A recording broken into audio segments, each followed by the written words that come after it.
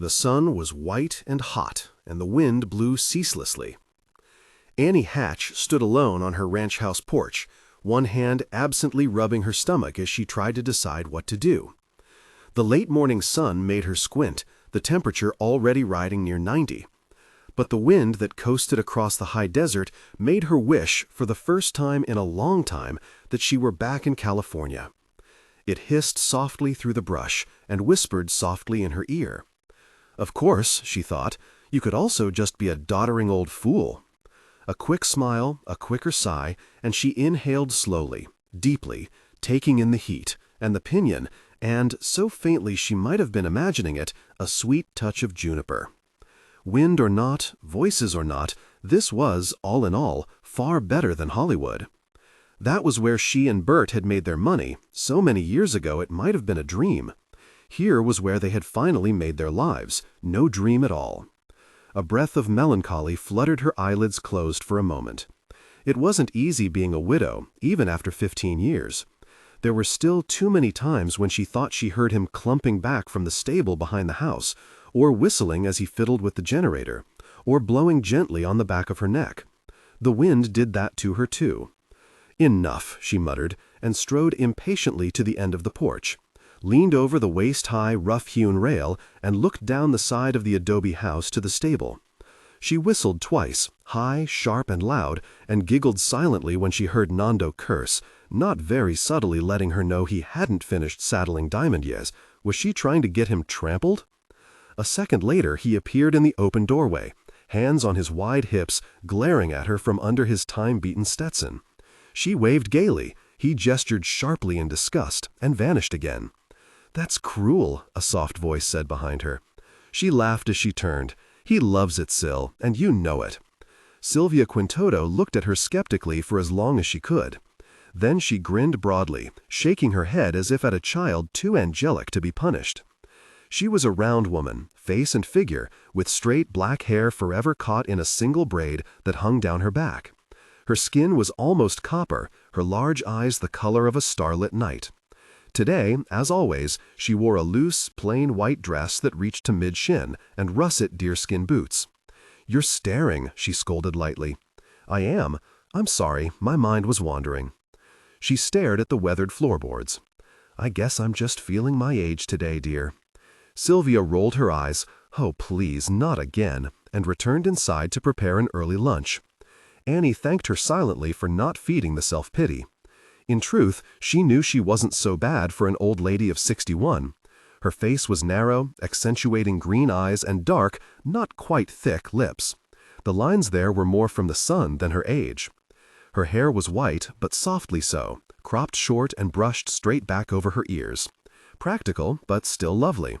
And her slender figure was such that, even after all these years, she was still able to turn more than a few heads whenever she drove into the city or up to Santa Fe. It was good for her ego. "Oh, brother," she thought, "it's worse than I thought." What it was one of those days that crept up on her now and then, when she missed Bert so much it burned. There was never any particular reason for it, no specific thing that jogged her memory. It just happened. Like today. And the only cure was to take Diamond and a canteen and ride into the desert. Maybe, if she were brave enough, all the way to the mesa. Sure, she thought, and tomorrow I'll wake up and find Bert beside me in bed. A snort behind her made her jump. She whirled just as Diamond thrust his head over the rail, his nose catching her stomach and shoving her back a step. "Hey," she said with a scolding laugh, "knock it off, you big jerk." He was already in bridle and saddle, a short black horse with a rough diamond blaze between his eyes. Nando stood beside him, grinning, one hand on the animal's rump, his stained brown hat pushed back on his head. "Serves you right," he told her smugly. He could have been Sylvia's twin, not her husband, save for the ragged streaks of gray in his hair and the fact that his broad, blunt nose had been broken too many times for him to be rightly called handsome. Those who didn't know him figured him for an ex-boxer or an ex-marine, not the foreman of a ranch that wasn't much of a ranch anymore. Annie made a show of ignoring him and his rebuke. She adjusted her straw western hat, fixed the strap under her chin, and swung her legs easily over the rail. Without pause or hesitation, she grabbed the horn and swung lightly into the saddle. Only then did she look down at him. "Not bad for an old lady, huh?" "The day you get old, Senora," he answered solemnly, "is the day I stop shoveling horse mess for a living and start selling bad turquoise to the tourists up Santa Fe." Diamond shook his mane impatiently. A warm gust made them turn their heads, but not before she saw the expression on his face. When he looked back, he was somber. "It talks. I wouldn't know." He shook his head slowly, not quite sadly. "You know. You always know." She grabbed the reins angrily. "I know nothing of the sort, Nando." She was prepared to cluck Diamond away when Nando tapped her leg. Now what? He reached behind him and pulled out a canteen. Grinning again. No rain, no water. He tucked it into the silver-studded saddlebag. She thanked him with a brusque nod and guided Diamond across the side lawn to a break in the double split-rail fence she had painted white the year before. Once through, she followed it around to the front, checking the grass inside to see where it was dying. Everywhere, she realized. Everywhere. Despite the extraordinarily expensive, undoubtedly wasteful below-ground system her late husband had installed himself and had connected to one of the score of deep wells on the ranch, the grass seldom survived intact all the way through the summer. Still, she thought as the ranch drifted away behind her, wasteful or not, it was better than nothing. At least it had color. At least it had life. "All right," she snapped to the shadow that rode beside her. "All right, that's enough, Annie. That's enough." Her right hand held the reins lightly. Her left hand rested on her thigh, and it trembled. She ignored it, concentrating instead on the rolling land ahead, automatically checking for wind or flash flood damage to the narrow wood bridges Bert and Nando had built across the several arroyos meandering across the 4,000 acres. Glancing to her right every so often at the high, heat-brown hill that blocked the sun each morning. Like the exposed, knobby root of an ancient, distant tree, it flanked the recently paved road that led east to the interstate and west to the mesa, to the reservation. She couldn't see it from here. The hill crossed the road a half-mile ahead, still high, still marked with thorn shrubs and tufts of grass sharp enough to slice through a palm, still studded with large brown rocks and partially buried boulders. Like a wall to keep the rest of the world out, or to keep the Canachin in. For some, however, it wasn't high enough or strong enough. They left to see what the world outside looked like, to discover what the world had to offer besides life on a reservation. For her, it was Bert and a brief but lucrative career in Hollywood. For others, unfortunately, it was prejudice and pain, and ultimately, a grave too far from home. Diamond shied suddenly, forcing her to pay attention, to glance quickly at the ground for signs of rattlesnakes. They'd be out now, the sun was high and warm enough, coiled deceptively still on whatever rocks they could find. She saw none, and frowned her puzzlement when the horse began to prance, telling her he wasn't thrilled about approaching the ranch side of the hill. That's when she saw the buzzards. 5 of them circled low near the 2-lane road, and she mouthed a sharp curse as she nudged the horse in that direction. There weren't many cattle left. She had sold most of them off not long after Bert had died, and seldom replaced the ones she lost. Every so often, though, one of those remaining found a way through the barbed wire that marked their pastures. Sometimes they tumbled into an arroyo. Sometimes a rattler got them. Sometimes they just couldn't find the water or the food, and simply gave up, laid down, and died. Closer, and she saw a van parked on the sandy shoulder, on the far side of the fence that ran along the blacktop. Vague waves of ghostly heat shimmered up from the road, blurring the vehicle's outline. "What do you think?" she asked Diamond. "Tourists?" The desert beyond the Sandia Mountains was beautiful in a stark and desolate way, with flashes of color all the more beautiful because they were so rare. It was also a trap. It wasn't unusual for an unthinking tourist to pull over because he wanted to walk a little, stretch his legs, check things out. It also wasn't unusual for the heat and deceptive distance to combine to lose him. One minute you could see everything, the next you were alone. Sometimes he didn't make it back. Another 20 yards and Diamond pulled up short. "Hey," she said, "come on, don't be stupid." He shook his head violently, reaching around to nip at her boot, a sign he wasn't moving another inch. She glared helplessly at the top of his head, watching his ears twitch in agitation. Forcing him would serve no purpose. He was as stubborn as she, and most definitely stronger. "Can you say glue?" she muttered sourly as she swung out of the saddle and ordered him to stay put. Idiot. Dusting her hands on her jeans, she trudged toward the van, scanning the area for whoever it was who had been stupid enough to leave it. She hadn't gone a dozen yards when she heard the flies. Her stomach tightened in anticipation, but she didn't stop. A check of the fence revealed no breaks in the wire, no toppled posts. The van itself was a dusty, dark green, streaked with long-dried mud. "Hello?" she called, just in case. The flies sounded like bees. The wind nudged her from behind. She stepped around a sprawling juniper, and her left hand instantly clamped tightly to her stomach. "Oh, God," she whispered. "Dear Jesus." It wasn't a lost cow. There were two of them, and they lay face down, arms and legs spread, unnaturally twisted. Flies crawled in undulating waves over them, thick and black, drifting into the air and drifting down again. Not 5 feet away, a buzzard watched, its wings flexing slowly. It snapped its beak once. Annie spun away and bent over, hands on her knees, eyes shut and stomach lurching, her throat working hard to keep the bile from rising. She knew the bodies were human, but only by their shape. Even with the flies, even with the sun, it was clear they had been skinned. The sun was white and hot, and there was no wind.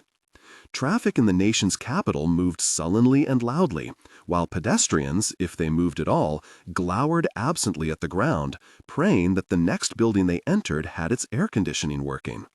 In this prolonged July heat wave, that wasn't always the case. Tempers were short to non-existent, crimes of passion were up, and blame for the extreme discomfort was seldom aimed at the weather. The office in the basement of the J. Edgar Hoover building was, according to some, a working monument to the struggle of order over chaos.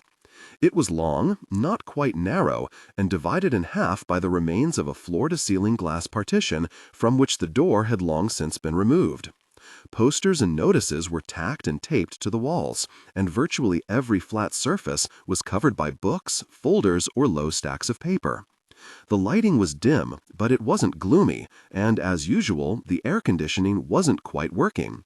In the back room, 2 men and a woman stared at a series of red-tabbed folders lying on a waist-high shelf. Each was open to the stark black-and-white photograph of a naked corpse. Each corpse lying in the center of what appeared to be a tiled bathroom floor. "I'm telling you, it's driving us nuts," the first man complained mildly. He was tall, solid, and a close-cropped redhead. His brown suit fit too snugly for real comfort. His tie had been pulled away from his collar and the collar button undone, the only concessions he made to the barely moving air. He wiped a hand over a tan cheek, wiped the palm on his leg. "I mean, I know it's a signature, but I'll be very if I can read it." "Oh, put your glasses on, Stan," the woman muttered. She was near his height, her rounded face smooth, almost bland, with thin lips and narrow eyes under dark brows. Unlike his clothes, her cream linen suit could have been tailored. "That's no signature, it's just slashes, for crying out loud. You're the one who's driving us nuts." Stan Bornell closed his eyes briefly, as if in prayer. He said nothing. "It's the bathroom that's important," she continued, her voice bored. It was clear to the second man that she had been on this route 100 times. She pulled a tissue from a pocket and dabbed at her upper lip. "It's easier to clean. It's too small for the victim to hide in or run around in. And Beth, Bornell said wearily, I know that, okay? I've got eyes. I can see." The second man stood between them, hands easy on his hips. His jacket was draped over a chair in the other room, with his tie, and the sleeves of his white shirt were rolled back twice. His face was unlined, and his age could have been anywhere from his late 20s to his mid-30s, depending on how generous the estimate was. Right now, he felt more like 50. The bickering had begun the moment the 2 agents had stormed into the office. The sniping had begun once the folders had been laid out. He took a step away from them, closer to the work shelf. They were both right. He had read the files several days ago, at his section head's request, but he didn't tell the agents that. Their tempers were frayed enough already. He sniffed and rubbed a thoughtful finger alongside his nose. All 5 victims, or at least the 5 the FBI was thus far aware of, had first been attacked in other rooms of their respective homes. Houses, not apartments, suburbs, not cities. All signs indicated little or no struggle after the initial assault, indicating knowledge of the attacker or near total surprise. They had been chloroformed just enough for immobility, then dragged elsewhere. All were women, all in their early 20s, and all had been murdered in their bathrooms. Strangled with either an unfinished belt or rawhide strap, their bodies stripped to the waist and a razor taken to their chests, 1 slice each. No sexual assault had occurred. Beth Newhouse groaned and plucked at her blouse. God, doesn't the air conditioning work in here? How can you work like this? It's like a sauna. Fox Mulder shrugged unconcern, then pushed a hand back through his hair. He checked each black and white in turn, his gaze flicking over them increasingly rapidly, as though he were reading. Well, Bornell asked, you got a magic trick for us? You got a rabbit we can chase? Mulder held up a hand to hush him, then slid the pictures from their folders and laid them out in a line. A moment later, he switched the second and fourth. Mulder, Newhouse said, we haven't got all day. Either you've got something or you don't. Don't play games, okay? Mulder straightened and almost smiled. Beth, get me a sheet of paper, please. His left hand gestured vaguely toward the other room. It was his tone that moved her more than the request. Those who had worked with him before had heard it at least once. One of the older agents had said it was like the first bay of a hound that had finally found the scent. You didn't argue with it, you just followed. And you made sure your gun was loaded.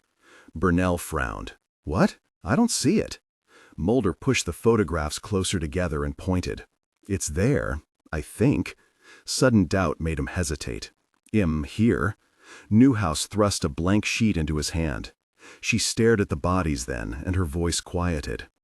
I've been looking at those women for over a month, Mulder. I'm seeing them in my sleep. He knew exactly what she meant. In many ways, the black and whites were as bad as looking at the bodies themselves. Although the color was gone, violent death wasn't. The only thing missing was the smell, and it wouldn't take much effort to bring that up too. So what do we have? Burnell asked. I'm not positive. It's kinda crazy. Newhouse laughed quietly. Well, this is the place for it, right? Mulder smiled.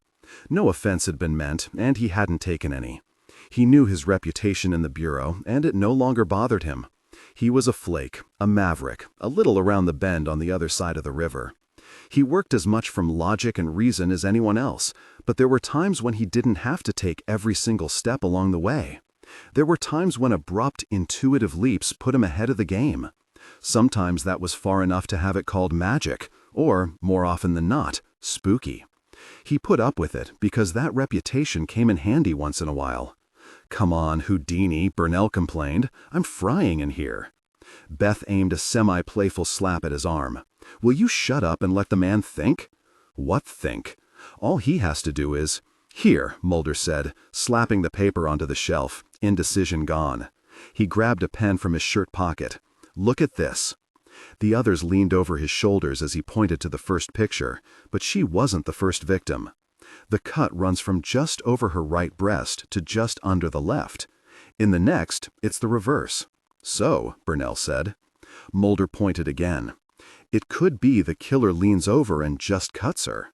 He straightened suddenly, and the others jumped back when his left hand demonstrated an angry, senseless slashing. It could be, but I don't think so, not this time. He pointed at the third woman. This is clearly most of a letter, right? R, maybe, if you combine it with the next one over, Newhouse answered, glancing at her partner, daring him to contradict. I know that much. Very sloppy then, Burnell said. For God's sake, Stan, he's slashing her. What in the world do you expect? Mulder copied the slash marks onto the paper, turned and held it up. They stared at it, puzzled, then stared at him. Burnell in confusion, Newhouse with a disbelief that had her lips poised for a laugh. He's writing his name, Mulder told them. He's letting you know who he is. He exhaled loudly, one piece at a time. The luncheonette was 2 blocks from FBI headquarters, a narrow corner shop with a long Formica counter and a half-dozen window booths, most of the decor done in pale blues and white. The windows had been tinted to cut the sun's glare, but it still threatened Mulder with a drumming headache whenever he glanced out at the traffic. Once done with the sparring duo, he had grabbed his tie and jacket and fled, stomach growling unmercifully, his head threatening to expand far beyond its limits. Even now he could hear them arguing, with each other and with him, telling him and each other that he was out of his freaking mind. Killers did not write their names on victims' bodies. At least they sure didn't do it in classical Greek. And when they finally, reluctantly accepted it, they demanded to know who the killer was and why he did it. Mulder didn't have any answers, and he told them that more than once. When it had finally sunk in, they had stormed out as loudly as they'd stormed in. And he had stared at the door for nearly a full minute before deciding he'd better get out now, before the echoes of their bickering gave him a splitting headache. The trouble was, stomach or not, the nattering and the heat had combined to kill his appetite. The burger and fries looked greasy enough to be delicious, but he couldn't bring himself to pick anything up, even for a taste. Dumb, perhaps, but still, he couldn't do it. A siren screamed. A police car raced down the center of the crowded street. In the booth ahead of him, two couples chattered about baseball while at the same time they threatened the heat wave that had been sitting on Washington for nearly 2 weeks. On his right, on the last counter stool, an old man in a warm cardigan and golf cap listened to a portable radio, a talk show whose callers wanted to know what the local government was going to do about the looming water shortage and constant brownouts. A handful were old enough to still want to blame the Russians. Mulder sighed and rubbed his eyes. In calmer times, it was nice to know his expertise was appreciated. In times like these, exacerbated by the prolonged heat, he wished the world would leave him the freakin' alone. He picked up a French fry and stared at it glumly. The radio announced a film festival on one of the cable channels. Old films from the 40s and 50s. Not at all guaranteed to be good, just fun. He grunted and popped the fry into his mouth. All right, he thought, I can hole up at home with Bogart for a while. He smiled to himself. The more he thought about it, the more he liked the idea. In fact, he thought, as he picked up the burger, it sounded like exactly what he needed. He was finished before he realized he had eaten a single bite. A good sign. He grinned more broadly when a woman slipped into the booth and stared in disgust at his plate. You know, his partner said, your arteries must be a scientific wonder. He reached for the last fry, and Dana Scully slapped the back of his hand. Take a break and listen, we're wanted. She was near his age and shorter, her face slightly rounded, light auburn hair settling softly on her shoulders. More than once, the object of one of their manhunts had thought her too feminine to be an obstacle. Not a single one of them had held that thought for very long. Mulder wiped his mouth with a napkin, the grin easing to a tentative smile. Wanted? Skinner, she told him, first thing in the morning, no excuses. The smile held, but there was something new in his eyes, anticipation and a faint glimmer of excitement. Assistant Director Skinner asking for them now, while they were both in the midst of cases still pending, generally meant only one thing. Somewhere out there was an X-file waiting. Maybe, she said, as if reading his mind. She snatched the last fry and bit it in half. An eyebrow lifted. Or maybe you're just in trouble again. Twilight promised the desert and the city at the base of the Sandia Mountains a pleasantly cool evening. The heat had already begun to dissipate, and a wandering breeze raised wobbly dust devils along the interstate that stretched from Albuquerque to Santa Fe. Snakes sought their dens. A roadrunner streaked through a small corral, delighting a group of children who didn't want to leave their riding lessons. A hawk danced with the thermals. On the low bank of the Rio Grande, beneath a stretch of heavy-crowned cottonwoods, Polly Devon snapped pebbles and stones at the shallow water, cursing each time he hit the dried mud instead. He hated New Mexico. The Rio Grande was supposed to be this wide, awesome river, deep with rapids and cliffs, all that good stuff. But not here. Here he could almost spit across it, and most of the time it hardly held any water. You could forget about the cliffs, and rapids were out of the question. He threw another stone. Behind him, he could hear muffled music coming from the trailer his parents had rented from the developer until their new house was finished. That was supposed to be 3 months ago, when they had arrived from Chicago. But some kind of permits were wrong, and then there was some kind of strike. And he snarled and threw another rock, so hard he felt a twinge in his shoulder.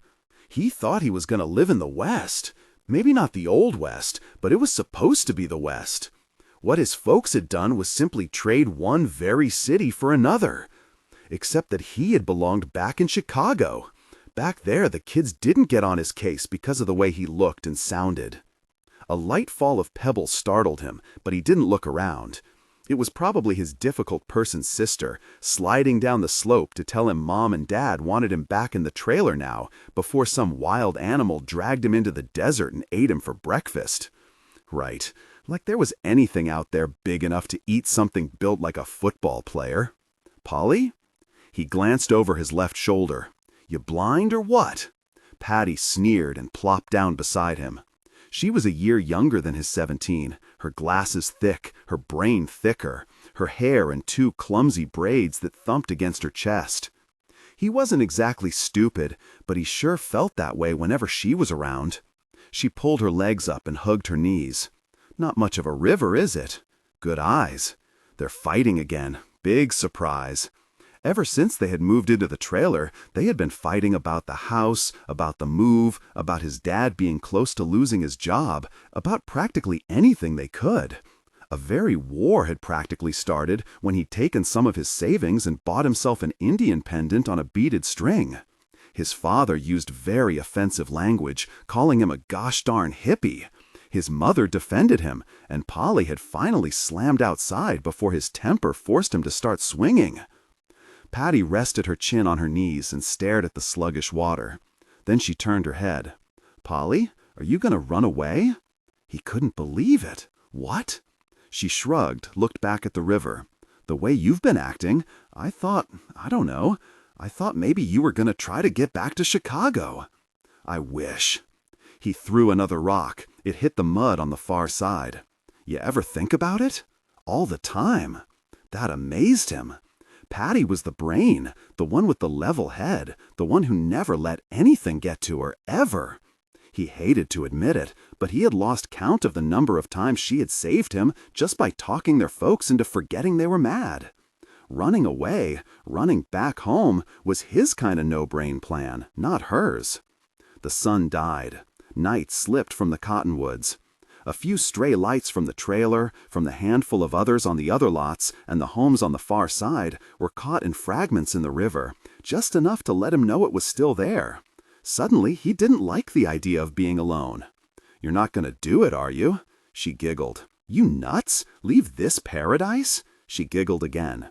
Sorry, Polly, but I've got 2 years till graduation. I'm not going to screw it up no matter what. She turned her head again. All he saw was her eyes. But then, I swear to God, I'm gonna blow this town so gosh darn fast, you won't even remember what I look like. He grinned. That won't be hard. And the horse you rode in on, brother. I hate horses, too. Their manure smells like gosh. A second passed in silence before they exploded into laughter, covering their mouths, half closing their eyes, rocking on their buttocks until Patty got the hiccups, and Polly took great pleasure in thumping her back until she punched his arm away. I'm serious, she insisted, her face flushed. I'm not kidding. Yeah, well. He watched the black water, rubbed a finger under his nose. So am I. Angry voices rose briefly above the music. A door slammed somewhere else, and a pickup's engine gunned to launch the squealing of tires. Off to their left, beyond the last tree, something began to hiss.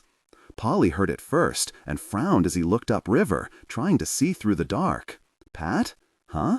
Do snakes come out at night? What are you talking about? What snakes? He reached over and grabbed her arm to hush her up. Hissing, slow and steady, almost too soft to hear. No, she whispered, a slight tremor in her voice. At least I don't think so. It's too cool, you know. They like it hot or something. Maybe she was right, but it sure sounded like snakes to him.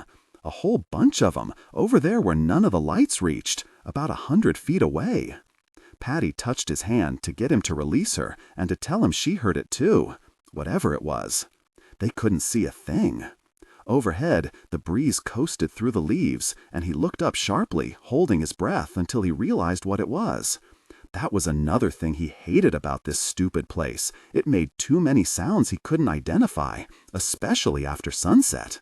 Every one of them gave him the creeps. The hissing moved, except now it sounded like rapid, hoarse whispering, and Polly shifted up to one knee, straining to make out something, anything, that would give him a clue as to who was out there and what they were doing. Patty crawled up behind him, a hand resting on his back. "Let's get out of here, Polly, huh?" He shook his head obstinately. It was bad enough he was here because his folks had had some gosh-for-brains idea about starting over when they already had a perfectly good business back up north. He definitely wasn't going to let the jerks here frighten him off. City boy.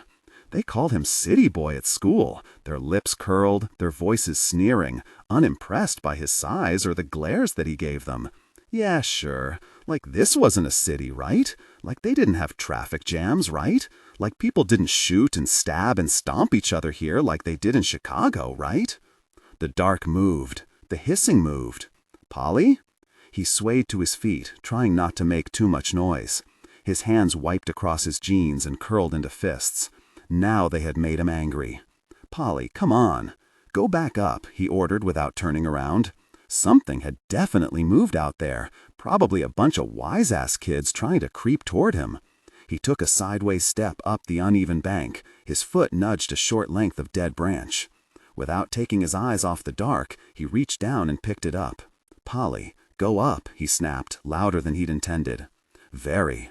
Staring so hard made him dizzy.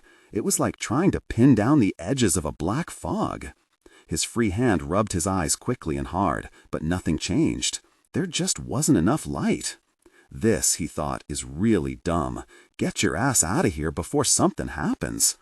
An arm snaked over his shoulder, and he bit so hard on a yelp that he choked. Patty's hand opened to show him the dim gleam of a gold cigarette lighter. He took it and half turned, his expression demanding to know when she'd started smoking. He realized the ridiculous timing when she flashed him a "not now, stupid" grin and jerked her chin to turn him back around. His own smile had no humor. He shifted the branch club until it felt properly balanced. Then he took a bold step forward and squared his shoulders. "Listen, jerks, you want to get lost? You want to get hurt? Your choice." No one answered, only the hissing. He held the lighter up and sparked it, squinting against the reach of the flame's faint yellow glow until his vision adjusted. There were shadows now that slid away and slid toward him as he raised the light over his head and moved his arm from side to side. The trees moved, the leaves turned gray, the bank took on contours that didn't exist. Hey! Another step. Hey! Another. The breeze touched the back of his neck and twisted the flame to make the shadows writhe. They kept coming, still whispering, and he gripped the club more tightly, angling it away from his leg, ready to swing at the first face that broke through the dark into the light. It wouldn't be the first time he smacked a homer with just one arm.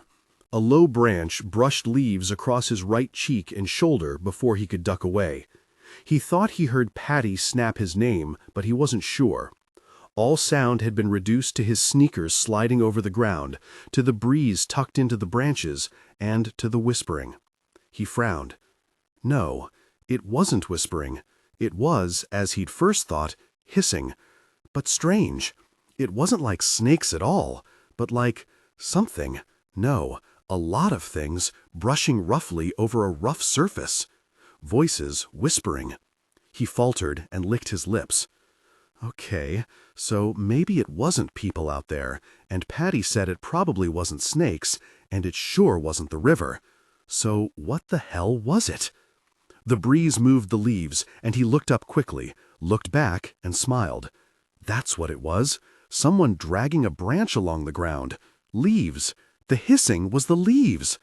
Growing louder. Suddenly the lighter grew too hot to hold. He cursed soundlessly and let the flame die, whipping his hand back and forth to cool his fingers off and the metal so he could use it again in a hurry. Timing now was everything. He would wait until the jerk was close enough, then he'd turn on the light and swing at the same time. The jerk would never know what hit him. He listened, a corner of his mouth twitching, his body adjusting slightly so that he was almost in a baseball stance. Batter up, he thought, you very freaks. Louder. No footsteps yet, but that didn't matter. He checked back but couldn't see his sister. He looked ahead and made out a faint shadow that, because of virtually absent light, seemed taller than it ought to be. Louder, very loud. City boy, he thought angrily, and flicked on the lighter. He didn't swing. His sister screamed. He couldn't swing. His sister shrieked. So did Polly. Assistant Director Walter Skinner sat behind his desk, hands folded loosely in his lap, and stared absently at the ceiling for several seconds before lowering his gaze. He was not smiling. On the desk, in the center of the blotter, was an open folder. He looked at it disdainfully, shook his head once, and took off his wire-rimmed glasses. Thumb and forefinger massaged the bridge of his nose. Mulder said nothing, and in the chair beside him, Scully's expression was perfectly noncommittal. So far, the meeting hadn't gone well. The entire transcript of a 6-month wiretap on a mafia don in Pittsburgh had been misplaced, and Mulder, arriving first, had walked straight into the teeth of the storm Skinner directed at his secretary and several red-faced agents. Mulder had been the target of the man's temper before, and he slipped hastily into the inner office with little more than a "here I am" nod. Then he had committed the protocol error of taking a seat without being asked. When Skinner walked in, his face flushed with exasperation, Mulder wasn't quick enough to get to his feet, and the assistant director's curt greeting wouldn't have melted in a blast furnace. It had been all downhill from there, even after Scully arrived, with Skinner raging quietly against those whose carelessness had imperiled an important investigation. Mulder bore it all without comment. At least the man wasn't raging against him for a change, which had not always been the case in the past. Then, as now, the bone of contention between them was usually the X-Files. The FBI's law enforcement mandate covered a multitude of federal crimes, from kidnapping to extortion, political assassination to bank robbery. It also permitted them to investigate local cases when local authorities asked them for assistance, and the affair was such that it might be construed to be of potential federal interest, generally involving national security. Not always, however. Occasionally, there were some cases that defied legal, sometimes rational definition. Cases that seemed to include instances of the paranormal, the inexplicable and bizarre, or the allegation that UFO activity was somehow involved. X-Files. They were Mulder's abiding, often single-minded concern, and the core of his conviction that, X-File or not, the truth was not always as evident as it appeared to be. Nor was it always liberating or welcome. But it was out there, and he was determined to find it, and expose it. The cost was immaterial. He had his reasons. Skinner thumped a heavy hand on the folder. Mulder?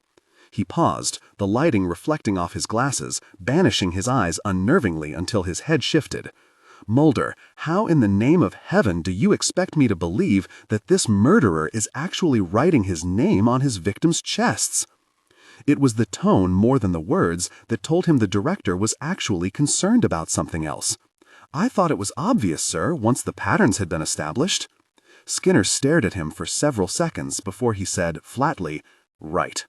A glance to Scully told Mulder he wasn't wrong about the director's focus.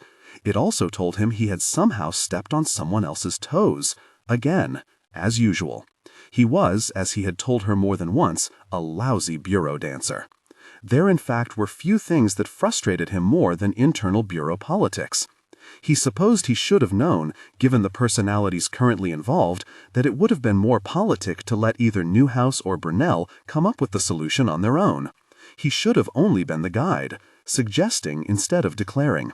And, given the personalities involved, he should have also guessed that one of them, probably Burnell, would have complained that Mulder was trying to steal the case, and thus the credit from under them. Sir? It was Scully. Skinner shifted his eyes. The rest of him didn't move.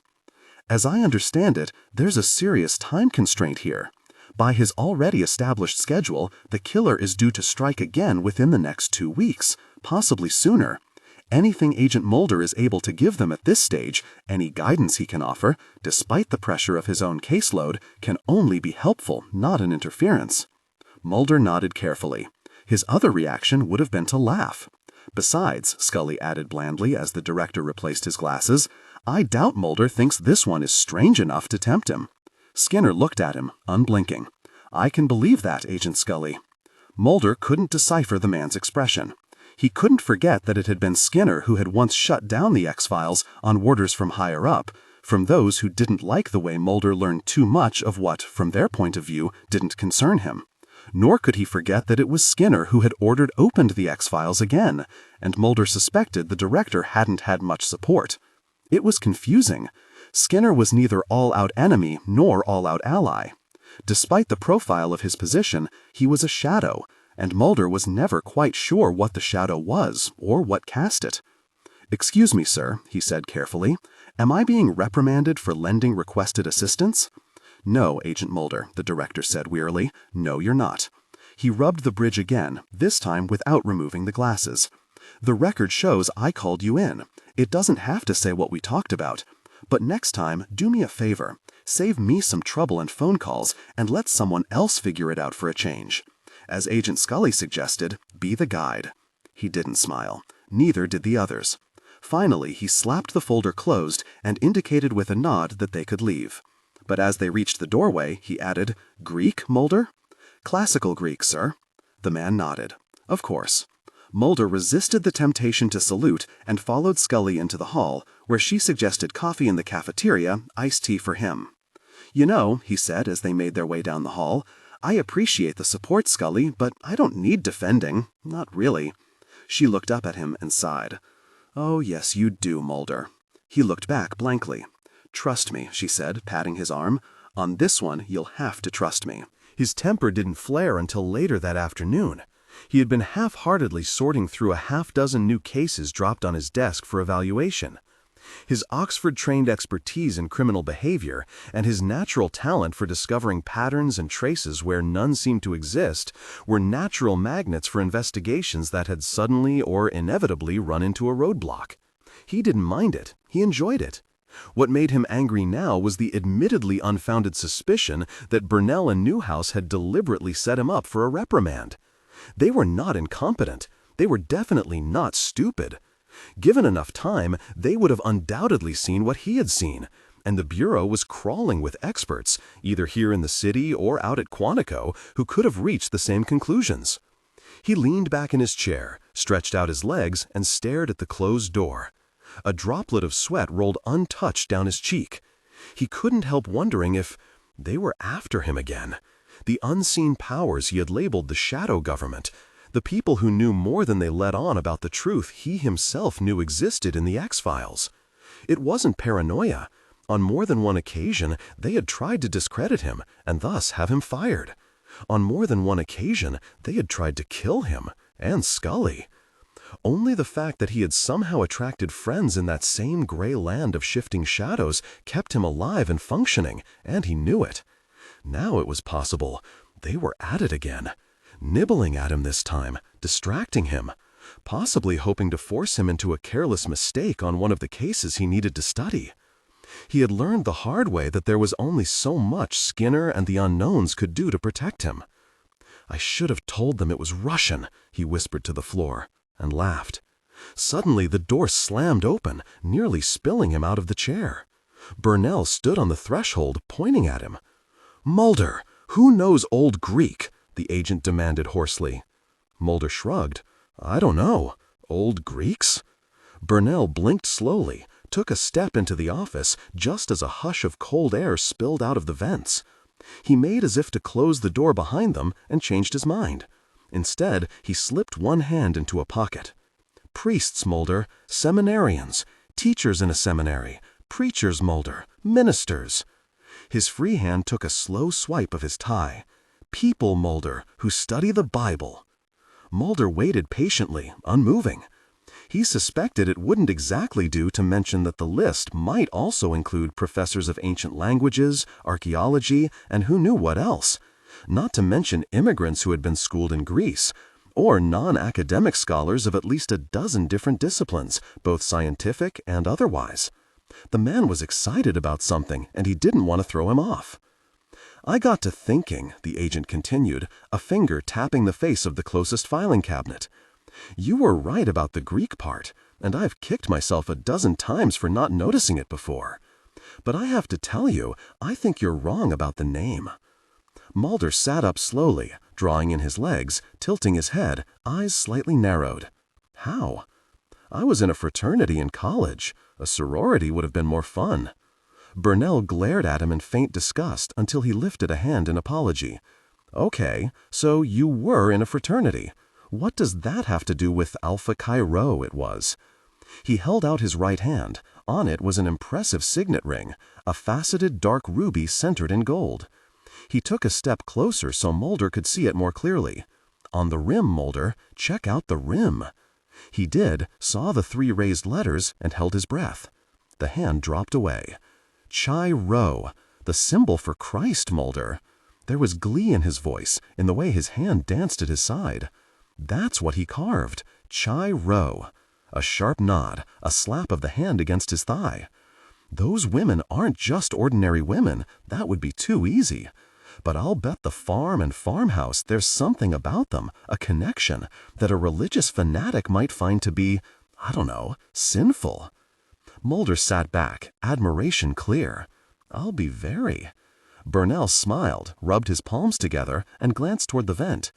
Man, it's like an icebox in here. Your thermostat busted or what? He headed for the door, grabbed the knob, and paused before leaving. Mulder watched his shoulders tense and relax. Hey, thanks, Mulder. No kidding. To be honest, I don't know if I really ever would have seen that Greek stuff. I've had this ring forever and hardly ever looked at it, but I just had it cleaned, and when I was putting it on this morning, well, it got me thinking, you know? And the next thing I knew, I was looking at it like I'd never seen it before. He hesitated, about to say something else, then nodded his thanks and closed the door behind him. Mulder didn't move for a long time. Sheriff Chuck Sparrow took off his hat, wiped a forearm over what was left of his hair, and slapped the hat back into place, yanking the brim down hard. "What do you think?" the woman beside him asked, her voice tight with the effort not to lose her dinner. Sparrow shook his head. The best he could figure, either somebody was in sore desperate need to practice his tanning skills, or there was another one of those very cults holed up in the hills again.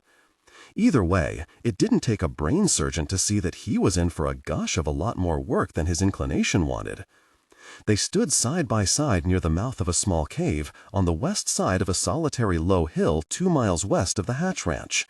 Sprawled in front of it was what was left of a steer, ants and flies now vying for the right to rid the dead animal of whatever they could take. "What do you think, Donna?" he said. "I wish to gosh I knew." She was a tall woman, her figure hidden in boots, baggy jeans, and a man's shirt, about a size too large. Her short brown hair was brushed back over her ears, and on her right hand she wore the biggest silver ring Sparrow had ever seen. Her Cherokee was parked on the shoulder, 50 yards away. His patrol car was behind it. She jutted her chin toward the cave. "You look in there?" "Yes," he answered with exaggerated patience. "Yes, I looked in there." "And?" "And 14 different kinds of gosh is all what I found, all right? Bones. Little bones," he added hastily. "The usual stuff. I read that they use 'em, you know. Kind of temporary, so to speak." He scanned the hillside, squinted at the vehicles. "Now, don't take this wrong, all right? But there hasn't been a very mountain lion around here for nearly as long as I've been working this job. And, in case you hadn't noticed, they don't generally skin their meals before they eat them. I don't need your sarcasm, Chuck." "No," he thought. "What you need is a good swat upside the head, keep you from bothering the gosh out of me." The trouble was, this was the 4th animal he'd come across in just over a week slaughtered like this, and not a single sign, not a single print, not a single gosh hint of what had killed them. Or rather, what had stripped off their hides. For no reason he could put a finger on, he didn't think they had been killed first. He reckoned the creatures had either died of the shock or had bled to death.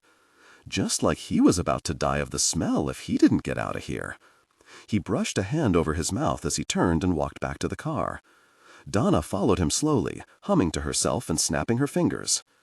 The thing of it was, Sparrow thought as he slid down the shallow ditch and took 2 grunting strides up the other side, if this was confined to just animals, there wouldn't be such a stink of another kind in the office.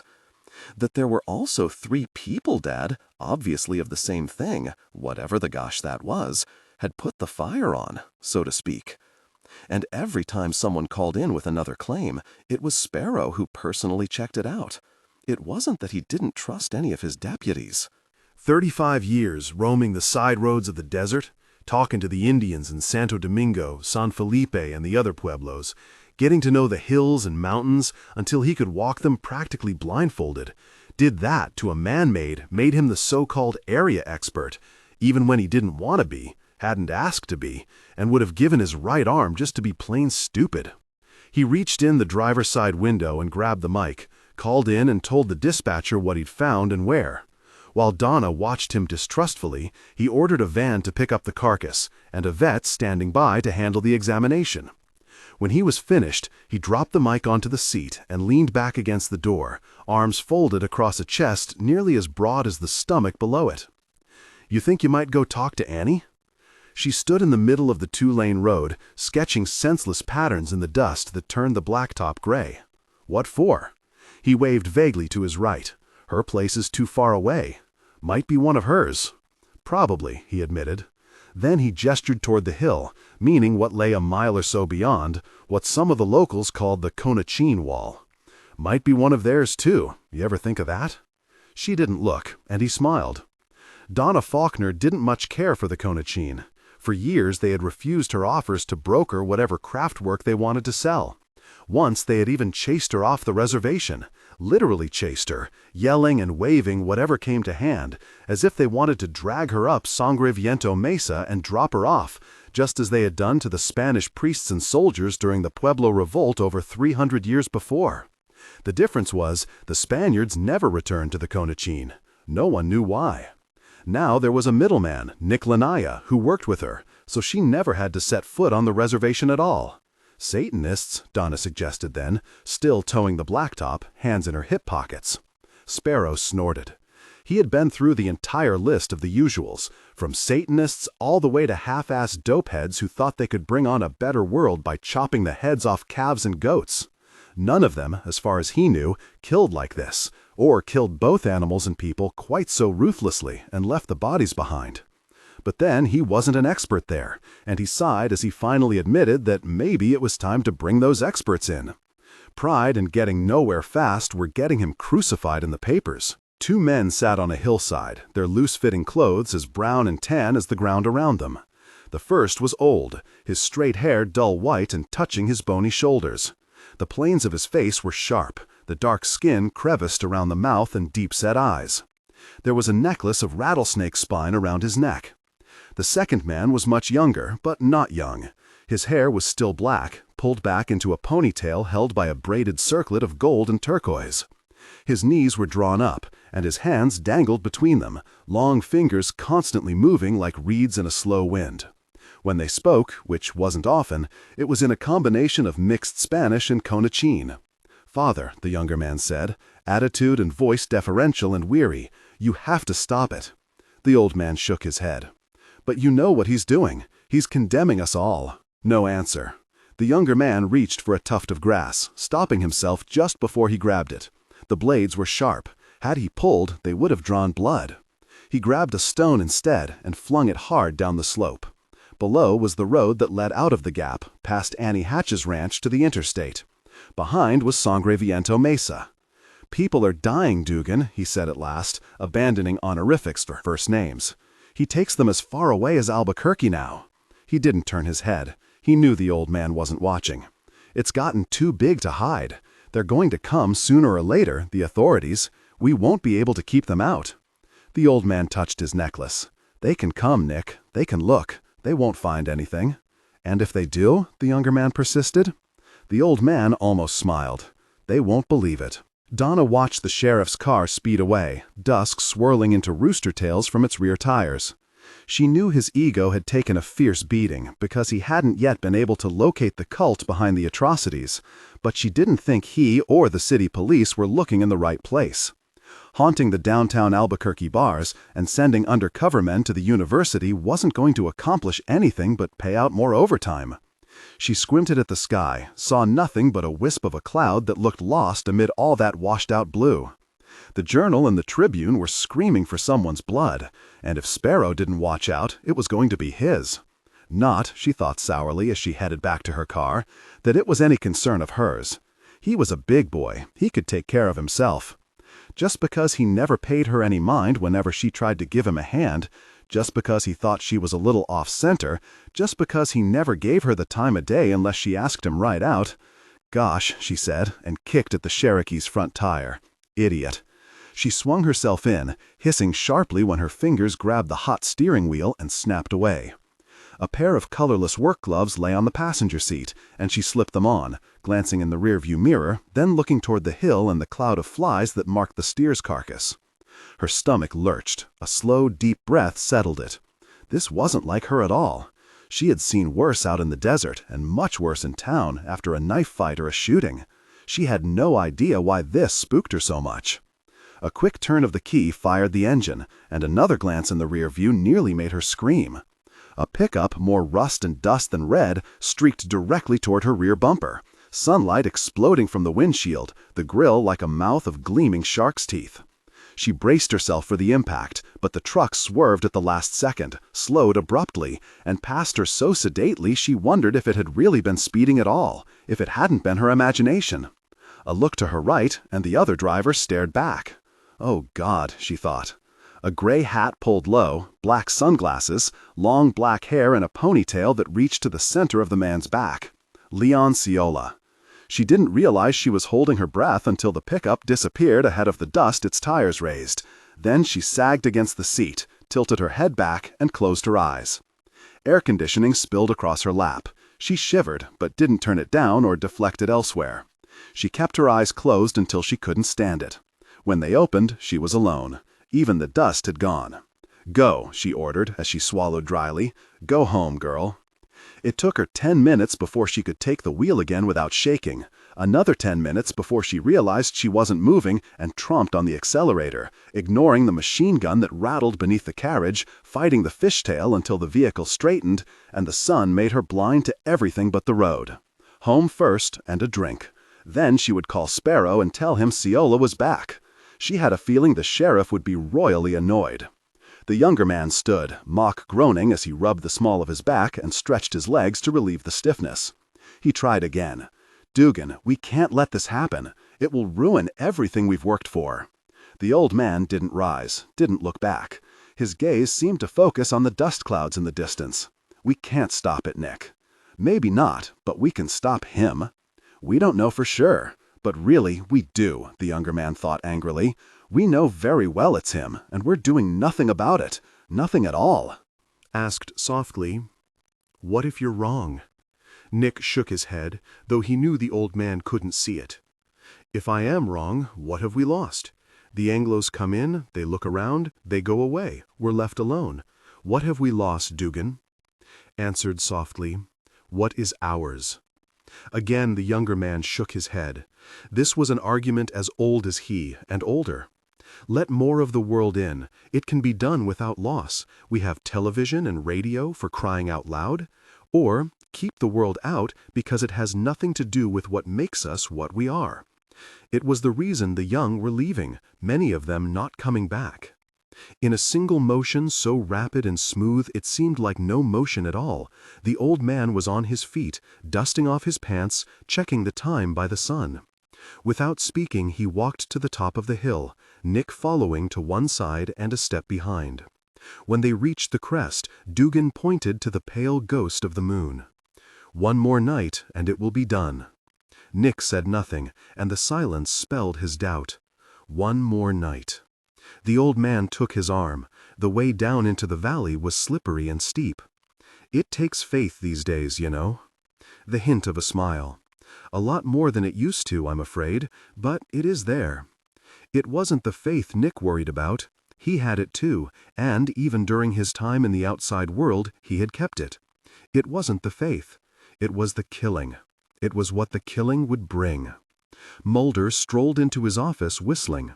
It was the kind of day that began with a gorgeous, unreal sunrise, Hollywood at its best, and carried that promise so well he was half afraid he was dreaming. The heat wave had broken 3 days before, bringing spring-like temperatures to the capital, light showers at night to wash the streets, and a steady breeze that had thus far kept pollution from hazing the blue sky. Leaves weren't dusty, the flowers were bright. It was so utterly perfect, it was very close to sickening. But he'd take it. He wasn't that much of a fool. It took a second for him to notice Scully in his chair.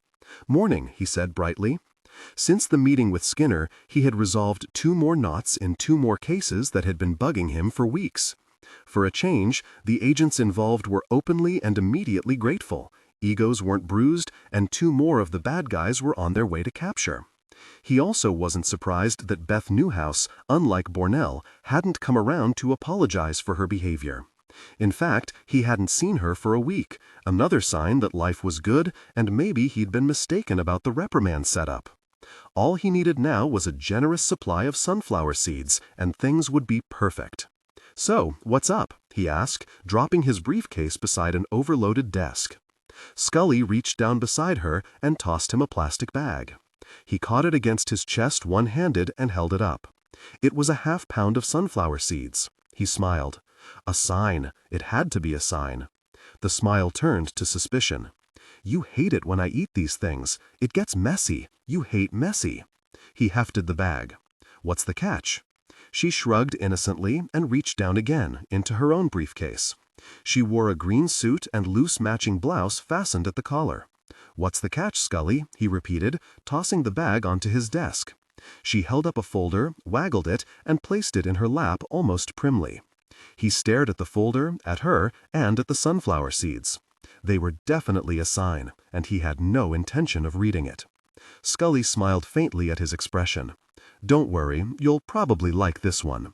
He waited. She settled back in the chair. "So, what do you know about cattle mutilations?" "Oh, please, Scully, not that again, please." He crossed to a wheeled office chair and dropped into it, swiveling around to face her as he crossed his legs at the knee. He wasn't going to answer what was obviously a rhetorical question until he realized he had to. She was preparing his mind for something ordinary didn't describe. "All right." He clasped his hands loosely, elbows on the chair's arms. "Depending on who you talk to, you either have half-baked cults that demand bizarre sacrifices, cows being the animal of choice, secret government experiments in immunology based on actual and potential chemical warfare tests alone, or," he looked at the ceiling, "or experiments with alleged alien-based technology." He shook his head slowly. "To name a few." Without responding, she flipped open the folder. "The cattle are either bled, they have sections of hide and/or muscle and/or organs removed, or they're just sliced all to hell and left in the middle of a field for some poor farmer to fall over. So what? You know this isn't the sort of thing I—" He stopped, and they looked at each other. He had almost said, "need to know." He broke contact first, staring at the tip of his shoe. "Where?" "New Mexico." He barked a laugh. "Cattle mutilations? Right. Near Roswell, I suppose. Come on, Scully, give me a break. I'm not about to get into that."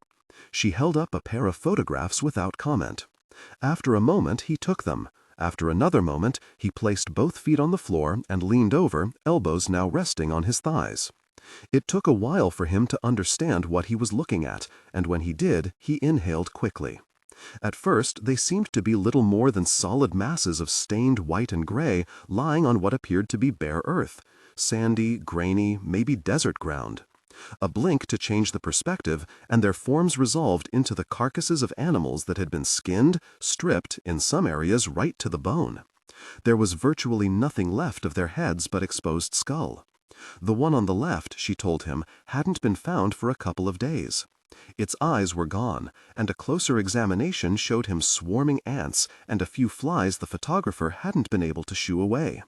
Its hind legs had been twisted from their sockets. Its mouth was open, the tongue still there, but it was much smaller, thinner than it ought to be, and evidently raw. Although there were shadows, and although he tried, he couldn't spot any pools or traces of blood. He glanced up, frowning. "Blood?" Scully nodded. "I know, I've looked too. If it's exsanguination, it's almost too well done. Otherwise—" a one-shoulder shrug. "Cauterization is about the only other thing I can think of, based on the pictures, that is. To know exactly, well, we'll have to talk to those who were at the scene." At her direction, he checked the photograph on the right. "Now that one," she explained, "was found, they think, only a few hours after it happened." The eyes are gone there as well, but I can't tell if they've been surgically removed or she didn't finish. She didn't have to. The blood thing again, he said, looking from one exhibit to the other. Right. And again, I don't have an answer for you. Not based on what we have now.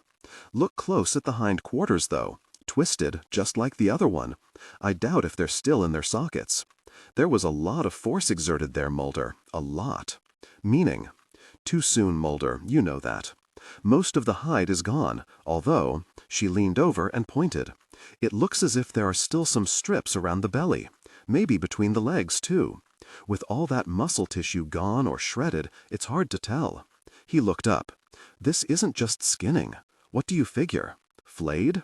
She nodded cautiously, unwilling as always to commit until she had seen the evidence firsthand. I think so. I won't know until I've had a good look for myself. Then she handed him another pair. Puzzled, he took them, looked down, and rocked back in the chair, swallowing heavily. Jesus.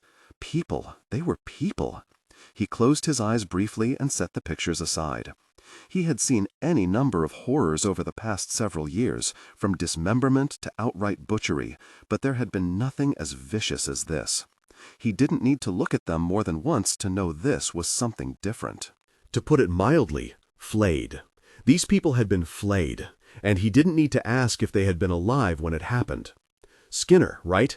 The assistant director would have flagged this for him as soon as it had arrived. Scully nodded as she pushed absently at her hair, trying to tuck it behind one ear. The local authorities, the county sheriff's office, called. She checked a page of the file. They called Red Garson in the Albuquerque office. Apparently it didn't take him very long to think of you. Mulder knew Garson slightly, a weathered, rangy Westerner who had breezed through the Bureau Academy at Quantico, less with considerable skill, although he had it in abundance, than with an almost frantic enthusiasm born of a man determined to get out of the East as fast as he could, which he had done as soon as he could. He was no slouch when it came to on-site investigations, so this must have thrown him completely. It wasn't like him to ask for anyone's help. Mulder, whoever did this is truly sick. Sick, deranged, or so devoid of emotion that he might as well not be human. He grabbed a picture at random. It was a couple, and he was thankful that what was left of their faces was turned away from the camera. Tied? Drugged? Scully cleared her throat. It's hard to tell, but initial indications are... She paused, and he heard the nervousness and the anger in her voice. Indications are they weren't. And Garson doesn't think they were killed somewhere else and dumped at the site. He rubbed a hand over his mouth, bit down on his lower lip thoughtfully.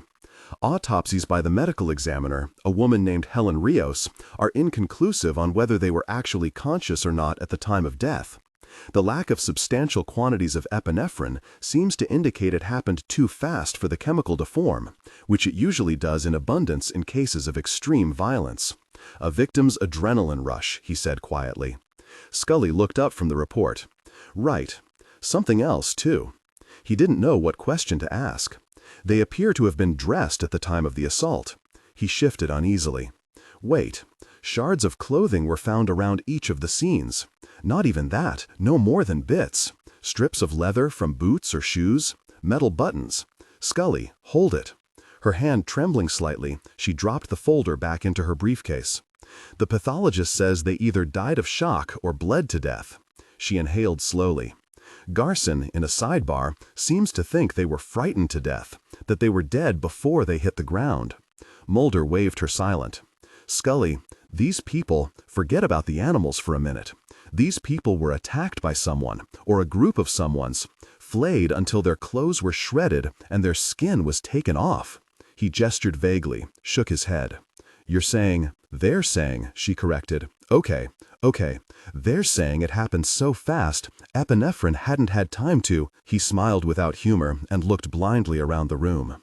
Scully, you know as well as I do, that's very near impossible. Probably, she admitted. I haven't had a lot of time to think about it. He stood abruptly. You don't have to think about it, Scully. There's nothing to think about. It's practically flat out impossible. Which is why we have to be at Dulles first thing in the morning. Stop over at Dallas, we'll be in New Mexico by 1 their time. She raised a finger to forestall a response. And remember, practically is the right word here, Mulder. That does not mean definitely. He stared at her briefcase, spread his arms at all the work yet undone he could see in the office, and said, "What?" at the twitch of a smile on her lips. She didn't have to answer. He usually reacted this way when a clear X-file landed in his lap. A switching of gears, of mindset, excitement of one kind changing to excitement of another. Impossible, to him, meant someone else had decided there were no explanations for whatever had happened. But there were always explanations. Always. His superiors, and Scully, didn't always like them, but they were there. Sometimes all it took was a little imagination to find them, a less hidebound way of looking at the world, a willingness to understand that the truth sometimes wore a mask. "There's something else," she added as he reached for the sunflower seeds and his briefcase. "What?" She stood and brushed at her skirt. "There was a witness to one of the killings." He felt his mouth open. "You're kidding? He saw who did it?" She, Scully, corrected. "And she claims it wasn't a person." He waited. "She said it was a shadow." Brother, he thought. Either that or a ghost. A low fire burned in a shallow pit. Smoke rose in dark trails, winding fire-reflected patterns around the large underground room before escaping through the ragged round hole in the ceiling. Shadows on the roughly hewn rock walls, cast by shadows seated on planks around the pit.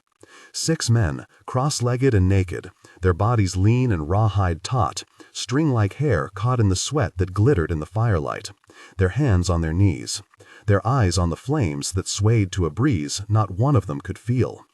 Over the fire, resting on a metal grate, a small flame-blackened pot in which a colorless liquid bubbled without raising steam. A 7th man sat on a chair carved from dull red stone, back in the shadows where the rite said he belonged. He wore no clothing save a cloth headband embedded with polished stones and gems, none of them alike, none bigger than the tip of a finger. In his right hand he held the spine of a snake. From his left hand dangled the tail of a black horse, knotted at the end and wound through with blue, red, and yellow ribbons. His black eyes were unfocused. Eventually one of the 6 stirred, chest rising and falling in a long, silent sigh. He took a clay ladle from the hand of the man on his left, dipped it into the pot, and stood as best he could on scrawny legs that barely held him. A word spoke into the fire. A word spoke into the smoke-touched night visible through the hole. Then he carried the ladle to the man in the chair, muttered a few words, and poured the boiling liquid over the 7th man's head. The man didn't move. The water burned through his hair, over his shoulders, down his back and chest. He still didn't move. The horsetail twitched, but the hand that held it didn't move. The old man returned to the circle, sat, and after shifting once, didn't move. The only sound was the fire. A lone man waiting in the middle of nowhere. He stood in the center of a scattering of bones. Coyote, mountain lion, horse, bull, ram, snake. And from where he stood, he could see smoke rising above Sangre Viento Mesa, rising in separate trails until 100 feet above, it gathered itself into a single dark column that seemed to make its way to the moon. In the center of the smoke-made basket, the moonlight glowed emerald. The man smiled, but there was no humor. He spread his arms as if to entice the smoke toward him. It didn't move. He was patient. It had moved before. It would move again. And after tonight, when the old fools had finished, he would make it move on his own. All he had to do was believe. Donna rolled over in her sleep, moaning so loudly it woke her up. She blinked rapidly to dispel the nightmare, and when she was sure it was done, she swung her legs over the side of the bed and sat up, pushing hair away from her eyes, mouth open to catch the cool air that puckered her skin and made her shiver. The house was quiet. The neighborhood, such as it was quiet. Moonlight slipped between the cracks the curtains left over the room's 2 windows, slants of it that trapped sparkling particles of dust. She yawned and stood, yawned again as she scratched at her side and under her breasts. Donna rolled over in her sleep, moaning so loudly it woke her up. She blinked rapidly to dispel the nightmare, and when she was sure it was done, she swung her legs over the side of the bed and sat up, pushing hair away from her eyes, mouth open to catch the cool air that puckered her skin and made her shiver. The house was quiet. The neighborhood, such as it was quiet. Moonlight slipped between the cracks the curtains left over the room's 2 windows, slants of it that trapped sparkling particles of dust. She yawned and stood, yawned again as she scratched at her side and under her breasts. He stood abruptly. "You don't have to think about it, Scully. There's nothing to think about. It's practically flat-out impossible. Which is why we have to be at Dulles first thing in the morning. Stop over at Dallas? We'll be in New Mexico by 1 their time." She raised a finger to forestall a response. "And remember, practically is the right word here, Mulder. That does not mean definitely." He stared at her briefcase, spread his arms at all the work yet undone he could see in the office, and said, "What?" at the twitch of a smile on her lips. She didn't have to answer. He usually reacted this way when a clear X-file landed in his lap. A switching of gears, of mindset, excitement of one kind changing to excitement of another. Impossible, to him, meant someone else had decided there were no explanations for whatever had happened. But there were always explanations. Always. His superiors and Scully didn't always like them, but they were there. Sometimes all it took was a little imagination to find them, a less hidebound way of looking at the world, a willingness to understand that the truth sometimes wore a mask. "There's something else," she added as he reached for the sunflower seeds and his briefcase. "What?" She stood and brushed at her start. "There was a witness to one of the killings." He felt his mouth open. "You're kidding? He saw who did it?" Scully corrected. "And she claims it wasn't a person." He waited. "She said it was a shadow." Brother, he thought. Either that or a ghost. A low fire burned in a shallow pit. Smoke rose in dark trails, winding fire-reflected patterns around the large underground room before escaping through the ragged round hole in the ceiling. Shadows on the roughly hewn rock walls, cast by shadows seated on planks around the pit. 6 men, cross-legged and naked, their bodies lean and rawhide taut, string-like hair caught in the sweat that glittered in the firelight, their hands on their knees, their eyes on the flames that swayed to a breeze not one of them could feel. Over the fire, resting on a metal grate, a small flame-blackened pot in which a colorless liquid bubbled without raising steam. A 7th man sat on a chair carved from dull red stone. The nightmare was gone, scattered, but she knew she had had one, knew it was probably the same one she had had over the past 2 weeks. She walked in the desert, wearing only a long t-shirt, bare feet feeling the night cold of the desert floor. A steady wind blew into her face. A full moon so large it seemed about to collide with the earth, and too many stars to count. Despite the wind's direction, she could hear something moving close behind her, but whenever she looked back, the night was empty except for her shadow. It hissed at her. It scraped toward her.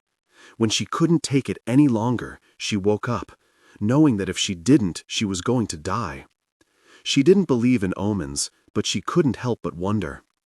Now she padded sleepily into the kitchen, opened the refrigerator, and wondered if it was too late or too early to have a beer. Not that it mattered. If she had one now, she'd be in the bathroom before dawn, cursing herself and wondering how she'd make it through the day with so little sleep. She let the door swing shut with a righteous nod, yawned, and moved to the back door. Her yard was small, ending, like all the other yards scattered along the side road, in a stone block wall painted the color of the earth. Poplars along the back blocked her view of the other houses, even though they were too far away to see, even in daylight, unless she was right at the wall. Suddenly she felt much too alone. There was no one out there. She was cut off and helpless. The panic rose, and she was helpless to stop it. Running from the room did her no good because she could see nothing from the living room window either. The rose bushes she had spent so much time training to be a hedge fragmented her view of the road, erasing sight of the field across the way. Trapped. She was trapped. A small cry followed her to the door. She flung it open and ran onto the stoop, stopping before she flung herself off the steps. Cold concrete made her gasp. Cold wind plastered the t-shirt to her chest and stomach. "I am," she decided, moving back into town first thing in the morning. It was the same vow she made after every nightmare, and it made her smile. "Oh boy, tough broad," she thought sarcastically. "Think you're so tough, and a lousy dream makes you a puddle." She stepped back over the threshold, laughing aloud, but not loud enough that she didn't hear the hissing. The smoke rose and coiled and swallowed the emerald light. Mike Ostrand was a little drunk. Hell, he was a lot drunk and could barely see the dashboard, much less the interstate. The gray slash of his headlamps blurred and sharpened, making the road swing from side to side as if the car couldn't stay in its proper lane. This late, though, he didn't much give a damn. The road from Santa Fe was, aside from occasional rises, not quite hills, fairly straight all the way to Bernalillo and into Albuquerque beyond. Just aim the very thing and hold on to the wheel. He'd done it hundreds of times. He hiccuped, belched, and grimaced at the sour taste that rose in his throat, shaking his head sharply as if to fling the taste away. The radio muttered a little Willie Nelson.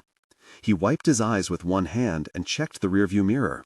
Nothing back there but black. Nothing ahead but more black. The speedometer topped 70. If he were lucky, if he were really lucky, he'd be home by 2 and asleep by 2:10, assuming he made it as far as the bedroom. 2:05 if he couldn't get past the couch. He laughed, more like a giggle, and rolled down the window when he felt a yawn coming. Drunk or not, he knew enough to understand that cold air blasting the side of his face was infinitely preferable to dozing off and ending up nose down in a ditch, his head through the windshield. The air smelled good. The engine's grumble was steady. "And so am I," he declared to the road, "steady as a rock and twice as hard." Another laugh, another belch. It had been a good night. No, it had been a great night. Those pinheads in Santa Fe, thinking they knew ahead of the rest of the world what the next artsy trend would be, had decided he was it. Living collages, they called it. The desert genius, they called him. "My God," he yelled, half in joy, half in derision. After a dozen years trying to sell paintings even he couldn't abide, he'd sliced a small cactus in half, glued it to a canvas, added a few tiny bird bones and a couple of beads, called it something or other, and as a lark brought it north. They really loved it. He had meant it as a thumbed nose at their pretensions, and they had fallen over themselves trying to buy it. The wind twisted through the car, tangling his long blonde hair, tugging at it, threatening a headache. 5 years later, 25 carefully assembled when he was roaring drunk canvases later, his bank account was fat, his home was new, his car was turned in every year, and the women were lined up 6 to the dozen, eager for his company. It almost made him sick. It didn't make him stupid. Trends were little more than fads, and he knew well that the next season might be his last. Which was why he needed to hole up for a while, work through an even dozen more projects, and get himself out before he ended up like the others, flat broke and saying, "I used to be someone, you know, really I was," while they cadged another beer from a stranger in a strange bar. The speedometer topped 80. The headache began. Acid bubbled in his stomach. The back of his hand scrubbed across his face, and when his vision cleared, he saw something to the right, just beyond the edge of the light.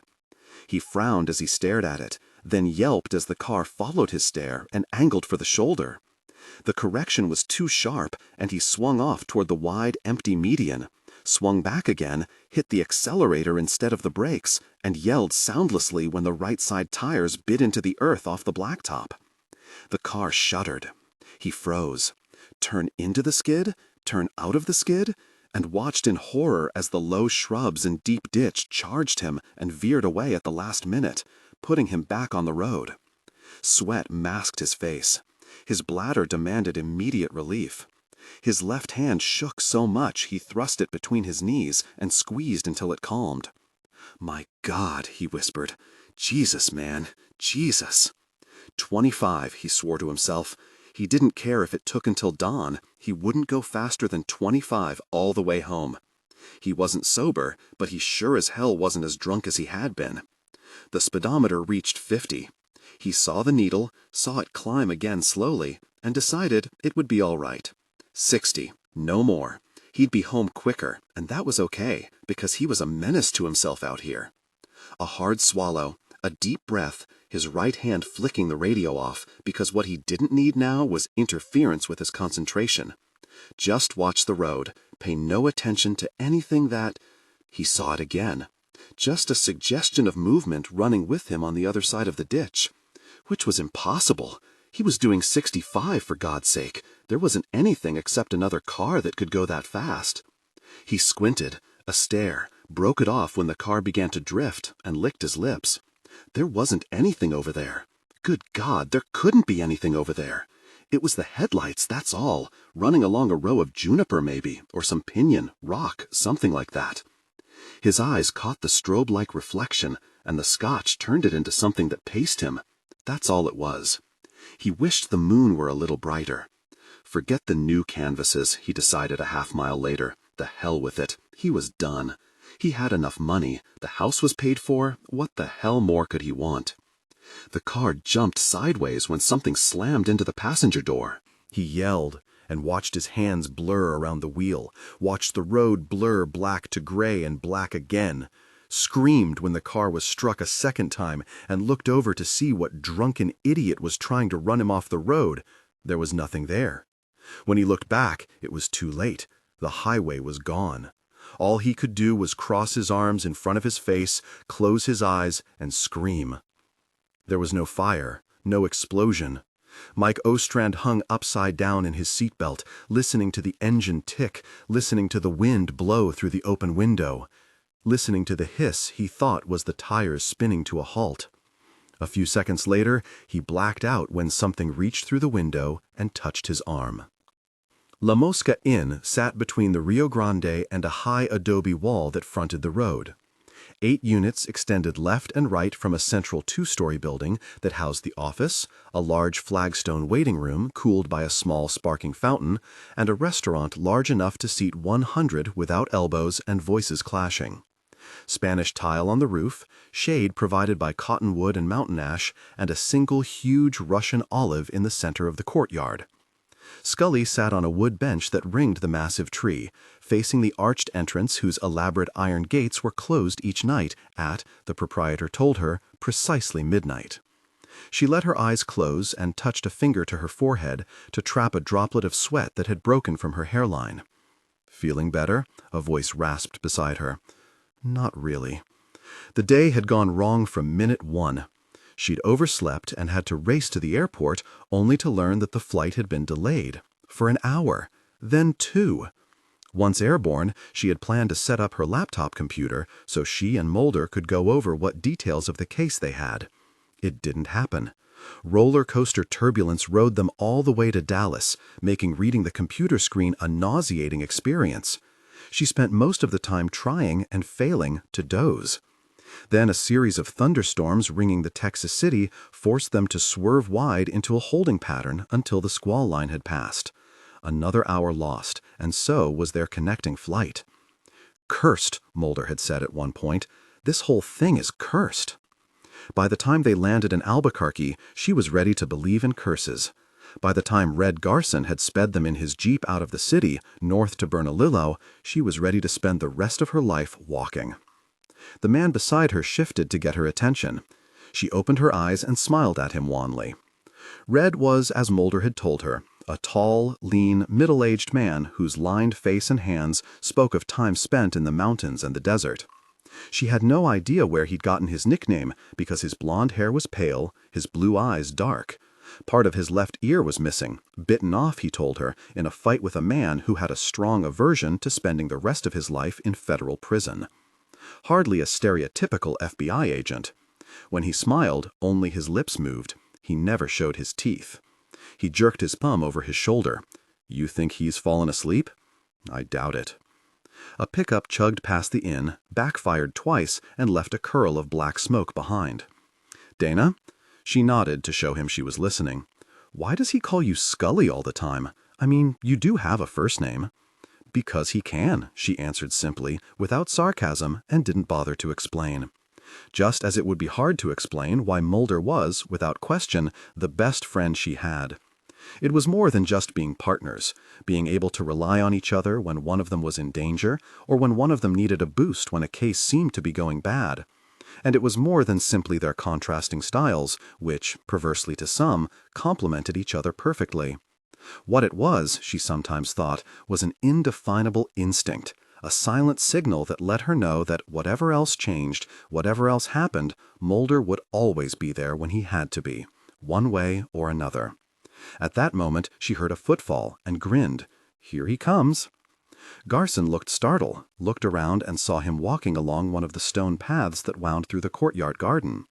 She had to admit he looked strange without his suit. Over his shoulder he carried a denim jacket, not for appearance, but to hide the holster he wore on his left hip. He also looked as frazzled as she felt. "It's hot," he said, dropping onto the bench beside her. "It's July, Mulder," Garson reminded him. "It's New Mexico. What did you expect?" "Heat I can get at home. An oven I already have in my apartment." He scratched through his hair and shook his head as though trying to force himself awake. "It isn't for everybody," Garson admitted, adding, without saying so, that everybody must be crazy if they didn't instantly fall in love with this part of the country. "And remember, you're a mile farther up than you were in Washington. Thinner air. Take it easy for a while, understand? You go shooting off in 14 directions at once, you're going to drop." Mulder grunted, then stood again. "Hey, look!" He headed for the gate. "Mulder," Scully called, "we haven't time." He turned, grinning, and pointed to a small dust devil spinning lazily in the road. "We used to get these things at home, leaves, you know." He moved closer. It was no higher than his shin. "We'd try to get inside." His foot inched toward the dervish's base and apparently broke some unseen barrier. The dust devil fell apart, and Mulder towed the place where it had been. Scully, who was already feeling the effect of the altitude, let the silence settle for a few seconds before she said, "Mulder, come over here. I think we'd better not waste any more time." She checked her watch. It was just after 4. "I suppose it's too late to catch Dr. Rios. What about Patty Deven? Is she well enough to talk to us?" Garson stabbed a thumb at her as Mulder rejoined them. "She always like this? We have 3 people murdered, Red. The altitude didn't kill them." The man nodded, accepting the point and the rebuke without taking offense. "The Devens live about a mile down the road. They're fixing to head back to Chicago as soon as this is cleared up. I'll take you over, but I'm telling you now that you won't be welcome." He was right. Scully caught the instant hostility as soon as Kurt Deven opened the trailer door and saw who it was. When Garson introduced his companions, the man scowled and told them to wait. Then he closed the door. Hard. Mulder nodded toward the river line of cottonwoods 60 or 70 yards away. "Down there?" "Yup. The bank slopes sharp right about where you're looking. It happened a little ways to the right." Scully shaded her eyes against the low-hanging sun and tried to see it at night, with little but moon and stars for illumination. The trailer wouldn't help. It was too far away, and except for the skeleton of an unfinished house beside it, there were no other homes in the immediate area, even though she saw flagged wooden stakes in the ground marking other lots soon to be developed. The nearest trailer was a good 60 yards away. The door opened. The 2 men stepped aside as a woman stepped down onto the cinder block steps. She was short and slight, with straight blonde hair that needed a brushing, and a lost, empty look in her eyes. When she spoke, rage and grief made her hoarse. "She doesn't want to talk to you again, Mr. Garson." Red told her softly he understood, and apologized for the intrusion. "But I have these folks here, Mrs. Deven, all the way from Washington." He cleared his throat, glanced at the open doorway. "They're experts in this kind of crime. If anyone can—" "Nobody has," she snapped. "It's been 2 weeks, and nobody has." Scully lifted a hand to draw her attention. "Mrs. Deven?" The woman took her time. "What?" Scully kept her voice gently. "Mrs. Deven, I won't lie to you. I won't pretend to know how you feel for your loss, or how your daughter feels. But Agent Mulder and I have done this more times than I ever want to tell you. And if nothing else, I can promise you that we don't quit. We're not perfect, but we do not quit." Mary Devens, hands pressed lightly to her stomach, eyes narrowed. "Are you promising me you'll catch him?" "No," Mulder answered, just as gently, just as firmly. "We're only promising you that we won't quit, and if you don't want us to bother you or your family, you won't have to worry." Mrs. Devens stared at the trees, blinking rapidly, then not at all. "Just don't take her down there," she said, barely above a whisper. "You take her down there, I'll lose her." Scully agreed readily, and said nothing when Mulder asked Garson to show him the scene. After all this time, there wouldn't be anything left of real value. Garson and his men and the local police would have raked it over thoroughly. Mulder, however, had a knack for finding things in barren places, a knack she didn't pretend to understand as well as she wanted to. Agent Scully? Wan, painfully thin, Patty Devon was the mirror image of her mother, right down to the haunted look. A fading bruise spread across her right cheek and temple. Her eyes were too large behind her glasses. They sat on 2 lawn chairs. There was no shade and no offer of a drink. After a long silence, with the girl staring at the knot of fingers in her lap, Scully leaned forward and said, "What did you see, Patty?" Nothing more. Mulder stood on the bare ground, checked the branches above him, glanced at the shallow river below. Here? Just about, Garson said. But here was nothing. The ground was too hard for tracks, and with no direct line of sight to the trailer, there was nothing much to work on. He asked Garson to stand approximately where Patty had been, and scowled. Dark night, 30 or 40 feet away, she wouldn't have been able to see much of anything. Flashes of movement that accompanied her brother's attack and screams. She saw a ghost because there was nothing true to focus on. He hunkered down and ran a palm over the ground. "Have you had rain?" Garson walked back, taking his time. "This is what we call the monsoon season, Mulder. You wouldn't know to look at it now, but afternoons we get storms in, big ones, usually from the west, and they don't fool around." He shrugged as Mulder stood. "Trouble is, rain washes the evidence away, and the ground's like rock again before noon the next day. This is a waste of time." Maybe, Mulder thought, maybe not. He walked north along the bank, gaze shifting slowly from side to side. Ahead, the underbrush was thick, still uncleared by the developers. He saw no signs that anyone had broken through, which meant they had either come from down below or from the far side of the trees. It was something, and it was nothing. By the time he reached the other agent, he was scowling again. Gangs? Some. They headed back to the trailer. This is no gang hit, though. Knives and guns, nothing like this. Cults? They left the trees behind, and he felt the temperature already beginning to rise. Scully was still in her lawn chair. She was alone. "What kind of cults you want, Mulder? We have New Age swamis communing in the desert. We have the Second Coming believers who wander around the mountains and then use their cellulars when they get lost. And we have the flying saucer nuts who figure Roswell is the key to all intergalactic understanding." A sideways glance Mulder didn't miss. "That's kind of your territory, isn't it?" The only answer was a non-committal grunt, and Garson was smart enough to leave it alone. Scully stood as they approached, a brief shake of her head when he looked her a question. At that moment, he couldn't help a yawn, and turned away so the pale face in the trailer window couldn't see him. He hoped he had been quick enough. The one thing Mary Devons didn't need now was the sight of an FBI agent yawning at the sight of her only son's murder. Garson saw it, though. "We're going back," he told them both, not giving them an option to refuse. "You two get something to eat and get some sleep, or you're going to be worthless tomorrow." "Why? What's tomorrow?" He touched his hat brim. "Tomorrow, my friend, you're going to meet a genuine movie star." Mulder couldn't sleep. After a slow, almost lethargic dinner, he listened as Scully told him about the interview with the girl, which hadn't told her anything new. Patty had seen even less than her statement had implied. Almost as soon as the attack began, the branch club her brother had been holding spiraled out of the dark and struck her on the side of the face. She had fallen, dazed, and in that state thought she might have heard someone whispering, someone else laughing. But it was all too muddled, and she had passed out shortly afterward. It was her father who had found the body. "No ghosts, Scully," Mulder had said, walking her back to her room. "We're dealing with people here. You sound disappointed." He hadn't answered then, and he had no answer now as he put on a jacket and left the room, glad now that he had listened to Garson. Despite the day's heat, the desert was downright cold at night. He walked through a short passageway between the rooms and the main building, and paused. The back was a garden of cacti and now closed desert flowers set in random circles ringed by stone, as it was in front. Stone paths wound between them and joined at the back to lead to a half-dozen benches that faced the river. Cottonwoods and willows were illuminated by miniature lanterns hanging amid their leaves, leaving patches of lazy shifting light on the ground.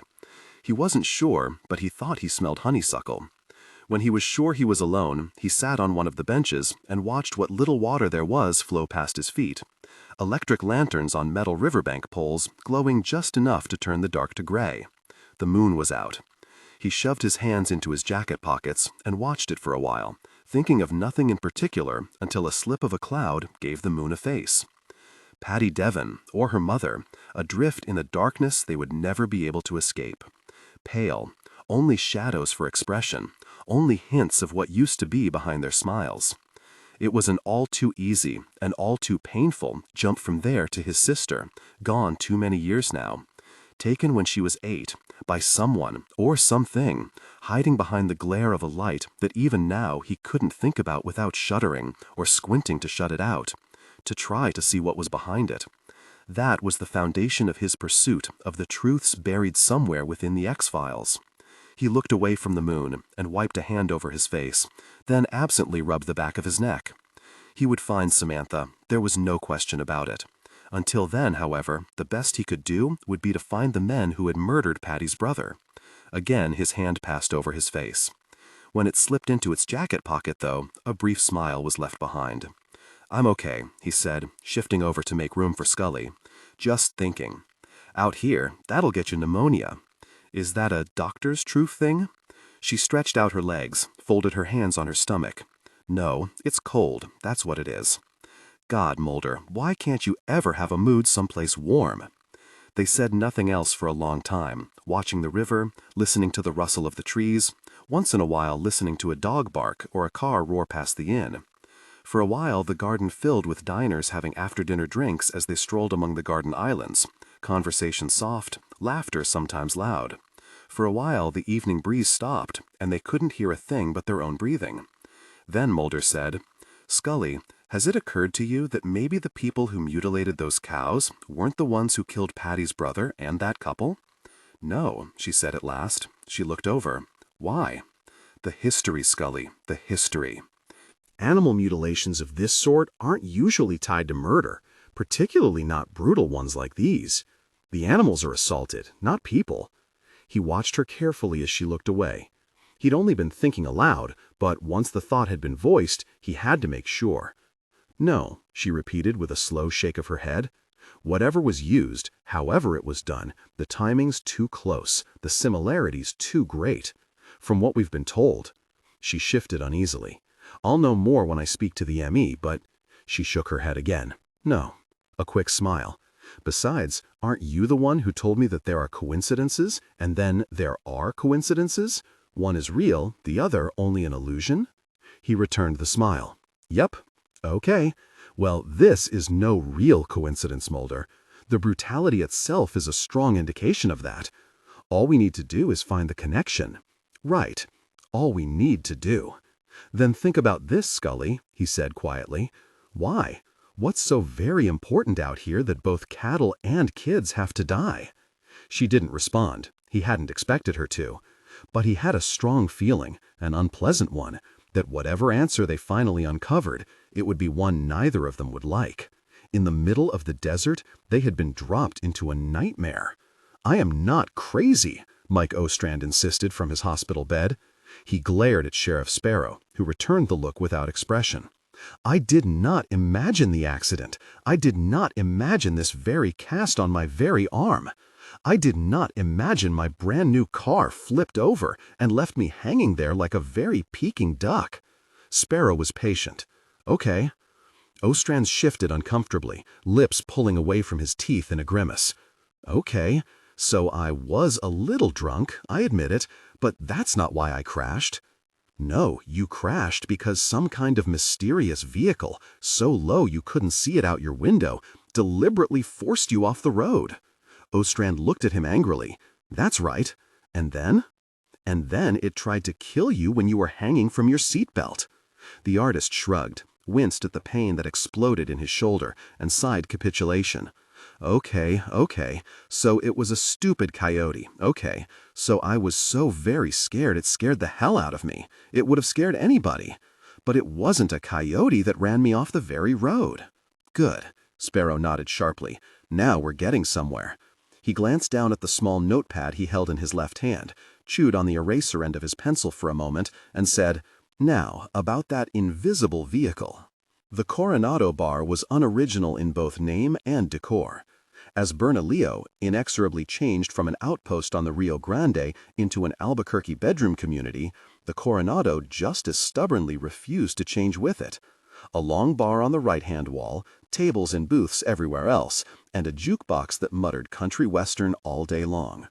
The TV on the wall in back never played anything but sports, minor league baseball tonight from Southern California. Smoke and liquor in the air, as many cigarette butts on the bare floor as in the aluminum ashtrays. It catered neither to the tourists nor the newcomers, and didn't much care that business didn't boom. It did well enough, which was well enough for its regulars. Indian territory was at the back. Although there were a handful of exceptions, most of the men who drove in from the pueblos stuck to the 2 last booths and 3 last tables. There was nothing belligerent about it, it just happened that way. Even the Spanish stayed away, especially when the Conachina came to town. Leon Ciola nursed a long-neck beer in the last booth. He was alone, seated under a wall lamp whose bulb he had unscrewed as soon as he'd taken his seat. He didn't like the light, didn't like the way the Anglos tried not to stare at the web of scars across his face or the scars on his knuckles. It was better to sit in shadow. It was also better to face the entrance, so when the man came in, Ciola would see him first and lift a hand in greeting, before a question could be asked or a voice raised. What he didn't need tonight was talk, debate. "What's the matter with your people, Leon? Don't they believe in the 20th century?" The time for that was past. The others, Nick Lanaya, Dugan Velador, fools like that, they could do their best to keep the talk alive, to deal with Anglo crooks like that Faulkner woman and sell the people down the river without an ounce of guilt. Not him. He had plans. They thought he was beaten. They thought his time away would change him. He drank, not sipped. It had changed him. It had made him worse. Just before 11, the man came in, spotted him right away, and dropped heavily into the booth. Ciola tugged on the beak on his cap, a greeting and an adjustment. "You're late." "Gosh, truck wouldn't start. Wasn't for you, I wouldn't make the effort." Ciola watched him, hiding his distaste by emptying the bottle and waving it over his head so the waitress, such as she was, would bring him another. The other man didn't ask for one, and one wasn't offered. "So," Leon said. The man lifted one shoulder. "So, they brought in some FBI, straight from Washington. They came in this morning. 1 man, 1 woman." Ciola coughed a laugh. "You're kidding. They're supposed to be experts. A woman?" The man nodded and offered a lopsided grin. "Gets better. They're Anglos." The empty bottle was taken away, a full one left in its place. The man grabbed it before Ciola did, took a long swallow, and set it down. His fingers stayed around the neck. "Am I worried?" "No." "Good." The man stood and hitched up his pants. "I hate being worried. It always frustrates me." He left without a word to anyone else. The bartender turned up the baseball game. Ciola wiped the bottle's mouth with his palm and drank the rest without coming up for air. When the waitress returned for the empty, he grabbed her wrist, just strongly enough to keep her bent over the table. "Chica," he said softly, "what are you doing tonight?" "Getting a life," she answered, yanking her arm free. "Try it sometime." He laughed. Not a sound, but he tilted his head back and laughed. Wonderful! She was wonderful! He wiped a tear from his eye and shook his head. Since she didn't want him, he would leave her the biggest tip she had ever had in her miserable life.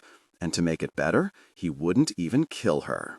Scully massaged the back of her neck. It was hard to keep her eyes open, and she didn't bother to hide a yawn. "The desert night air," Mulder said. "It's almost too peaceful here." "I know." She dropped her hand into her lap. "The point is, Mulder, we haven't enough data yet to show us why they were killed, much less explain the connections in any reasonable fashion. And I don't think we're going to find them out here. Not tonight, anyway." She smiled wanly. "I think I'm a little too punchy." "We both are." He stretched one arm at a time over his head, clasped his hands, and pushed his palms toward the sky. "I just wish I could see the connections between a handful of cows, a kid by the river, and a couple in the desert." He brought his arms down, one hand again moving to his nape. "Mulder, relax. We just got here, remember? Besides, you have to remember that the thinner air out here slows down the intellectual process, the result of less oxygen flowing to the brain." He grinned and looked at her sideways. "Is that a doctor thing?" "No, that's a Scully thing." She grinned and pushed off the bench and held out her hand. When he grabbed it, she pulled him up, turned him around, pushing him lightly toward the motel. "The doctor thing is, get some sleep, like Red said, or you'll be useless in the morning." He nodded as he waved a weary goodnight over his shoulder, sidestepping a garden wall just before he tripped over it. Another wave. "I'm okay. I know what I'm doing," before he disappeared into the passageway. And she couldn't help wondering what it was like for him seeing things other people sometimes couldn't, engaging in a pursuit with oftentimes terrifying intensity, looking so young and deceptively guileless that there had been many times when he was severely underestimated. She wasn't surprised when, passing his room on her way to bed, she saw light slipping around the edges of the drapes. Exhausted or not, he would be up most of the night, turning over what he knew and setting up what he didn't know so he would know the right questions to ask, beyond the how and who and why. She wished him luck. Right now, she was having difficulty remembering her own name. She fingered her key out of her pocket, moved on to the next room, and stopped as she inserted the key in the lock. "You're tired, Dana, that's all." She looked anyway. The inn gates were closed, the lanterns out. Only a faint glow from a nearby street lamp reached over the wall. A man stood at the gate, arms loose at his sides. She couldn't see his face or his clothes, just his outline. Tired, she reminded herself, and pushed into the room, flicked on the wall switch, and, as she closed the door, checked the gate again. He was still there, watching. Mulder didn't have to be outside to know it was hot and getting hotter, even though it was just past 10. Even with sunglasses, the sun's glare was almost too much, and to stare at the passing scenery too long made it jump and shimmer, showing him things he knew weren't there. There were no clouds, no signs of rain. It was hard to believe there ever was. He rode with Scully in the back seat of Sheriff Sparrow's dusty blue and white cruiser, Garson up front on the passenger side. It was evident from their conversation that the two men had known each other for a long time, using shorthand gestures and single-word answers, mostly grunts. As far as Mulder could tell, the gist of it was there had been no further incidents since the death of the boy, except for a drunk driver who claimed to have been forced off the road by an invisible or incredibly short vehicle. "It brings out the nuts, this kind of thing," the sheriff said, lifting his gaze to the rearview mirror. "You find that too, Agent Mulder?" He nodded. It was true. Just as it was true that Chuck Sparrow was laying on the Western Sheriff routine a little thick, constantly hitching his gun belt, chewing a wad of gum that was supposed to simulate tobacco, getting a deeper drawl in his voice every time he opened his mouth. It wasn't necessarily a bad thing, but it made him wonder why the act at all. Garson would have already filled the man in, and it was the sheriff who had finally asked the FBI for help. It didn't sit right, like not wearing a suit and tie, like wearing running shoes. He knew Garson was right. Wearing his usual clothes out here would have been ludicrous as well as stupid. Still, like the sheriff, it didn't sit right. The Sandias passed them on the right as Interstate 25 left the Albuquerque suburbs behind, and although other ranges broke the horizon, there was nothing out there now but the high desert. And the sun. "Cult," Sparrow said then, raising his voice to be heard over the air conditioning. "What?" Scully, startled out of a reverie, asked him to repeat it. "Cult. You know, cult. One of them Satanist things, probably. Look hard enough, betcha them poor folks were all involved somehow." "A 17-year-old boy?" Mulder asked skeptically. "Hey, that ain't no rare thing, you know what I mean. You got your heavy metal crap with all that subliminal stuff, you got your rap stuff telling kids to kill cops, stuff like that, drugs and sex." He lifted a hand off the wheel, palm up. "What more do you want?" Mulder saw his eyes in the mirror, watching him, gauging. "Maybe," he answered reluctantly. "No maybe about it, son. No maybe about it." 15 miles later, at a speed Mulder thought would soon launch them into orbit, the cruiser slowed, pulled onto the right shoulder, and crossed a narrow wooden bridge. A 2-lane paved road led into the desert. Sparrow pointed with a thumb. "What you got up there, them hills there about 10 miles along, is what they call the Conachine Wall." He scratched under his hat. "Kinda like a jagged outline of a light bulb lying on its side. Fat part, it's pointing toward the Sandias back there to the south. The base part, it crosses the road onto the ranch where we're going. Unless you want to climb the hills, the only way in or out is a gap where the road is."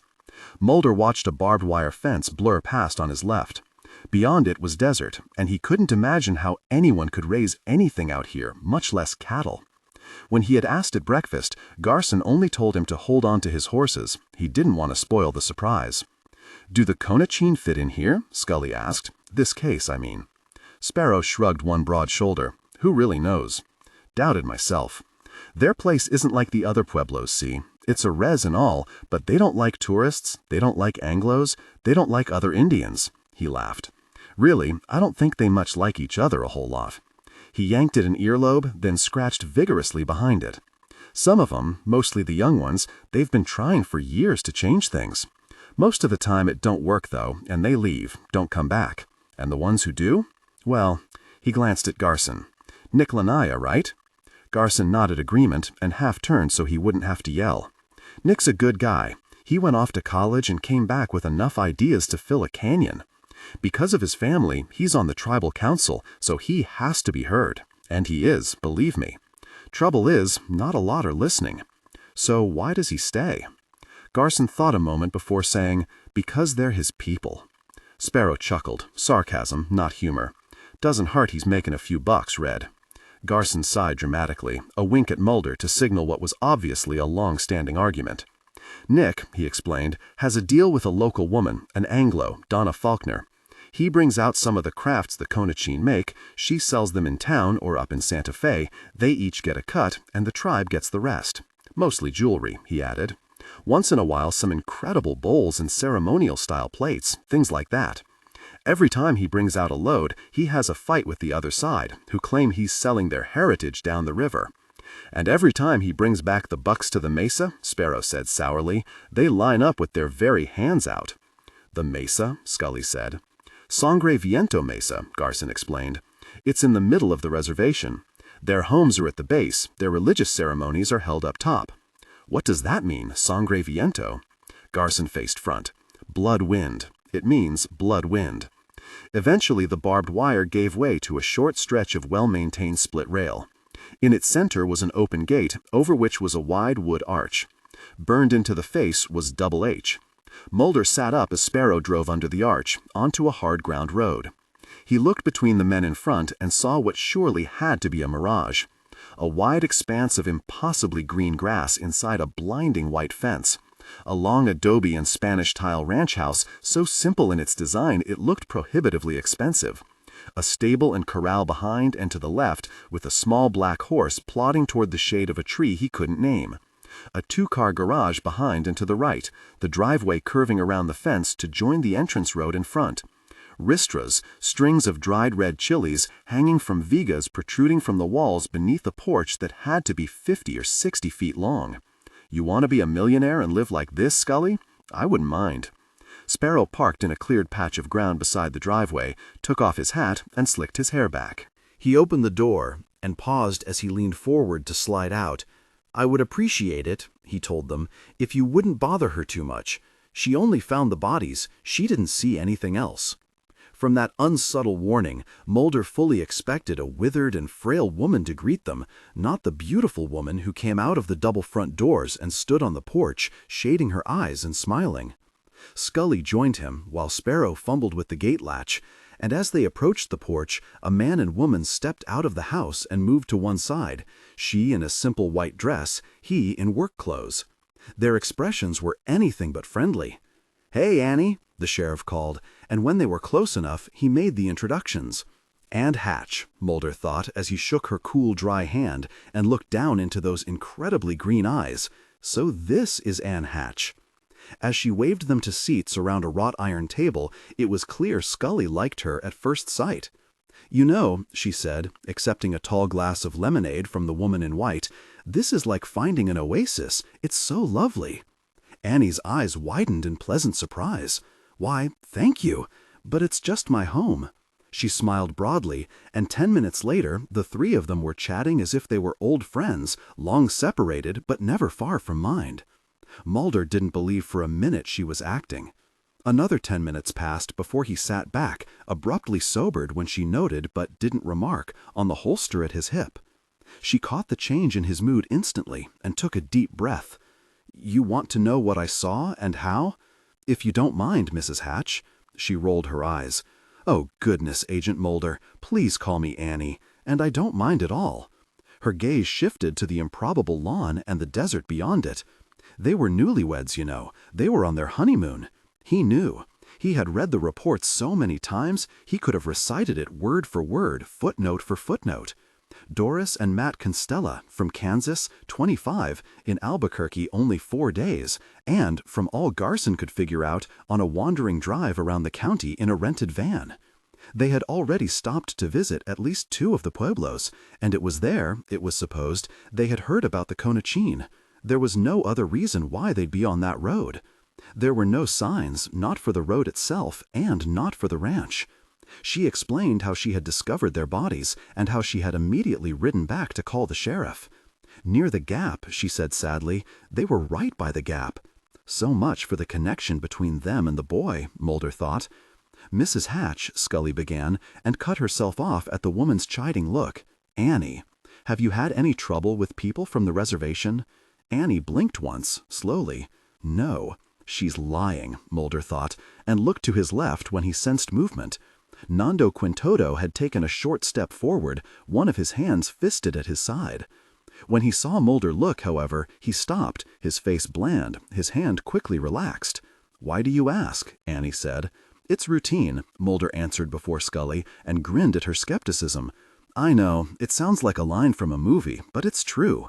We've been told there's some trouble, and," an apologetic gesture, "we can't afford not to ask." Scully echoed the procedure and apologized as she took Annie through her story again. Mulder, meanwhile, stretching as if he were too stiff to sit, rose with a muttered apology and left the table. As soon as he took a step, Quintodo walked away from him, heading for the door. Mulder spoke his name. When the man turned, his hand was a fist again. Mulder leaned against the porch rail and looked out over the lawn. He didn't raise his voice. He knew the man could hear him. "Tourists ever call you Tonto?" "Not here. No tourists here. Flat, unemotional, careful. But sometimes." There was a pause. Mulder waited. "Yes, in town. Sometimes. Still flat, still unemotional." Mulder faced him, leaning back against the rail, one hand in his pocket. "You're from—" Quintodo's eyes shifted to the table, shifted back. "The Mesa. Your wife, too?" He nodded. "So tell me, Mr. Quintodo, why would a woman like that want to lie?" The sheriff, mumbling something to Annie, stood. Quintodo saw him, and Mulder couldn't miss the flare of hatred in his eyes. "Why?" he repeated softly. But Sparrow was already on his way over, a mirthless grin beneath dark glasses. "Why what?" he asked, rubbing a hand over his chest. "Why would I want to visit the stable when I don't ride?" Mulder answered. "I'll tell you why. Because I'm a city boy, and I'd like to be able to see manure firsthand." "Very well, Mr. Mulder," Quintodo agreed before the sheriff could say anything. "I will show you everything. Mrs. Hatch, she has a pair of very fine horses. I think you will be impressed. Maybe you will learn something." He nodded politely to Sparrow and went inside without looking back. The sheriff hitched up his belt and spat over the railing. "This is a beautiful place. Yes, it is. Annie's been alone out here for a long time, you know. Some say too long. I wouldn't know, Sheriff." Sparrow spat again. "Let me give you some advice, Agent Mulder." "Always ready to listen, Sheriff Sparrow. You're the expert around here, not me." Sparrow nodded sharply. "Very right. Okay, number 1 is, Nando there is a Conachine. You know that already, I assume. Don't trust him. He may live out here with Annie, but his heart's still over the wall." Mulder said nothing. "Second thing is—" He stopped. He took off his hat, wiped sweat from his brow with a forearm, and shook his head as he walked back to the table. Mulder watched him. The second thing, unspoken, was a threat. The stable was gloomy, despite the open door. There were 6 stalls on either side, but most of them hadn't been used in a long time. A scattering of hay on the floor. Tack hung from pegs on the walls. When Mulder looked outside, all he could see was white light. The corral and the black horse were little more than ghosts. Quintodo stood beside a chestnut, running a stiff brush over its flank. He hadn't looked up when Mulder walked in, didn't give a sign when Scully followed, unsure why Mulder had asked her to meet him out here. Quintodo concentrated on his grooming. "You know what Tonto means, Mr. Mulder?" "My Spanish is—" a deprecating smile. "Lousy." "Stupid," the man said, smoothing a palm over the horse's rump. "It means stupid." He reached into his hip pocket and pulled out a lump of sugar, handed it to Scully. "She won't bite. Just keep your hand flat. She won't take your fingers." Scully offered the treat, and the horse snorted and snapped it up, then nuzzled her for more. "She's a pig," Quintoto said, with a hint of smile. "She'll eat all you give her, then get sick." A loving pat to the animal's side. "Tonto." With a look, Scully asked Mulder why they were here. He nodded, "Be patient," and put his back to the door. All he said was, "Why?" Quintoto worked for several long seconds without speaking, the scrape of the brush the only sound. Then, "She is one, you know." Mulder's head tilted slightly. "Conachine, one of us." Her husband, Mr. Hatch, he met her in Old Town, in Albuquerque. She was 15, he was from Los Angeles. "I don't know what they call it. Looking for places to make a movie?" "Scouting," Scully said. He nodded. "Yes, gracias." He told her about the movies, about being in them. The smile finally broke. All hell broke loose on the mesa. But he was very persuasive, Mr. Hatch was. Very handsome, very kind, very... He hesitated. Dreamy. Before we knew it, she was gone, making movies, getting married. He looked at Mulder over the horse's back. They were very happy. Always. The smile slipped away. "No children?" Scully asked. "Not to be." The horse stamped impatiently, and Quintoto murmured at it before resuming his grooming. "She is special, Mr. Mulder," he said at last. "She hears the wind." Scully opened her mouth to question him, and Mulder shook his head quickly. Quintoto swallowed, second thoughts making him pause. When he did speak again, he spoke slowly. "We have priests, you know." The horse stamped again. A fly buzzed in the stifling heat. "Not the Catholic ones, the padres. Conachine got rid of them a long time ago. Our own, 7, all the time. They do things for us, comprende? You understand? Today they are all men. It happens. Sometimes there are women, but not now. Priests are—" he frowned, then scowled when he couldn't find the word. "They live like us, and then they die. When one dies, there is a ceremonial, and the dead one is replaced." A two-tone whistle outside interrupted him. Mulder heard hoofbeats trot across the corral. The chestnut didn't move. "They know their call," Quintoto explained. "That was for Diamond." "And the ceremonial?" Mulder prodded quietly. Quintoto lowered his head, thinking. "There was one now. Like the others, it lasted 6 days. No one is allowed to see it. But the wind carries the ceremony to the 4 corners. Sometimes you can hear it. It talks to itself. It carries the talk from the kiva, the songs, prayers. Mrs. Hatch—" He inhaled slowly, deeply, and looked up at Mulder. "Sometimes you think you hear voices on the wind, yes? You think it's your imagination, no?" He shook his head. "No. But only some, like the kiva priests, can understand. Mrs. Hatch, too, can understand. We knew this recently, Sylvia and I. We could tell because Mrs. Hatch was very nervous, very—" He gestured helplessly. "Afraid?" Scully offered. No. She didn't like what she heard, though." His voice hardened. "Never once since she came back from the movies has she been to the mesa. Never once. She turned them down, you see. An old man died, and they wanted her to be in his place, and she turned them down. She had a husband, she said, and she had a way of her own. She would not go, and they never talked to her again." "They don't have to," Mulder said, moving closer to the horse, keeping his voice low. "She hears them on the wind." Quintoto stared at him, searching for mocking, for sarcasm, and his eyes narrowed when he didn't find it. "These dead, Mr. Mulder, they didn't start until the ceremonial started." Scully sidestepped nervously when the chestnut tried to nuzzle her again, upper lip momentarily curled to expose its teeth. "What are you saying, Mr. Quintoto? That these priests killed those people out there? And the cattle? For some kind of—" "No." He kept his gaze on Mulder.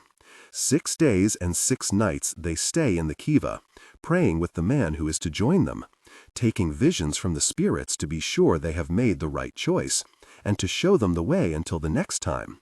When they do all this, soon the wind blows." He made a rapid spinning motion with his free hand.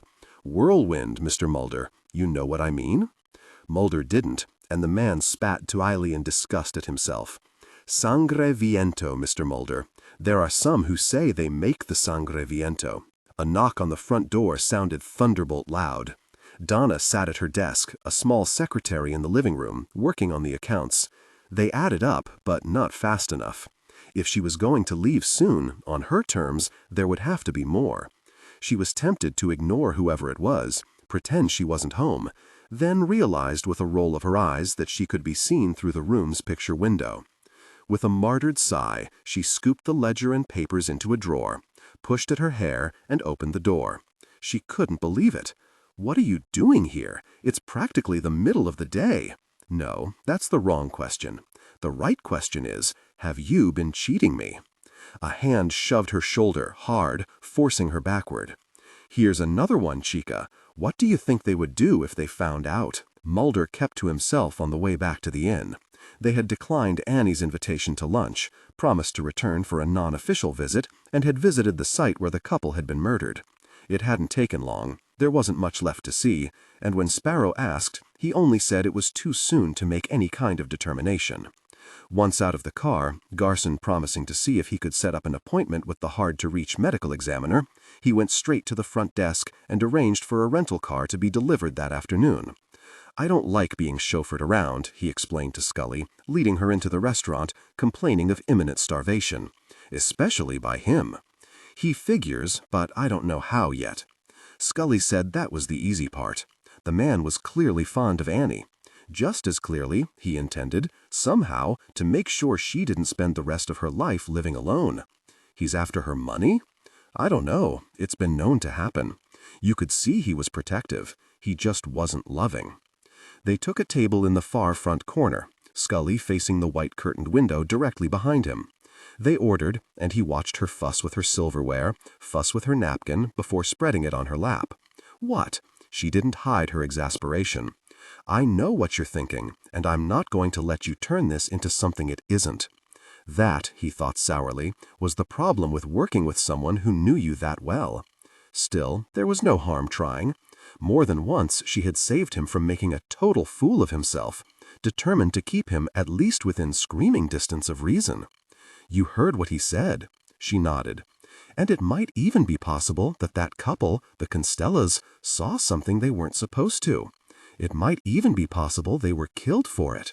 They wouldn't be the first to die because they'd witnessed a religious event meant to be secret."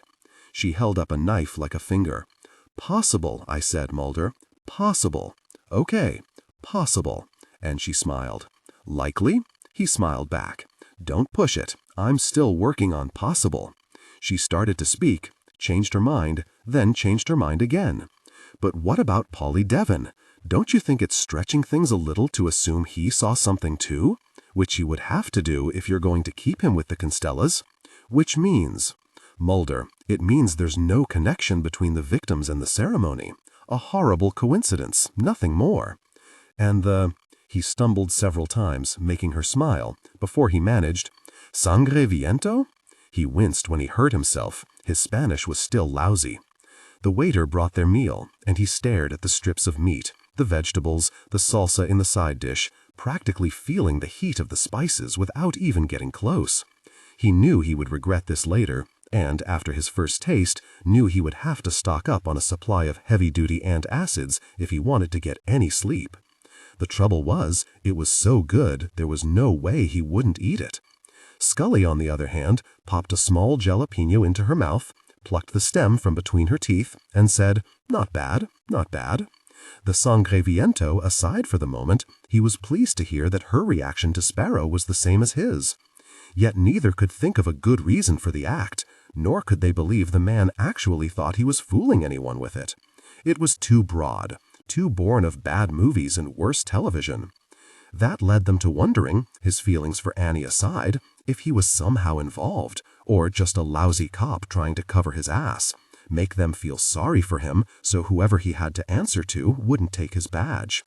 A little far-fetched, she judged when the table had been cleared and coffee served. Not that we haven't seen it before. This isn't it. I don't know what it is, but this isn't it. Neither is that bloodwind thing. He opened his mouth, closed it, picked up a spoon, and tapped it lightly against his thigh. How can you be so sure? He propped his elbows on the arms of his chair and clasped his hands in front of his mouth. There are any number of recorded so-called unusual phenomena associated with meetings, especially religious, where the emotional intensity and concentration are abnormally high. All of them recorded by the people who were there, not by outside observers. These priests, were in a kiva, an underground chamber whose only exit and entrance and source of air is a single hole in the roof. There may have been herbal drugs, peyote maybe, something like that. 6 days and 6 nights, Scully, and they all focus on a single thing, the man they're investing with their knowledge, their history, with their power over the people they have to live with.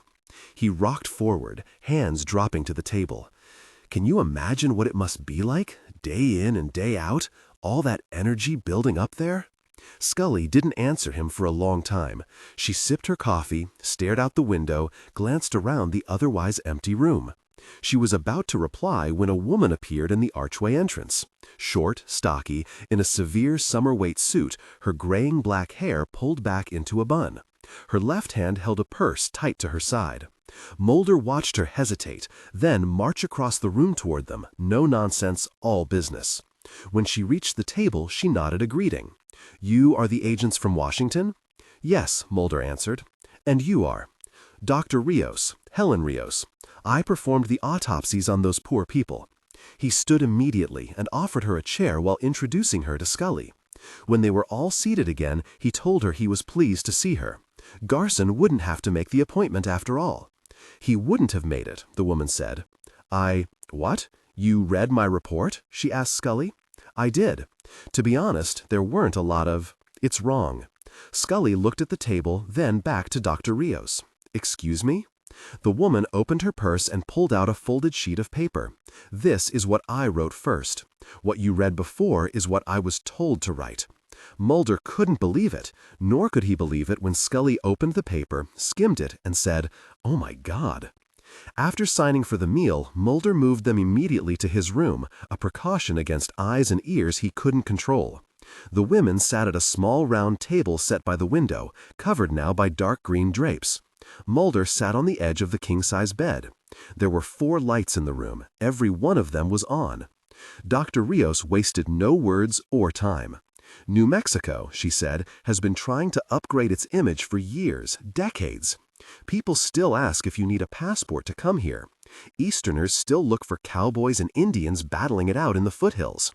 What the politicians and businessmen do not want most of all are the hints, the stories, the urban legend-style fables that mark the state as a place where UFOs and weird cults are not only welcome, they're encouraged.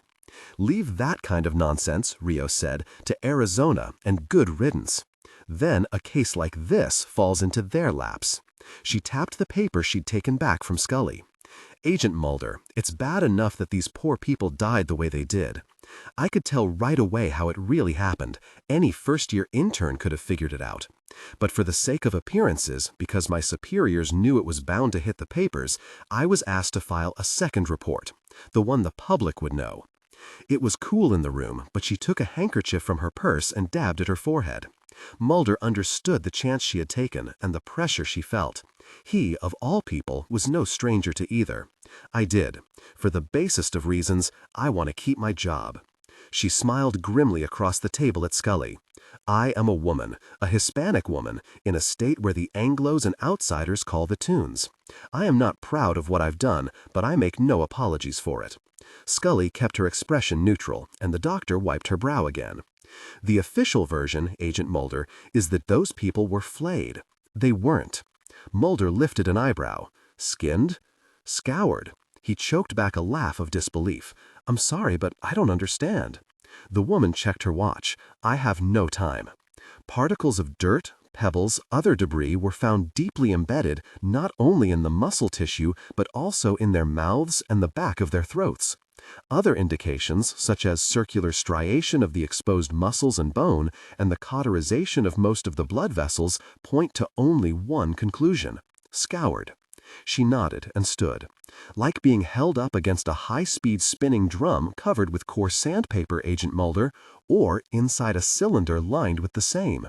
The only thing I can't explain is the dirt. Another grim smile, another glance at her watch. Thank you for listening. Please don't tell anyone I have seen you.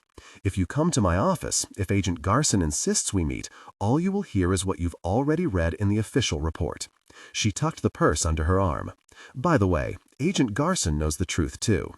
Mulder rose as she left without looking back and stayed on his feet. A high-speed drum covered with coarse sandpaper. Scully, don't say it. But I saw the pictures, yes. I read the report, yes. But given the time frame we're working with, unless Polly's father and sister are incredibly off base with their sense of timing, there's no way it could happen like that. He looked down at her, pale under the table light. It happened, Scully. It happened. She leaned toward him, arms resting on the table. Then explain it to me. Explain how someone could assemble an apparatus of that size, bring it down to the river without being seen, put the boy in it, kill him, take him out, and get away. Again, without anybody seeing a thing. The girl saw nothing we can substantiate. Ghosts, Mulder. She said she saw ghosts. And whispers, he reminded her. She also said she heard whispers. Scully slumped back and shook her head. What does it mean? I don't get it. I don't either. He yanked open the drapes, turned off the lights, and dropped into the chair opposite her. But so far, everyone who's talked to us has... He stopped, closed his eyes briefly, then moved to the bed and stared for a moment at the telephone on the night table. Mulder? Konashine, he said, and picked up the receiver. Why do we keep bumping into the Konashine? While you're at it, she said, give Garson a call and find out why he's so reluctant to tell us the truth. Donna looked helplessly at the 24 cartons stacked in her spare room. They were all ready for shipping, or for hand delivery to area shops. A permanent cold seemed to have attached itself to her spine, to her stomach. She couldn't stop shaking. She had denied cheating anyone, of course, and had even shown him the ledger to prove it. But it had been close. There had been no apology, only a lingering warning look before he left, slamming the door as he went. She had to get out. All the potential money in this room wasn't going to do her any good if she wasn't around to spend it. She looked at her watch. If she hurried, she could clean out the bank account, be packed, and be out of this godforsaken state before midnight. Leave everything behind. It didn't matter. The house, her clothes, none of it mattered. Just take the money and get out. But first, she would have to make a phone call. She couldn't leave without saying goodbye. Garson wasn't in his office, and no one there knew where he could be found. The secretary thought he might be at the ME's office. The second call was to information. When the third was finished, Mulder replaced the receiver and began to wonder. What? Scully asked. According to his sister, Polly picked up a piece of jewelry from one of the local shops. A silver pendant of some kind. Mulder looked up. She thinks it was Konashine. And I don't remember seeing it as being with his effects. Such as they were, she reminded him. Whatever, it wasn't there. He rose and paced until Scully's warning groan put him back in his chair. That woman, the one who handles the crafts. She flipped open a notebook, paged through it, and said, Faulkner, you want to take a ride? Mulder. The connection, Scully. You can't deny we have a connection. The rental car had been delivered, and the clerk at the front desk gave him a map and directions to the address he had found in the telephone book. The parking lot was on the north side of the inn, through a gated entry in the sidewall. As he slipped behind the wheel, Mulder noted that the car seemed to have every gadget known to Detroit, except perhaps an orbital trajectory tracking system. It took him a few seconds to get oriented, and a few seconds more before he convinced himself that he wasn't charging headlong into foolishness. The how of the murders was still beyond him, in spite of Dr. Rios's description. Concentrate on the who and the why, however, and the how would come wagging its tail behind them, he hoped. As he pulled out onto the street and headed north, Scully inhaled quickly. What? They passed a series of 4 small stores in a common one-story building. A man stood in front of one of them, not bothering to conceal his interest in the car. Last night, she said. I didn't see him clearly, but there was a man at the gate watching me. He checked the rearview mirror. The man, face hidden by the bill of his cap, still watched. There was no flip of a mental coin. Mulder swung the wheel around, made a U-turn, made another to pull alongside the stores. The man hadn't moved. Scully lowered her window. "Do you want something?" she asked calmly. Leon Sciola swaggered over and leaned down. "You the feds?" With one hand still on the wheel, Mulder leaned over, curious about the fine scars that swept across the man's face. "Special Agent Mulder, Special Agent Scully. Who are you?" "Leon Sciola." "You've been watching us. Why?" Sciola spread his arms wide in a mocking bow, smiling impudently. "Always like to know who's in town, amigos, that's all. It's very dull around here, you know. Not much to do. The sun's too hot. Not much work for a man like me." "What is a man like you?" Scully said. "Ex-con. They didn't tell you that?" "No," Mulder thought. "There's a lot they haven't told us." Then he spotted a faint racial resemblance to Nando Quintado. "You're from the Mesa?" Sciola's smile didn't falter. "Very good, amigo. Most people think I look Apache." Fingers fluttered across his face. "The scars, they make me look mean." "Are you?" The smile vanished. "I'm a son of a difficult person, Agent Mulder. A good thing to know." He's not bragging, Mulder thought. He's not warning either. Sciola glanced up and down the street, then placed a hand on the window well. "Sheriff Sparrow will tell you that I have killed a man. It's true. Maybe more, who knows? He'll tell you, when he gets around to it, that I probably killed those stupid tourists. I didn't, Agent Mulder. I have more important things to do." He tipped his cap to Scully and backed away. Interview over. Mulder noted to him, straightened, and pulled slowly away from the curb.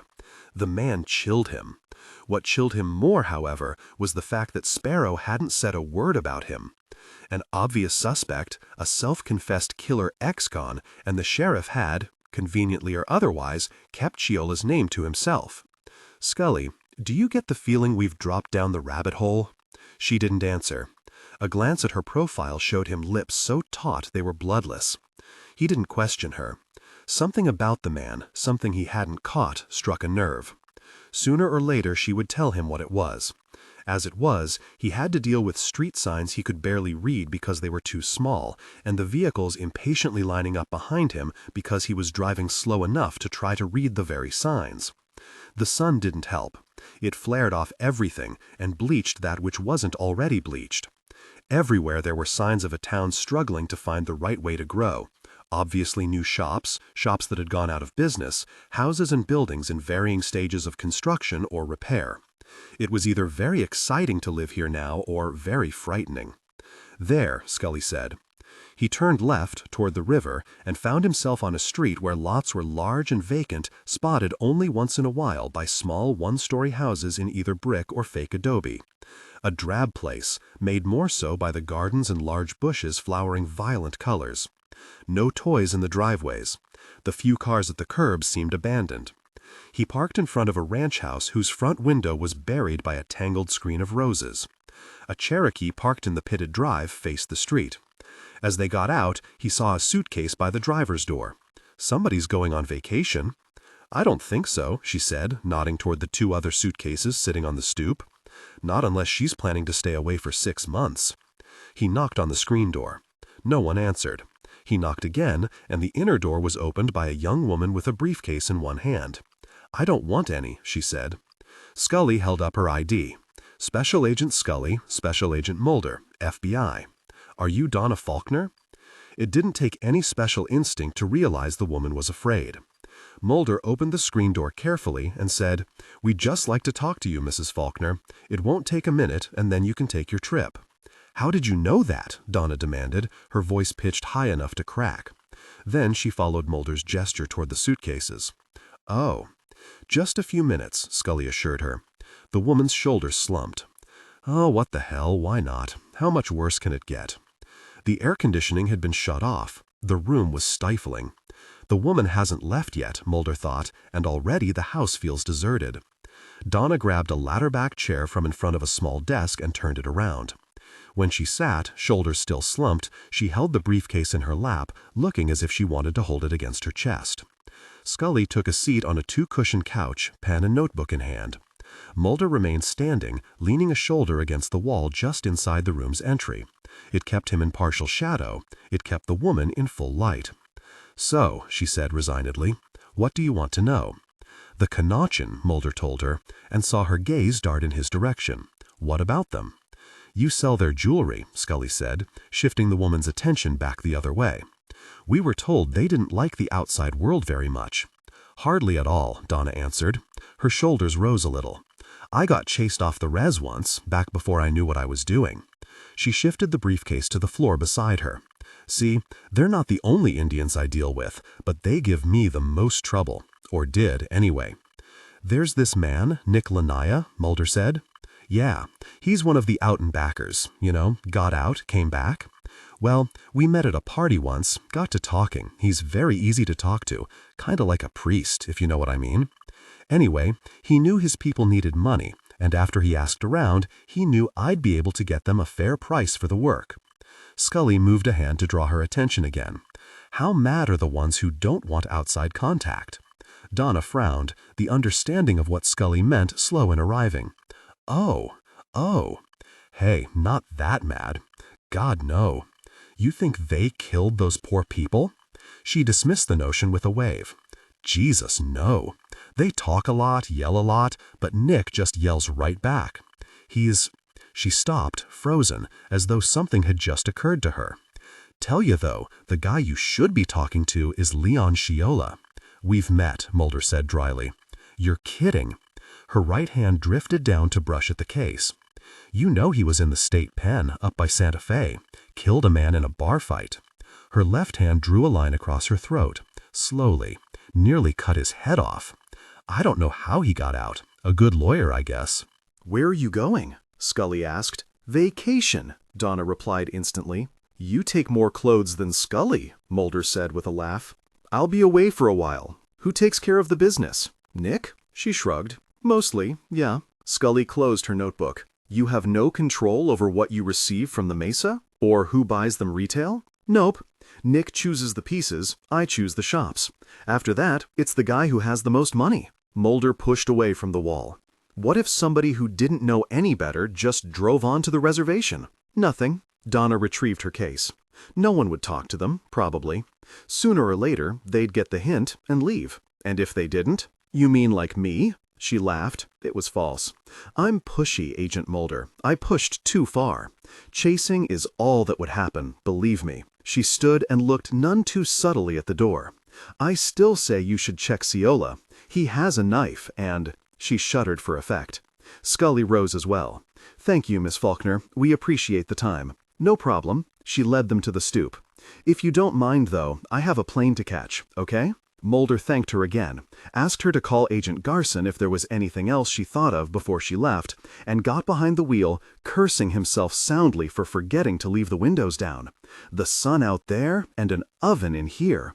He set the air conditioning to high and hurry up about it and drove off, taking his time while Scully watched Donna Faulkner in the outside mirror. When they turned the corner, Scully said, "She relaxed very quickly." "Yeah, because we didn't ask her about what she thought we would." "Which was?"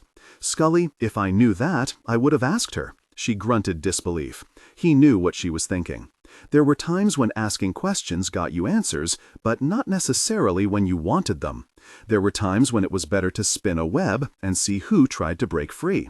Donna was breaking free. Once she got on that plane, New Mexico would never see her again. Scully looked over. "How are you going to stop her?" He gestured toward the back seat, asking her to grab his denim jacket. When she did, his portable phone fell out of the inside pocket. "Garson?" she said. "Material witness to an active investigation." "But she isn't, Mulder." "No, maybe not. But he can delay her long enough to miss her flight. Maybe discourage her enough to wait until tomorrow." She called, discovered Garson couldn't be reached, and demanded to speak to an agent on duty. After convincing him they weren't kidding about Faulkner, she asked where the Constella van was being held. "Right here," she said when she hung up. "A lot behind a sheriff's substation. Why do you want to see it?" "You wanted to see Anne Hatch, and look what it got us." "I want to see that van." "And what do you mean I take too many clothes when I go on a trip?" The substation was little more than a double-wide on cinder blocks, only a sign on the door announcing its function. The parking area in front was only big enough for 4 vehicles, and the tree that cast a weak shade over the building looked about ready to collapse at any second. Beyond the tree was another lot, fenced in with chain link and topped with concertina wire. Within were a handful of cars, a pickup, and a van. Sheriff Sparrow was outside waiting when Mulder pulled in off the street. "Garson works fast," Scully said when they stopped. "Your tax dollars at work." Sparrow waved them over to a padlocked gate in the fence. "Looking for anything in particular?" he asked as the gate swung free and they walked in. "You never know," Mulder told him. The van was at the back, dusty enough to ward off the sun. Mulder shaded his eyes and looked through the side and front windows, then asked Sparrow for the key. "What for?" "To get inside." He rapped a knuckle against the sliding side door. "You never know," Sparrow grumbled, complained that he'd left the keys inside, and headed back to the trailer. Mulder? She was on the passenger side, and he took his time joining her. The heat was brutal, worse than the day before, and he understood now why life was so deliberate in this part of the world. Anything faster than a crawl on a day like today meant sure heat stroke and a tub packed in ice. "So," she pointed to the side. He looked and saw the dust, then he saw what lay under the dust. He used a palm to wipe the metal clean and yelped when the heat scorched him. Very. He shook his hand, blew on it, and pulled a handkerchief from his pocket. "Be careful," she said. "It's hot." When he gave her a look, she only shrugged and added, "Your tax dollars at work." There were two large tinted windows, one in the sliding door, the other at the back. He shook the handkerchief out, then folded it in quarters to form a makeshift dusting pad. Hunkering down, balancing on his toes, he swiped at the dust and dirt first to knock off what he could before he started rubbing. "What the freakin' you looking for?" Sparrow said, tossing the keys to Scully. "This was a rental," Mulder said without looking up. "Yup. So, new then, right?" "Probably." The sheriff leaned over him, squinting at the panel. So I guess Mr. Costello wasn't much of a driver." He didn't have to rub. When the area was clear, he rose and took a step back, waiting for Sparrow to comment. He was also waiting to hear why the man hadn't noticed it days ago, or, if he had, why he hadn't said anything. From the window to the bottom of the frame, the paint had been scraped off, right down to bare metal. The dust had been thick. The van had sat here for more than a week in the sheriff's custody. A glint of that bare metal was what had caught Scully's attention. "Well, I'll be gosh." Sparrow hitched his belt. "Run up against a stone wall, boulder, something like that." "I don't think so." Mulder ran a finger lightly over the surface. No appreciable indentation, so there was no real collision. Scully stepped in front of them and peered at it closely, shifted and sighted along the side to the rear bumper. If there was, it wouldn't be in just this one place. When she straightened, she leaned close to the window, touched it with a forefinger, took the handkerchief and wiped the glass clean.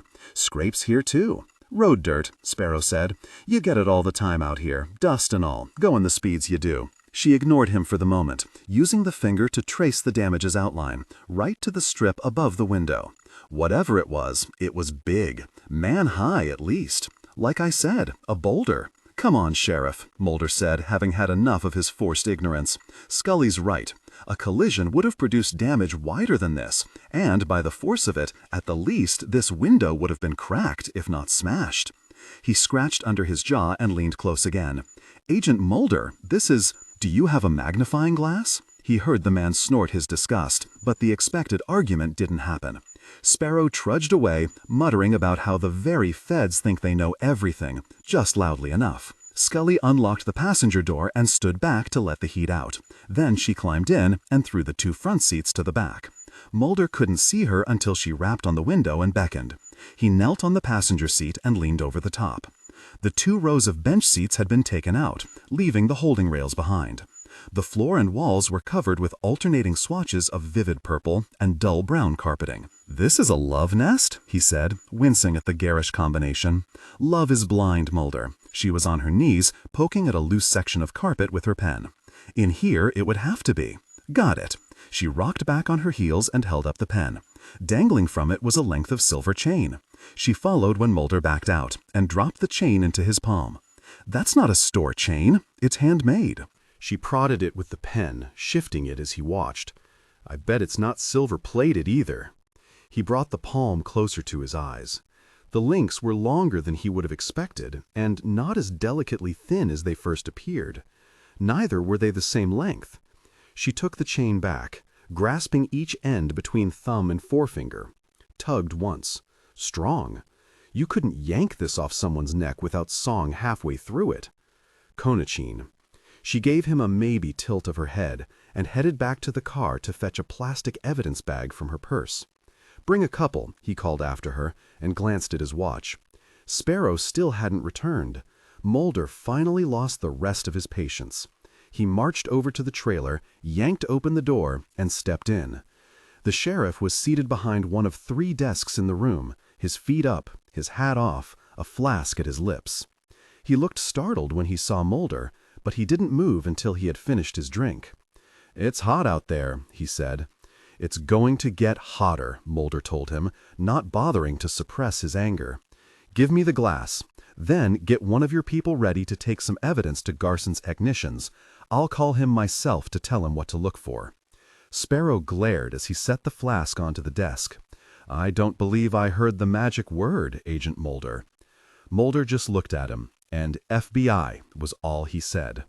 He couldn't see Scully when he returned to the lot, slapping the magnifying glass hard against his leg. He was angry and disappointed, not nearly as much at the sheriff as at himself. Losing control like that, pulling rank, wasn't his style. Working with local law was something he had learned to do years ago, knowing that their assistance was just as vital to investigations as his own federal agents. What he had just done was a violation not only of policy, but his own code. Scully? It was dumb. "Hey, Scully!" It was stupid. "Over here, Mulder." But boy, did it feel good. He found her standing next to what used to be a sleek Jaguar. Now most of its windows were shattered, the windshield web cracked, the racing green paint pocked and scored from front to back, and the roof crushed as though someone had dropped a flat car on it. "Our drunk driver?" he asked. "I don't know. I think so. Look at this." He went around to the side and saw the same pattern of scouring she had uncovered on the van, only this time it was wider. "Invisible car," he said. She lifted a questioning hand. "I give up, Mulder. What's going on?" A closer look at his face. "Never mind. I think I'd rather know what happened in there." There was no chance to answer. The trailer door slammed gunshot loud, and Sparrow stumped toward them. The way his hand chopped the air, Mulder figured he was having one freaking of an argument with himself. By the time he reached them, the argument was over. He stood with one hand resting on the handle of his holstered gun, while the other folded a stick of gum into his mouth. Then he pulled off his sunglasses by pinching them at the bridge and sliding. "I'll take the evidence in myself." It wasn't an order, it wasn't a demand, it was an offer of truce. "That's fine with me, sir," Mulder said, accepting the offer. "Chuck." The sheriff chewed rapidly. Mulder grinned. "I don't think so. Me neither. My mother hated it. She always said it wasn't the name of anything but chopped meat." He pushed the sunglasses back on. "So, FBI, what's so important you got to rush it into the city?"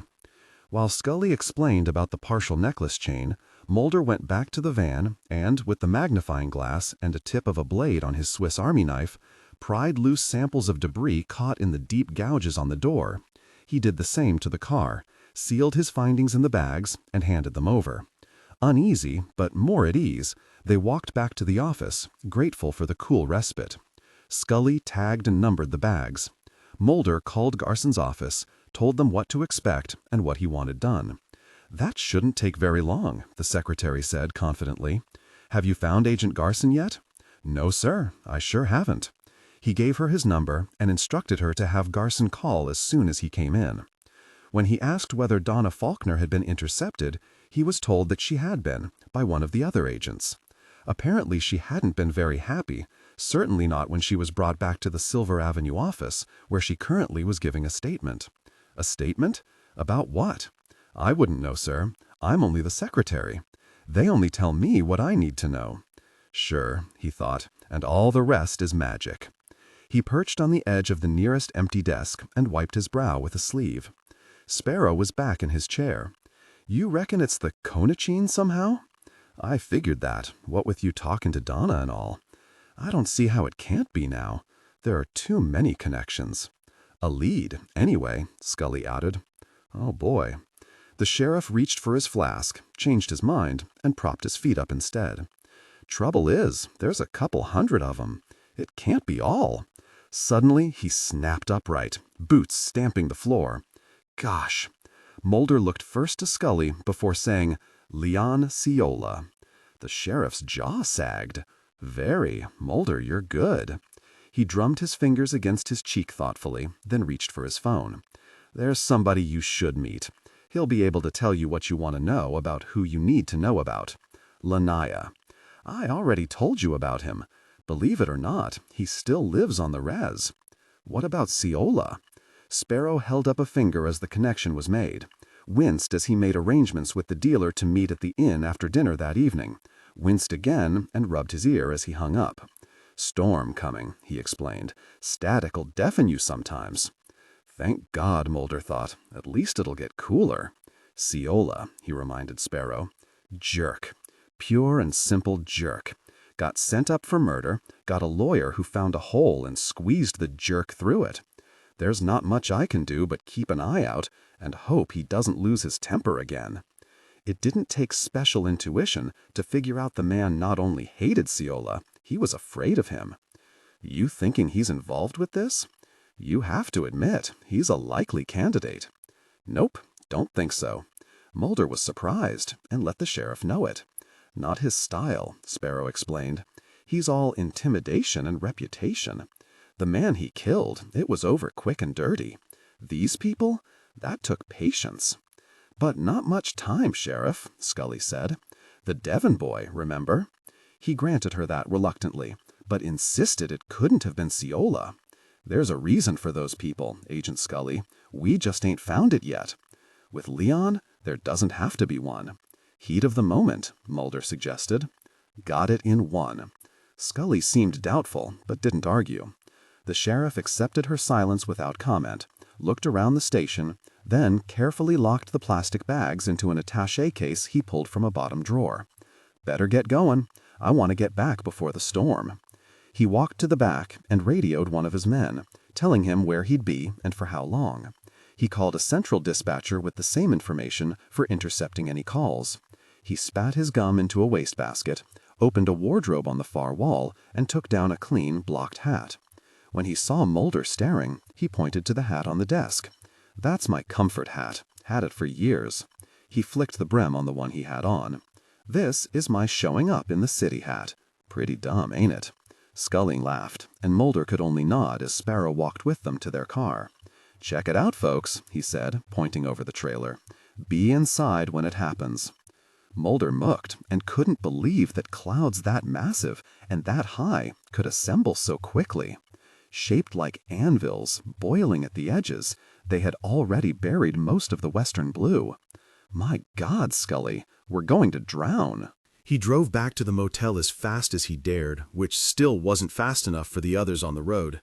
They passed him on the left, on the right, and would have driven over him if the car had been low enough. Calm down, Scully said when the engine died. We've still got some work to do while we wait for Lanaya.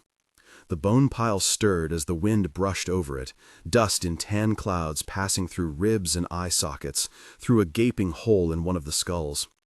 A scorpion scuttled across the curled horn of a ram. In the center, using the pelvic bone of a stallion for a temporary stool, a man stirred the loose earth with the point of a knife.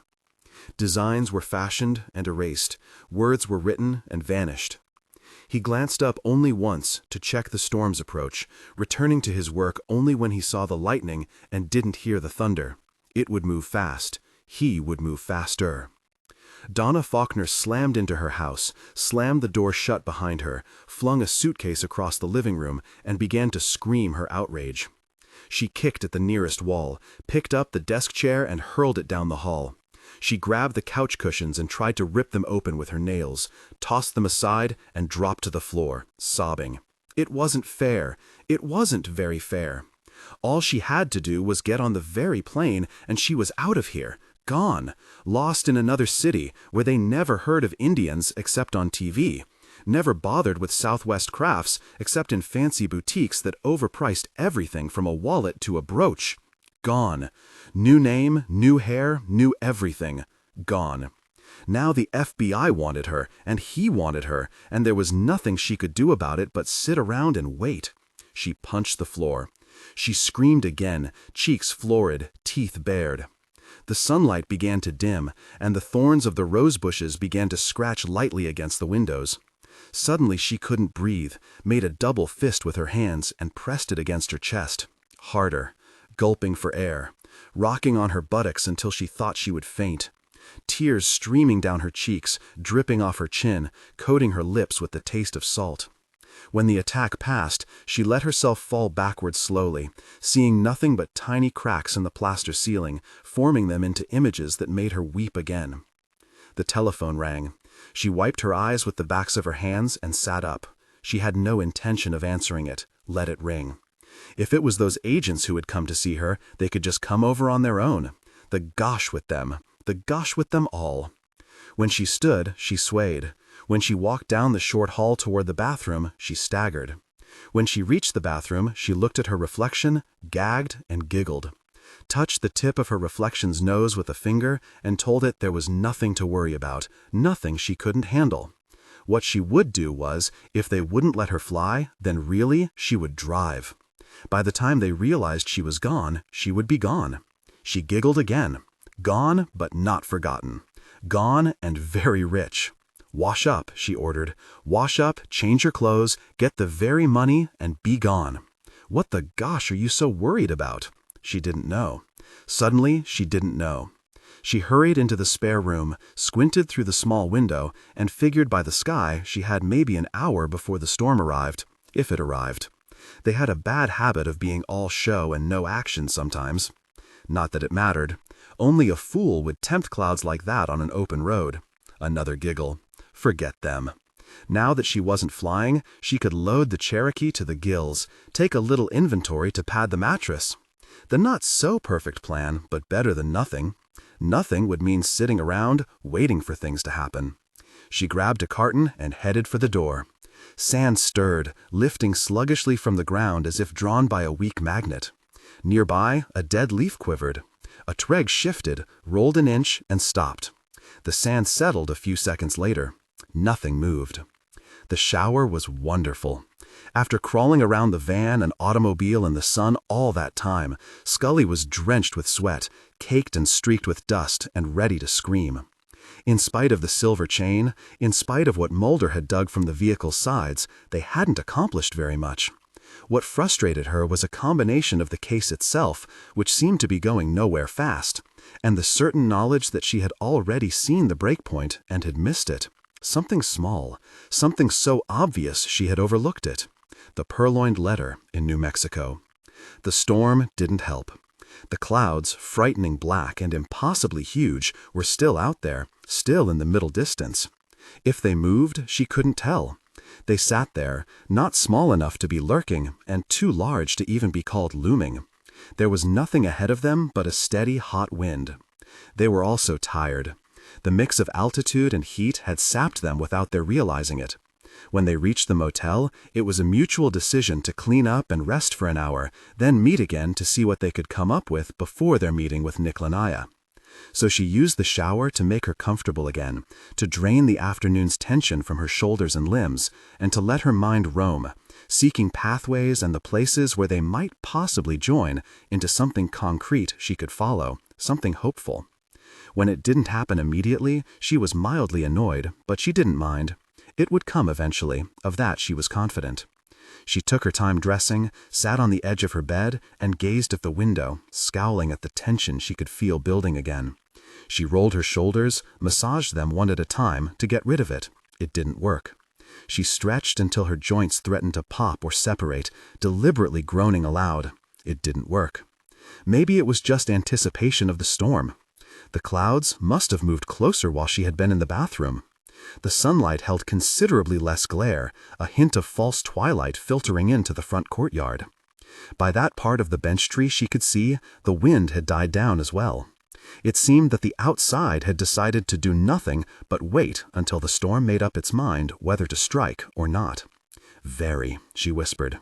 No wonder she was still tense. That was exactly what she was doing, waiting, not acting. Some jerk had butchered 3 innocent people, and all she could do was sit here like a lump and wait for the very rain. She snapped to her feet, grabbed her shoulder bag, decided the gosh with the hat, and hurried outside. No one in the courtyard, and, when she couldn't help looking, no one standing at the gate. The image of Chiola's face so close to her own made her pause and shudder. Those scars and those dead eyes. She shuddered again and knocked hard on Mulder's door, one heel tapping impatiently. When he answered, naked to the waist and drying his hair with a towel, she said, "Get decent, Mulder. We're going out again." The sand stirred. The leaf quivered. "You're the one who made the connection," Scully said as he pulled on a shirt, "so why wait?" "Scully, we haven't been here 24 hours. That doesn't answer my question. Why wait?" He couldn't think of a good answer and didn't especially want to, not when she practically sparked with energy like this. It was best, always best, to go along for the ride. Besides, she was right. With too many signs pointing to the Conachin, it only made sense to pay an official visit to the reservation. The only problem was, he thought, they ought to have a guide, someone who knew who they should talk to, preferably someone who knew the language. The sheriff. He's in Albuquerque, remember? Faulkner. They rode her out on a rail. She tapped a fingernail on the table. Lanaya would be perfect, but we don't know how to get in touch with him. They tried the phone book, but no luck. They tried the sheriff's dispatcher and had the same result. A call to Faulkner brought no answer. Scully let the phone ring 20 times before hanging up in disgust. Neither one of them even breathed Leon Ciola's name. He switched on a lamp without thinking. "We could always go out to the ranch," he suggested, not really too happy with the idea. Neither was Scully, from her reaction. At the moment, however, there was no place else to turn. And, he added, reaching for his gun and holster to clip on his belt, it didn't especially have to be Annie. In fact, it probably shouldn't be, if what the foreman had told them was true. Quintoto himself would do just as well, assuming he was willing. It wasn't a raid. They were simply looking for information, which, he thought glumly, they probably wouldn't get anyway. If the Indians wanted as little to do as possible with whites in general, representatives of the government in Washington, especially the law, would no doubt be treated as if they had the plague. Then he opened the door, took a quick step back, and said, "You have an arc handy?" The storm had finally reached them. Scully made a wordless sound of amazement as they watched the rain pound the courtyard in dark and light streaks shot through with silver. Pockets of steam rising from the ground in swirling patches that were shredded and whisked away. It was so heavy they could barely see the wall. Scully turned on the rest of the lights and rubbed her upper arms. "Close the door, it's cold." Mulder didn't mind. After walking around in a furnace all day, the sensation was luxurious. And the rain fascinated him. "It can't last long," she said, although it sounded like a question. He had seen downpours before, but this was more than that. This was an outright deluge. It didn't seem possible it could last for more than a few minutes. There couldn't be that much water in the sky. 10 minutes later, he closed the door and shrugged. "I guess we're stuck. Unless you want to try it anyway." "Out there? In that?" Looking out the window didn't do any good. The rain smothered it, completely obliterating the outside world. He wished, however, that the wind would rise. It didn't seem natural, all that rain and no wind to whip it. Scully moved over to the bed and picked up the receiver. "I'll try Garson again. I'd like to know what he's been doing all day." He would, too. He had already run through a couple of scenarios, neither of which he liked. He doubted seriously that the man was upset because of their arrival. They were all supposed to be working the same territory no matter what state that territory was in. He also didn't think Garson was part of what they were looking for. It felt wrong. Nothing more. It just felt wrong. Scully hung up. Nothing. Sparrow's been there, but there are no results yet. Rain slapped at the door. A little wind at last. A constant thudding overhead, like an army marching across the roof. "Talk to me, Mulder," Scully said then. He sat at the table, drew invisible patterns on the surface to focus him, and, at the same time, to let him think aloud without built-in restrictions. "It's a cliché," he said slowly, "but maybe it's true here. Who knows? What we know for sure is that Polly and the Constellas had Conachin jewelry. Except for that partial chain you found, it was gone when the bodies were discovered. Destroyed or taken, we don't know yet, but it's gone. Maybe this Lanaya brought out the wrong kind. Maybe it has some religious or traditional significance we don't understand yet. Everyone we've talked to has made a big deal of telling us they don't want contact, minimal contact at best. So it's possible that exposing those pieces to the outside could be considered a form of sacrilege. There might be some on the reservation who would do anything to get it back. You're right, it is a cliché. She leaned forward and rested her forearms on her thighs. And don't forget, Lanaya is one of their own. He wouldn't make a mistake like that, not even a careless one. Then maybe it's the very fact that the pieces went out at all. He's been doing it for years. He's been fighting them for years. But he's still been doing it. Right, he thought, and by now, after all this time, hundreds of people must have Konachin rings and necklaces and who knows what else. Hundreds, at least, but only 3 had died. A damp chill filtered into the room. The light flickered once and settled, startling him into the realization that there was no thunder, no lightning. How could clouds like that, with all that power, not have thunder and lightning? Scully rose and walked to the bathroom door, walked back and sat again. I'd still like to know how it was done. Scoured. Dr. Rios said scoured. How? He almost said sentient Brillo, but changed his mind when he saw the "don't you dare" Mulder look on her face. Instead, he answered, I haven't a clue. Yes, she slapped her leg angrily. Yes, very. We do have a clue. We just don't know what it is. There was no response to exasperation like that, so he drew patterns again, over and over, while he listened to the thunder the army made on the roof. Sangre viento, he said at last. It has a nice ring, but what does it mean, aside from the translation? Patterns, always patterns. He watched the finger move, trying not to control it consciously. Automatic writing that did nothing but draw senseless patterns. 30 minutes after the storm began, he tilted his chair back, reached over and opened the door, squinting against a spray that dropped ice on his cheeks. This is impossible. When really is it going to end? And the rain stopped. He almost toppled backward at the abruptness of the cessation. 1 second he couldn't see an inch past the tree, the next all there was were glittering droplets falling from the leaves and eaves, and a slow runoff of water along narrow, shallow trenches set along the paths. He looked at Scully and said, Am I good, or what? Donna whispered a prayer when the rain finally ended and the sun came out. One more quick turn around the house and a check of the backyard, and she would leave. The Cherokee was packed. She had never unpacked. It'd have been a stupid idea anyway, thinking she could use the rain for cover. She wouldn't have made it half a mile on the interstate before she would have been forced to pull over. This way, she was calmer and had a clearer head. She had had time to think. Now, it was time to fish or cut bait. The bone pile had been touched by only a fringe of the storm, washed clean and gleaming. The water had been taken by leaves and roots and the porous desert floor. There were no puddles and there was no wind. Nevertheless, the sand stirred. Mulder stepped outside and inhaled deeply several times. Too many scents mingled for him to identify, but they were sweet, and he was pleased. He had caught Scully's determination, and with the dust washed away, even the prospects of success seemed more bright. You're pushing it, he told himself, and didn't much care. It felt pretty good, and he took that where he could get it. Scully followed, checking to be sure the door locked behind her. A detour to the front desk assured them that the clerk had Mulder's portable phone number and would relay calls or messages as soon as they were received. Just as they were about to turn away from the desk, Scully gave a nod toward the side entrance. I think we have company. A tall man in denim and a ponytail walked toward them, taking off his hat as he approached. Agent Mulder? Agent Scully? Mulder nodded warily. The man held out his hand. Nick Lanaya. We were supposed to meet later. He cocked a lean hip as he shifted his weight. Sorry I'm early, but I took a chance catching you. I was going to stop at a friend's first, but the storm... Actually, Scully said, your timing is perfect. We were about to drive out to the mesa. His eyes widened. Alone? No, we were hoping someone from the Double H would go along. But, she added with a smile, now you're here, which is exactly what we need.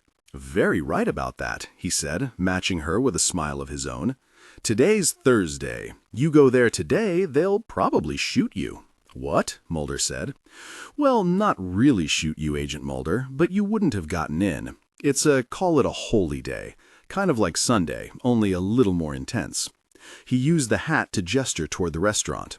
So, what do you say we have something to eat? Chuck said you had a few questions, and I answer better on a full stomach. Not long after, they were at a table, this time near the entrance. Other diners had already begun to arrive, and the room was more lively, more cheerful than last time. The contrast was startling, and it took Mulder a few minutes before he was able to concentrate on what Linnea told him. Anecdotes at first, as their meal arrived and they ate, trying to give them a feel for his people. They were conservative, hard-working, and surprisingly, they didn't feel at all oppressed.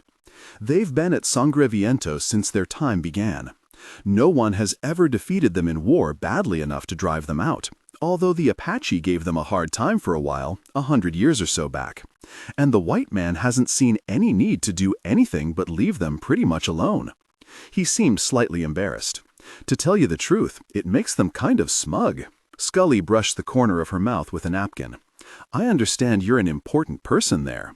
Linnea closed his eyes as he laughed, shook his head and waved his fork. Oh, Lord, no. Important? He laughed again. Not the way you mean, no. Some sort of authority figure? A position of power? Something like that? Something like that, yes. Nope, sorry. I'm important only in that I keep their contacts with the outside healthy, that's all. They're not stupid, Agent Scully. They don't live primitively, not by their standards anyway. They just pick and choose what they want from the white man's world, that's all. Some have TV, everybody has a radio. Schooling is important. I'm not the only one who went to college. But you went back. Yes, I went back. Often there are ties too strong to be broken. His left hand moved to his chest and away, but not before Mulder spotted a bulge there. A medicine bag, he thought. He carries his power with him. Anyway, what is it exactly that you want to know? Mulder watched Scully smile and hid one of his own. The man was taken with her, and whether he knew it or not, Scully had already gotten more from him than he probably wanted them to know. They. He said they instead of we. Scully's next question was predictable, and Mulder couldn't help feeling a faint disappointment at the answer. No, there's no significance to any of the things I bring out for Donna to sell. Traditional designs, that's all. He chuckled. Once in a while, the designs are borrowed, shall we say. The artisans get bored doing the same thing all the time. You mean they fake it? Pass their work off as someone else's? I mean, they get bored, Agent Scully. What they use, they make their own. They, again. Mulder began to wonder. Suddenly the man grunted and clutched at his stomach. Scully was on her feet immediately, but he waved her away. It's okay, he said, gasping a little, his eyes watering. Took me by surprise, is all. Scully stood by him anyway. What did? Linnea gestured toward his plate. Ulcer, I think. What? You have an ulcer and you eat this stuff? She rolled her eyes and took her seat. You're out of your mind. Maybe. He took a roll of antacid tablets from his pocket and popped one into his mouth. No, definitely. But I keep hoping I'll get used to it before I die. Don't worry, you won't, she told him, because that stuff will end up killing you. He laughed, and Mulder managed a polite smile in response. He was getting very tired of people lying to his face. There was someone in the backyard. She heard movement as she dropped her suitcase into the passenger seat and swore. With hardly any neighbors to speak of, who the hell would be out there? Unless it was a stray cat, or, she glared, or a freaking coyote. She hurried into the house, yanked open a desk drawer, and pulled out a Woodstock 38. She had never given a gosh what the cautions were. It was always loaded. A single woman living alone would scarcely have the time to load if someone broke in the middle of the night. She hefted his, thumbed off the safety, and marched through the Pullman kitchen to the back door. As far as she could tell, the yard was empty, its grass long since given over to weeds and bare earth. Still, a low, constant hissing. Gosh, she thought, she had left the outside faucet on. That's what it was. Water spilling onto the weeds beneath the gosh faucet. She tried to remember when she last was out here, and couldn't. Good God, it could have been as long as a week, maybe more. Her water bill was going to be... She laughed and shook her head. Who cared about a stupid water bill? She wasn't going to be around to pay it anyway. Nevertheless, a twinge of guilt at all that waste made her open the door and step outside, swinging immediately to the right and crouching under the kitchen window. She already had her hand on the faucet when she realized it was dry. No water. What the hell? The noise grew louder, and now she heard what she thought was whispering. She rose and turned in the same move. Too terrified to scream, she managed to fire twice before she was struck and spun away from the house, her arms flailing, her clothes shredded, strips of flesh taken and flung against the wall, her eyes blinded, her lips gone.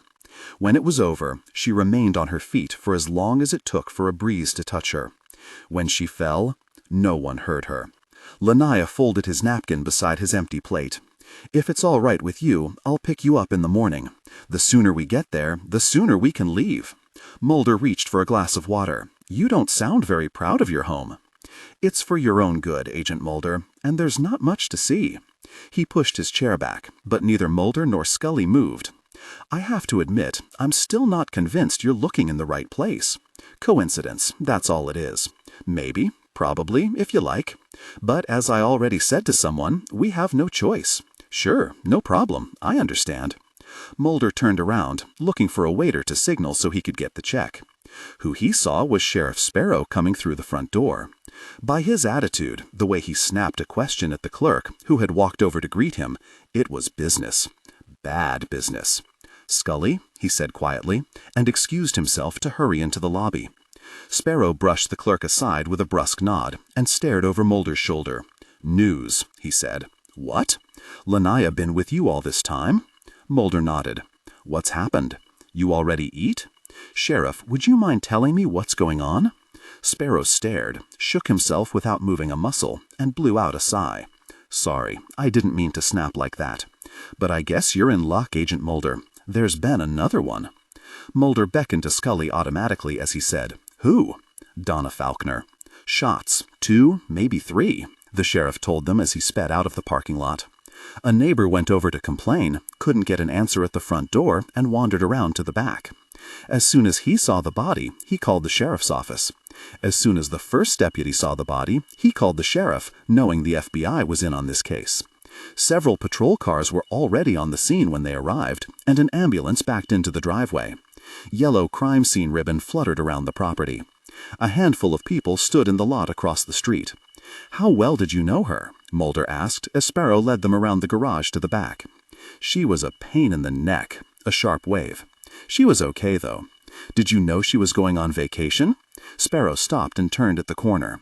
"Are you crazy? She never went on vacation. Working herself to death is what she was. Wanted to be a frickin' millionaire before she was 35. Mulder stepped around him and walked slowly through the shin-high weeds. A sheet had been placed over the body. He didn't bother to ask if the Emmy had been called. This report wouldn't be any different from the others. Scully brushed by him and knelt beside the sheet. He stood behind her, holding his breath as she pulled on a pair of latex gloves, pinched a corner, and pulled it back. Mulder looked away. Scully braced herself on the ground with one hand and whispered something he couldn't catch. He saw a shudder work its way down her back before she asked if someone had a camera. A deputy appeared at her side, and she directed the lens as she pulled the sheet farther back. The mutilation here wasn't as complete as the others.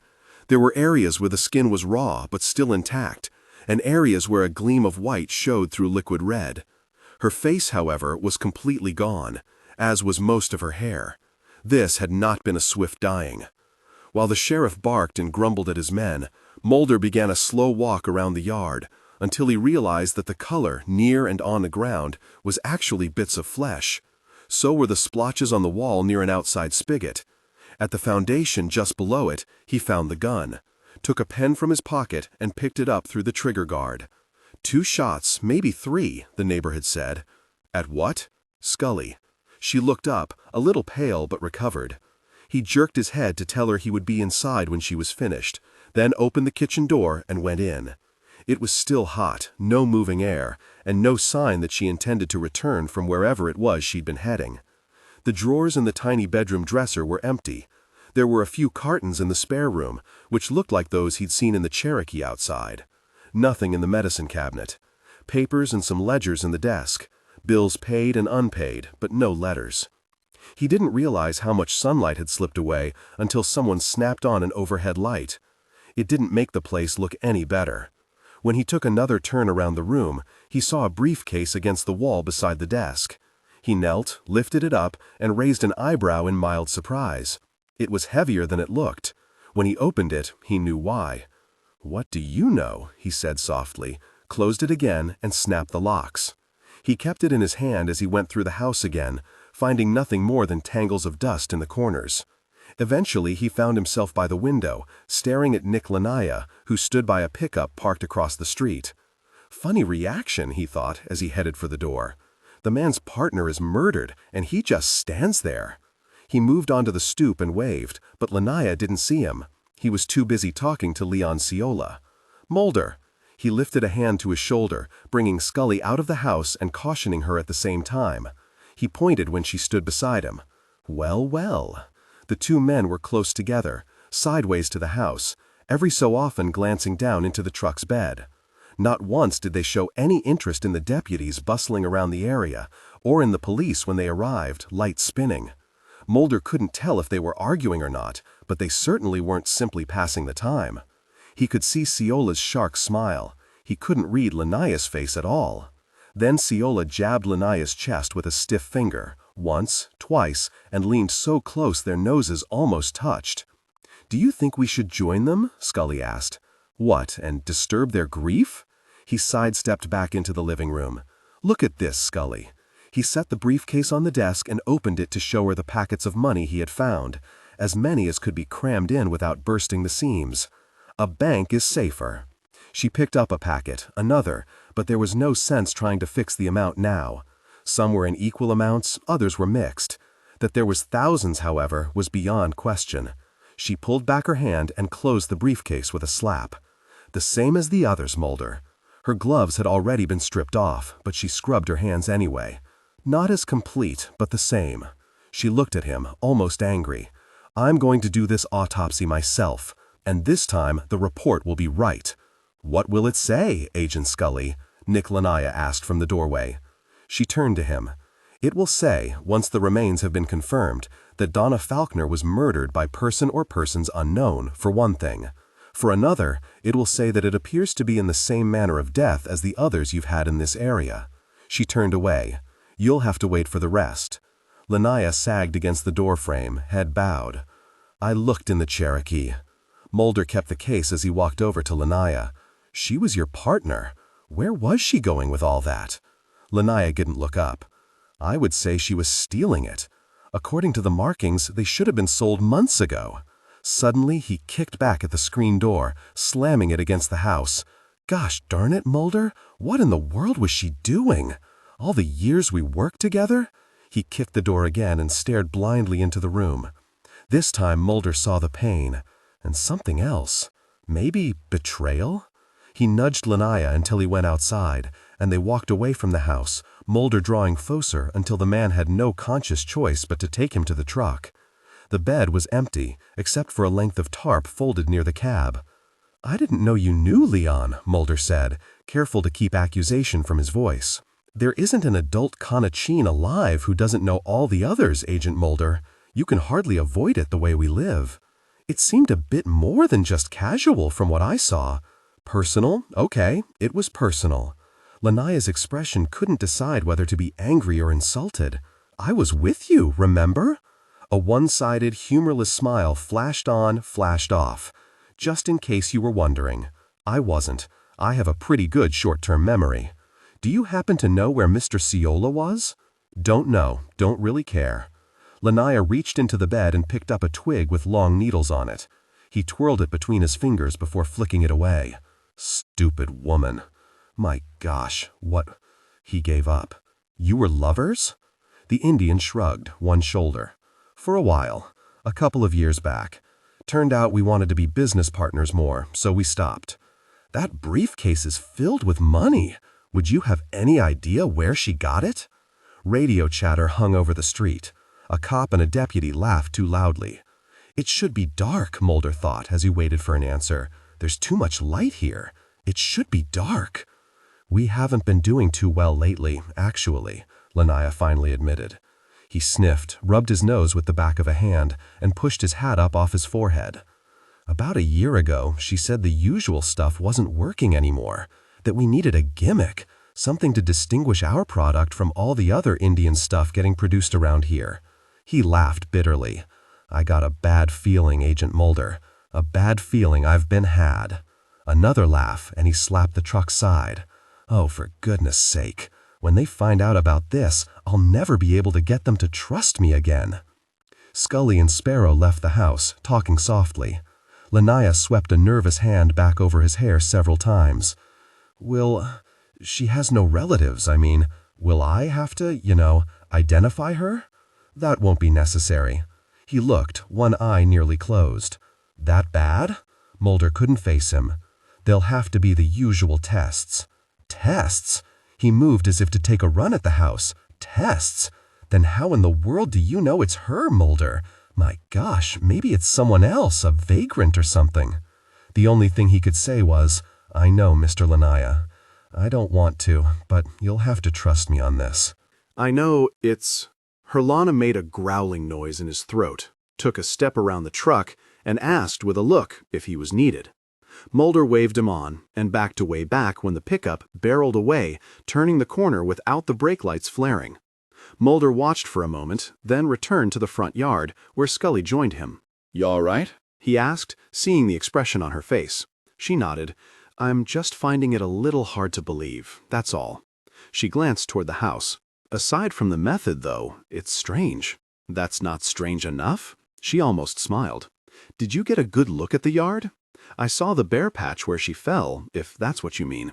"Right, but before we leave, take another look. That bare area where the grass and weeds were cut down, that wasn't done by any kind of mower I'm aware of." "Wait," she passed a hand over her chin. "What I mean is, where she died isn't where she was first attacked. Whoever killed her, it's as if she was pushed around, and the murderer followed her. A force like that, I'm not surprised. When you get into a fight, you hardly ever stick to one place. This wasn't like a fist fight, Mulder. She wasn't punched around, falling down and getting up again. From what I can tell, given the positions of the body and the flesh and bone shards around the yard, she fell only once. When she died." Mulder swallowed, but said nothing. "The point is, Mulder, whoever attacked her, with whatever weapon, kept her on her feet. But the force it would take to do that much damage—" He gestured toward the house. "Exactly, Mulder," she said. "Exactly. She should have fallen almost immediately, but she didn't." That night, after the paperwork was done, interviews completed, and he and Sheriff Sparrow had finished debriefing each other, he returned to the bench in the garden. His room had grown too small, and Scully was transcribing her notes into the computer. Her mind was already on the morning autopsy, a fresh, puzzling corpse to decipher. "Oh gosh," he thought, "you're sick, pal. You're really sick. What you need is a vacation." He almost laughed. "Right, that's what got me into this in the first place." The Rio Grande was higher after the downpour, but only slightly, and the ground and paths were completely dry. There were no strolling guests tonight either. That didn't surprise him. Word was probably out that the killer had struck again. For a night or two, people would stick close to home. The papers would editorialize about the alarming incidents of psychopathic murders in contemporary society, and someone, somewhere, would manage to reap a large or small political harvest. Which knowledge got him exactly nowhere. He reached down between his legs and picked up a pebble. He bounced it on his palm a few times before swatting it toward the water. He did it a second time, swinging a little harder. He stood for the third one and hit it with a fist. It stung a knuckle, but he barely felt it. It was the motion that mattered. When he missed the fourth stone, he considered stopping, wasting time, and going back to the room. That lasted as long as it took him to find it and miss again. Now it was a matter of personal honor, and now he couldn't find the very thing. Not that any of the others he spotted while on his hands and knees wouldn't have worked, but the one he had missed was the one he wanted. He was nearly stretched out under the bench, feeling like a jerk, when he heard the rustle of something moving through the brush on the riverbank. At first he thought it might be the evening breeze, but listening for a few seconds told him it was too irregular. Stop and start. Just out of reach of the tree lamps and the moonlight and the lamp poles along the bank. He used the bench to push himself to his feet, staring upriver as he dusted off his knees. That, too, was a waste of time. The lamps in front of him blocked any chance of seeing what lay beyond. The rustling stopped. All right, so what do they have around here at night? Dogs? Cats? Coyotes? After that, he went blank. When he heard it again, he took a long step off the path and picked up a small rock, aimed, and threw it as hard as he could. The crash of the missile through the brush and weeds was followed by the dull plop of its landing in shallow water. But there was no yelp, no sudden rush of an animal scurrying to get away. Nothing at all, in fact. Nothing at all. Accepting that as a sign he was in danger of losing it, he flicked one more pebble at the water and started back to his room. He hadn't gone 3 steps when the noise returned. Not a rustling now, but a barely audible hissing. Not stop and start, but continuous and moving. Slowly, very slowly. Common sense and experience ordered him to head immediately for the inside, or, at the very least, get Scully out here with him. What he did, for no good reason he could think of, was sidestepped cautiously off the path, turning his head in short stages to try to pinpoint the source's location, whatever the source was. When he reached the lamp poles, his right hand closed around one as he slipped past, while his left instinctively slipped his gun from its holster. He wouldn't have done that if he hadn't heard the whispering. More than one voice, although he couldn't tell how many. Nor could he understand what they were saying. One moment it sounded like muffled laughter, the next like little children exchanging secrets in the dark. Beyond the last pole, there was still several yards of cleared earth straight ahead, while to the left, the ground sloped downward toward the river. He flexed his knees to keep his balance on the slope, to keep from sliding as he moved forward, staring, silently cursing the weak reach of the lamplight. He could barely see the brush, could only just make out a twisted branch above it, no higher than his head. The noise was on the other side, coming toward him. Carefully he reached behind him, fumbled for and grabbed the last square pole, a clumsy position until he put most of his weight on his right foot. The whispering sounded more frantic, quickly blending into what sounded like a low hum. No animal he knew, and he couldn't see how it could be people either. That many would make a different kind of noise, and it certainly would be louder. Which made his drawn weapon a little ludicrous. If there was nothing to shoot at, why have it out? But nothing didn't make a noise. It didn't hiss. It didn't whisper. He released the lamp pole and eased forward, keeping low, freezing when he had a sudden image of a woman about to open a door. Everyone in the theater knew hid the monster.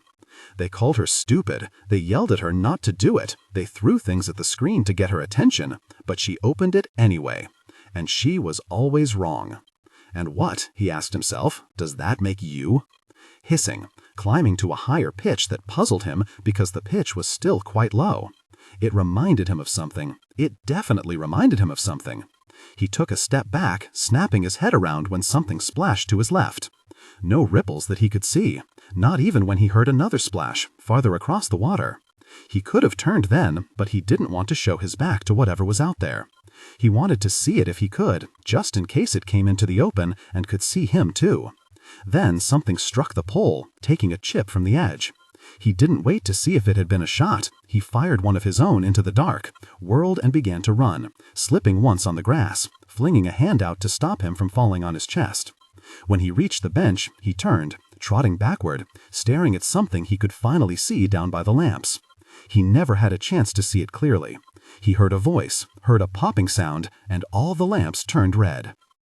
Dugan Velador was tired of being old. He didn't want to die. That would be a waste of his life. What he wanted, however, was for people to stop coming to him with questions whose answers they already knew, if they would only stop to think. What he wanted was a little peace, and he didn't think that was too selfish a wish. Not at his age, not after all he had done for his people. He also wanted the killing to stop. It should have ended the other night, the last night in the Kiva. For as long as he could remember, and for all that he had been taught and told, the last night should have meant the end, for it had always been before. Not this time.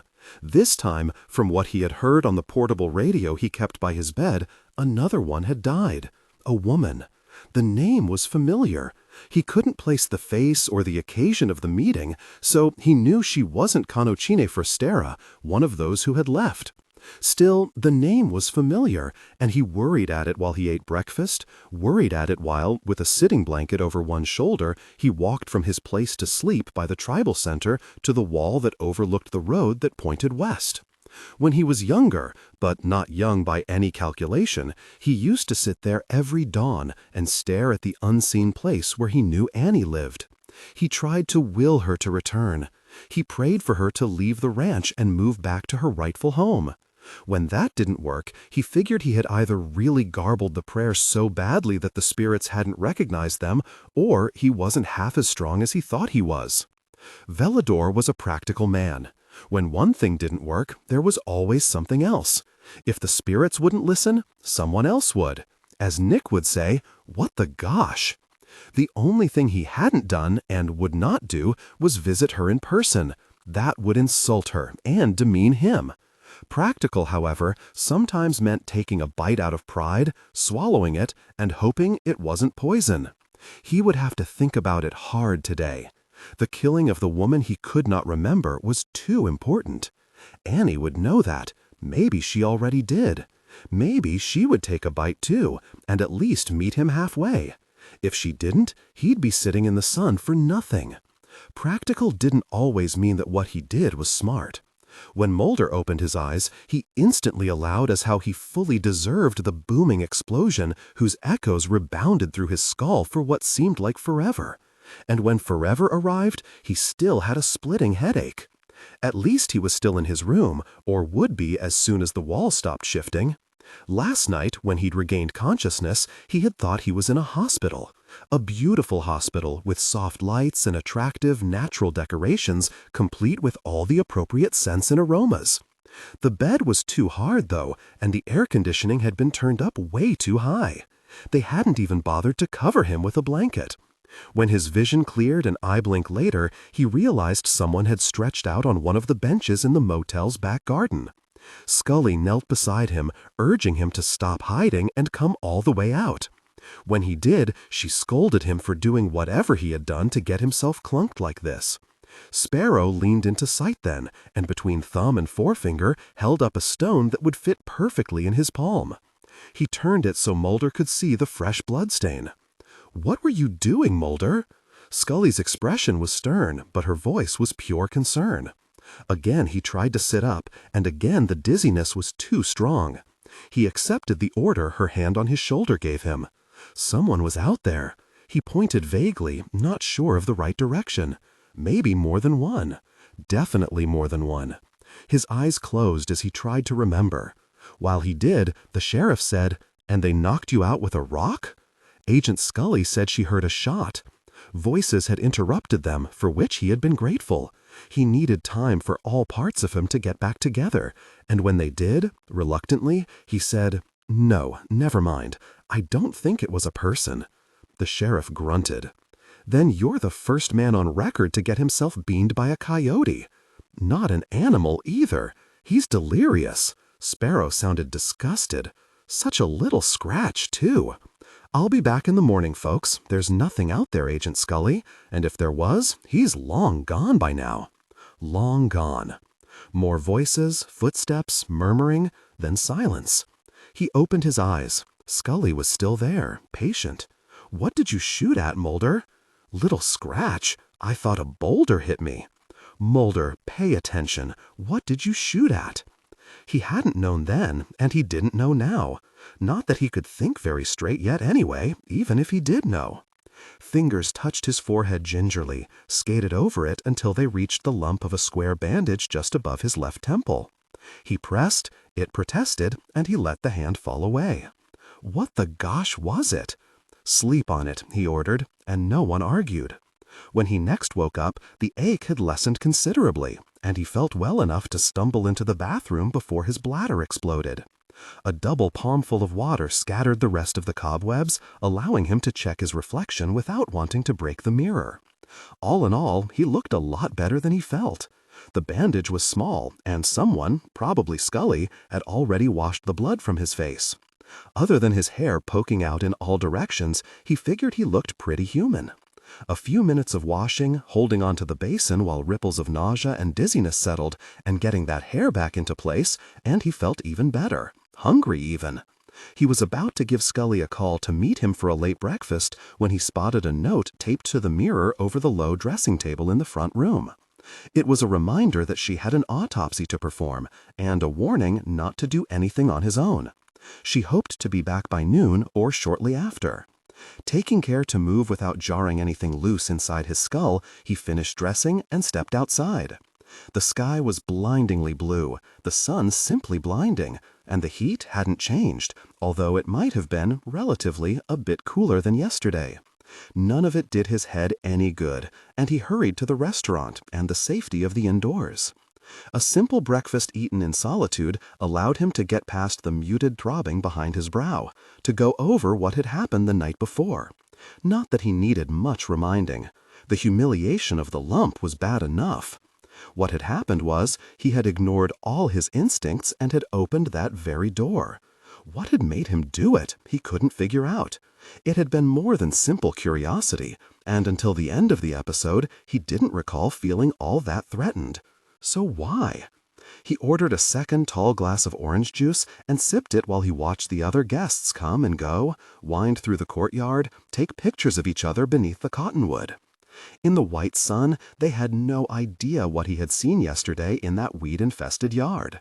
Or, if they did, they weren't going to let it ruin their day.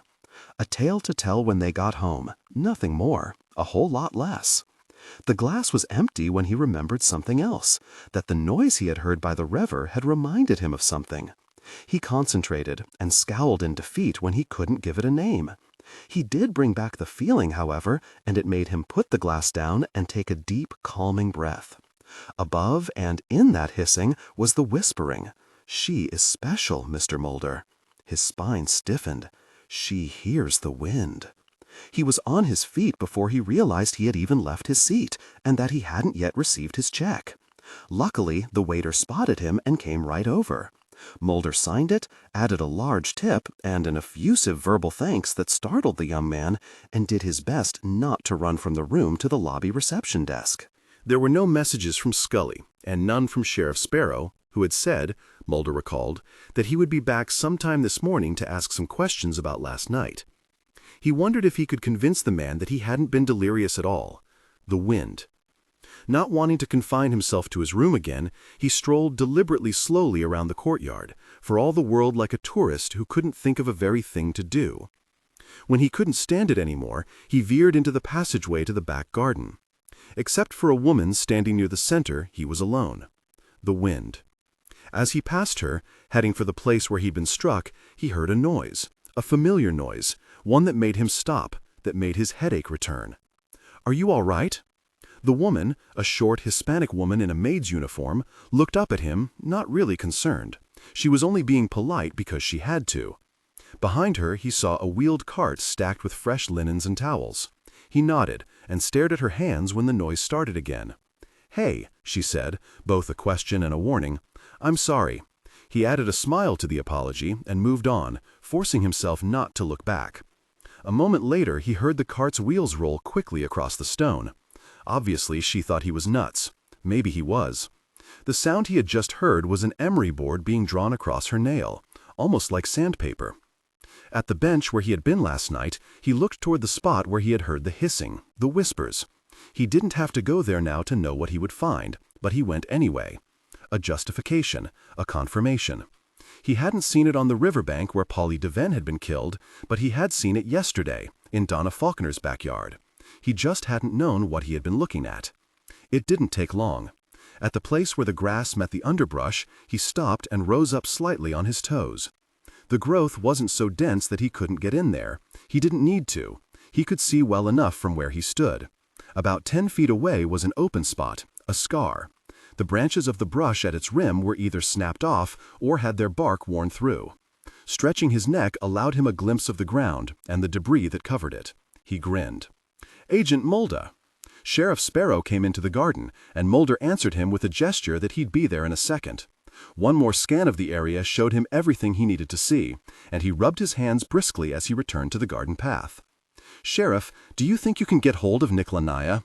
"I suppose so. What do you need?" "Scully," he thought as he headed for the sheriff. "You're gonna hate what I know. You're gonna hate it a lot." There were no chairs in the lobby. The only place to sit was a thick wood bench beside the fountain. Mulder waited while Sparrow used the desk phone to reach Lanaya, hoping that Scully would return soon. He didn't want to leave without her, but he felt a need to move fast before someone else died. After last night, he had more than an unpleasant feeling that he knew who that target was. Sparrow sat beside him, hat and sunglasses off, rubbing his eyes. "I left a message. There's only a couple of phones out there, portable jobs like you have. Half the time they're left behind." He leaned back against the fountain's broad lip. "So, you want to tell me what's going on, or is this going to be one of those need-to-know nonsense things?" Mulder shook his head. "No need to know, Sheriff. Scully and I are going to need all the help we can get." He checked the time, wondering aloud how long his partner would be. "She's done, and on her way," the man said wryly. "How do you know that?" "I read minds, Mulder." The jerk of a thumb toward the reception desk. "Plus, I called." Close, Mulder thought. Not quite, but close enough. Half an hour, maybe a little more.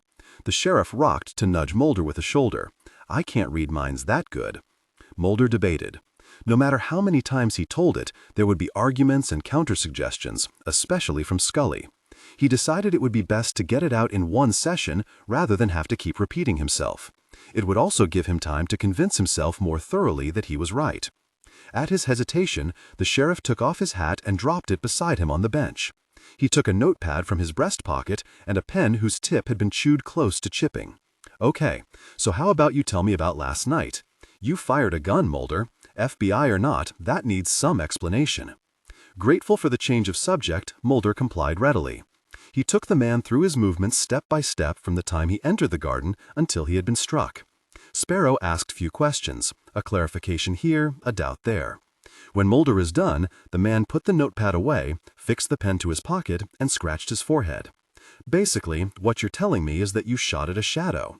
"No, Sheriff. I shot at something that was definitely no shadow." "So what was it?" Mulder smiled and stood. "Patience is a virtue, Sheriff Sparrow. Patience, my friend, is a royal pain in the neck. And you got to admit, I've been very patient with you." Mulder agreed and decided to take the lawman out back to show him what he had found. Sparrow reminded him that he had already been there, he and his men, but Mulder insisted gently. What he wanted the sheriff to see was something his men, good as they were, probably wouldn't have thought twice about. "I did the same, Sheriff, the first time I saw it." They were already at the riverbank when Scully called his name. He made a silent wish for no surprises, no complications, then looked at the sheriff. Sparrow was laughing. "What?"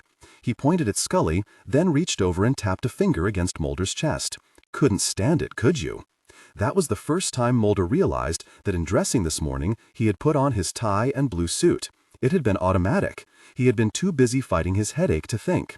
His hands had grabbed what they knew best. Scully, too, was the same. For some reason, even out here, she looked more natural that way. "Well?" he asked. Scully greeted the sheriff almost curtly, pushed at her hair to keep the steady breeze from blinding her, and said, "Mulder, I do not want to have to do that again. Ever." "I'd think," Sparrow said, "you'd be used to it by now. Cutting them up, I mean, figuring things out." "You don't get used to it," she told him. "You just find a way not to let it bother you for a while." She grabbed a folded paper from her shoulder bag, glanced at it, and took a deep breath. "You'll be pleased to know there are no surprises, Mulder. And Dr. Rios was right. It wasn't skinning and it wasn't flaying. Scouring, for the time being, is a pretty very good word." "What killed her?" Simply, layman's terms, shock. If you want the details, we can start with the near-total destruction of a major organ, which is what the skin is, coupled with rapid fluid loss from various sources. "Never mind," the sheriff interrupted, a queasy look on his face. "I get the picture." "No," she contradicted, "I don't think you do. Mulder, there were particles of sandy dirt lodged in the sinuses and eye sockets, and in the brain." "What the freakin' could do something like that?" Sparrow demanded. "Force," Mulder answered. "A lot of force." He started for the river. "Which is why I want you to take a look at this." Scully looked at him quizzically. "What?" "Just look, Scully. I'll explain on our way to the mesa." She didn't argue, but followed the sheriff to the brush at the edge of the grass, where Mulder pointed out the cleared area farther on. It took a while until they found a way through without ripping themselves to shreds, and when they reached the rough circle, he broke off an already damaged twig and held it up. "The bark," he said, "torn off." The ground at their feet was littered with shredded leaves and shards of twigs and branches. "If I didn't know better," Sparrow said, "I'd say a nut with a weed whacker got roaring drunk in here." There's the same sort of damage done over at Donna Faulkner's house, Mulder told them, as they made their way back to the garden. I saw it, but because the yard was so badly kept, it didn't hit me until this morning. Sparrow told them to meet him in the parking lot. He'd go in to see if Lanaya had been reached. Scully walked with her head down, every few steps shaking her head. Then she stopped Mulder with a touch. A device, maybe? Maybe the sheriff wasn't so far off with that weed trimmer idea. She looked away, looked back. But that doesn't explain the dirt. Just falling wouldn't do it. No, you're right. He started for the car, but she blocked him, a hand briefly on his chest. What is it, Mulder? What are you up to? Sangre viento, he answered. It's the only thing that makes sense. Really? She glanced over at the sheriff, hurrying toward them. And you think that makes sense? It does to me. Of course it does, she said flatly. Whatever was I thinking of? Nick's waiting at the res, Sparrow said, herding them toward his cruiser. A hard look at Mulder. Well, ride together, all right? I want to hear this. Just tell me I'm going to like it. Mulder couldn't, and by his expression the sheriff knew it. He rolled his eyes in resignation and wondered aloud how Scully put up with it. Patience, Mulder said as he slid into the back seat. Pain in the ass, the sheriff answered. Maybe, but I've gotten used to it. Scully wasn't amused. Nick hunkered down beside the old man, hands draped across his knees. You're gonna bake out here, Duggan. The old man only shrugged. The FBI is coming. There was a death. I know. The woman. I think I know her. Nick shifted uneasily. Donna Faulkner, Duggan. She's my partner. Ah, yes, I remember her now. She ran pretty good. Nick couldn't help but smile. Yes, she did. And she helped us a lot. I hope you remember that, too. The old man brushed invisible sand from his blanket, the only admission Nick was likely to get. There should not have been a killing, Nick. Yes, I know that. There should not have been any killings. Duggan's head turned stiffly. The cattle, sometimes. I remember a coyote once. But no people, Nick. Never any people before. Nick nodded earnestly, leaning as close as he could without toppling into the old man's lap. That's what I've been trying to tell you, Duggan. If we don't do something, the FBI will find out, and we won't be able to stop the news people or the police or anybody from trampling all over the mesa. He lowered his voice. But if we stop him now, there'll be nothing to see, nothing to find. A breeze stirred the grass. Duggan, Father, the Faulkner woman won't be the last to die. You know that. The old man's head bowed, his hands gathering in his lap. I am hoping for... Nick couldn't help himself. He grabbed the man's shoulder harshly. She isn't coming back, Duggan. Annie isn't coming back, and she's not going to help. He felt the shoulder stiffen and snatched his hand away. If we're going to make it through this, we have to see that Leon is... He didn't finish. He didn't have to. All he could do was wait for Volador to make up his mind. As he stood, the old man began a low murmuring, and Nick walked away. He hadn't gone 10 paces when the old man said, Nick, just loud enough to hear. He turned to face Duggan's back, and the right hand raised, finger pointing to the sky. The FBI. What about them? They must be stopped. The breeze blew. The sand stirred. Imagine, Mulder said, a group of men, extremely devout men, confined for so long in a single room, the Kiva. Imagine, as he had already mentioned to Scully, the energy they must create and radiate as they perform the rituals required of their faith. Suppose, then, there are moments during that time when the energy can no longer be confined, but its excess escapes through the hole in the ceiling. It can dissipate. Maybe someone nearby feels a little discomfort, but nothing more. They might blame it on the wind. But suppose, just suppose, it doesn't scatter. Suppose it gathers instead. Suppose the earliest Konachin knew this.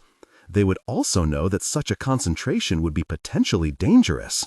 So they come to the valley within the wall from wherever they had been and make it their home. It's isolated, protected by both the hills and the mountains, and nobody, not the other tribes, not the Spanish, not the whites, bothers them for very long. But the energy is the important thing. What happens to it? Sangre viento, blood wind. Nando making a spinning motion with his hand. He called it a whirlwind. Not a tornado dropping from a cloud. An extraordinary dust devil rising from the ground. It spins alone in the desert, and when the energy is used, it falls apart, just like disturbing the plane of an ordinary dust devil will cause it to collapse. It's reasonable to suppose, then, that once in a while an animal gets caught in it, and because it spins at such high speeds, far faster than an ordinary dervish, and because it's made up of gritty, sandy earth, leaves, twigs, whatever else is on the ground. Imagine, he said, imagine the power. He stared at the passing desert, elbow on the armrest, one hand curled lightly across his chin. Now that he had said it aloud, heard his voice, he knew he was right. There was no Baroque device a murderer could cart around with him, and there was no group of whip-wielding maniacs. Sangre Viento was all there was. And one thing more. Mulder, Scully said, in that voice he had heard so many times before. Assuming, and only assuming for the moment that you're right. Sheriff Sparrow grumbled a few words, most of which were, gosh. Mulder couldn't miss the tone of disappointment and disbelief. What you're talking about is, she faltered, is a form of undirected psychic, for want of a better word, energy. Assuming it's true, she added hastily. But how does that random activity explain 4 people dying? It seems to me that where and when they died indicates something else entirely. Premeditation, he said, still watching the desert. Exactly. Oh, sweet Jesus, Sparrow snapped. Are you telling me there's somebody who can aim this thing? Assuming, he said sarcastically, you're right. He yanked the cruiser so hard off the interstate, Mulder nearly fell over. For God's sake, give me a break.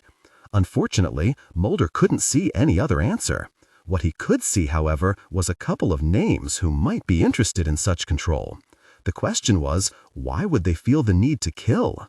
I mean, the sheriff continued, working himself into a self-righteous rage, how can a couple of intelligent people like you believe in such crap? Bunch of old Indians sitting around a campfire shooting cosmic something or other at each other? You been nibbling at some peyote or what? He slapped the steering wheel hard.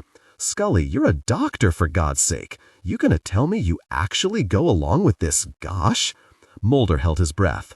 Sheriff, she answered, in her most official, neutral voice, I have never known Mulder to be so far off base that I would dismiss everything he says out of hand. Ah, crap.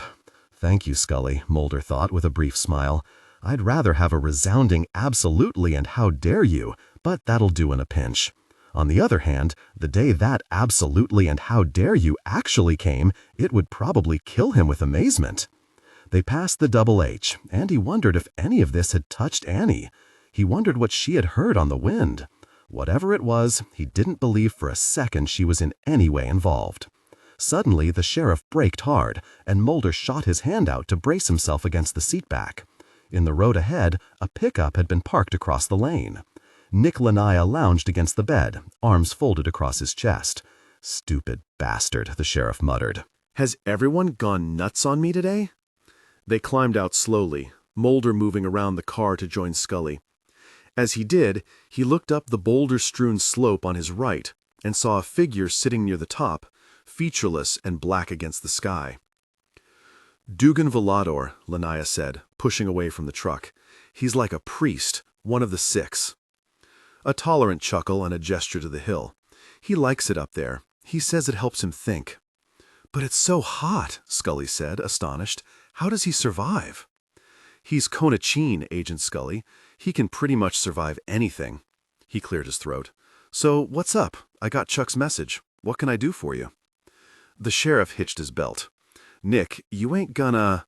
We need to see the reservation, Mr. Lanaya, Mulder said, further cutting the sheriff off by standing half in front of him. There are some questions we have to ask of the people in charge. The council? Are they the priests? Scully asked. Lanaya shrugged. Mostly, yes, but I don't think they'll talk to you. Mulder smiled. That's why you're here, to convince them that cooperation in a murder investigation would be the right thing to do, maybe save some lives. Lanaya scuffed the ground with the toe of a boot. Well, to be honest, Agent Mulder, I'm kind of beat today. A sour look at the sheriff. I spent most of the morning with a police accountant, going over Donna's ledgers and bank account.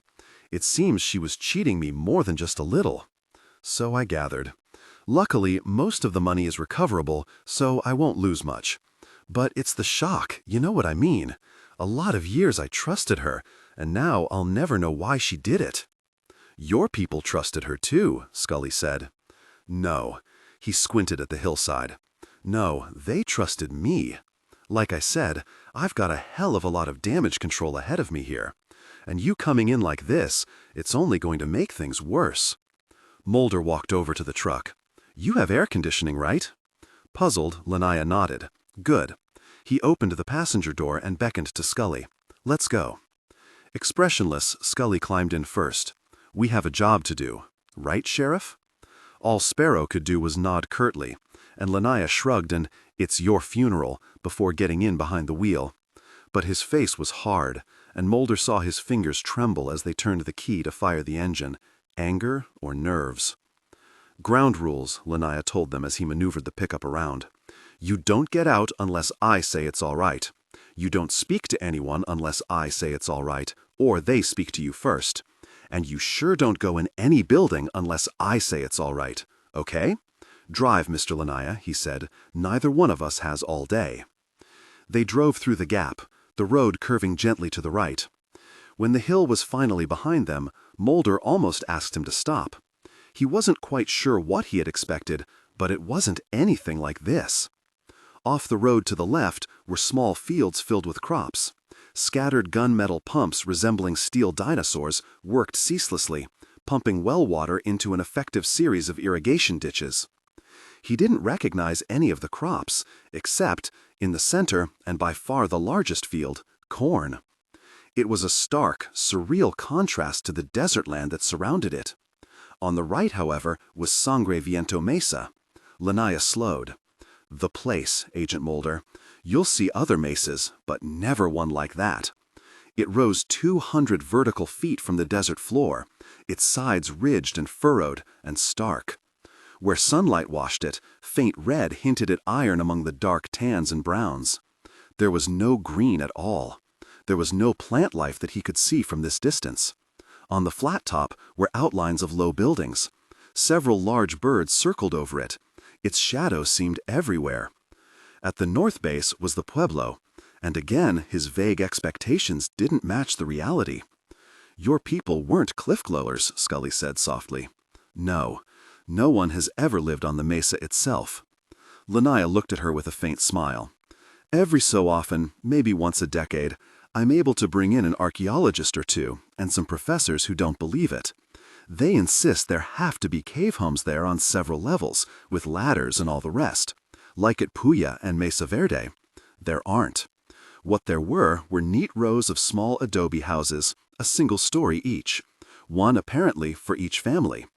All the doors and windows Mulder could see were outlined in pale green. As the road curved closer, he saw laundry hanging from lines on poles, orderly streets in a grid, and at the east end, two larger structures, which, Lanaya explained, were a storage building for crops and a tribal center. Incongruously, to Mulder, some of the homes sported television and FM antennas. Only a few had vehicles parked beside them, and most of them were pickups. He also spotted a corral where several horses munched on hay and swatted flies with their tails, a trio of black and white dogs trotting along a street, and a low pen populated by chickens whose plumage was almost garish.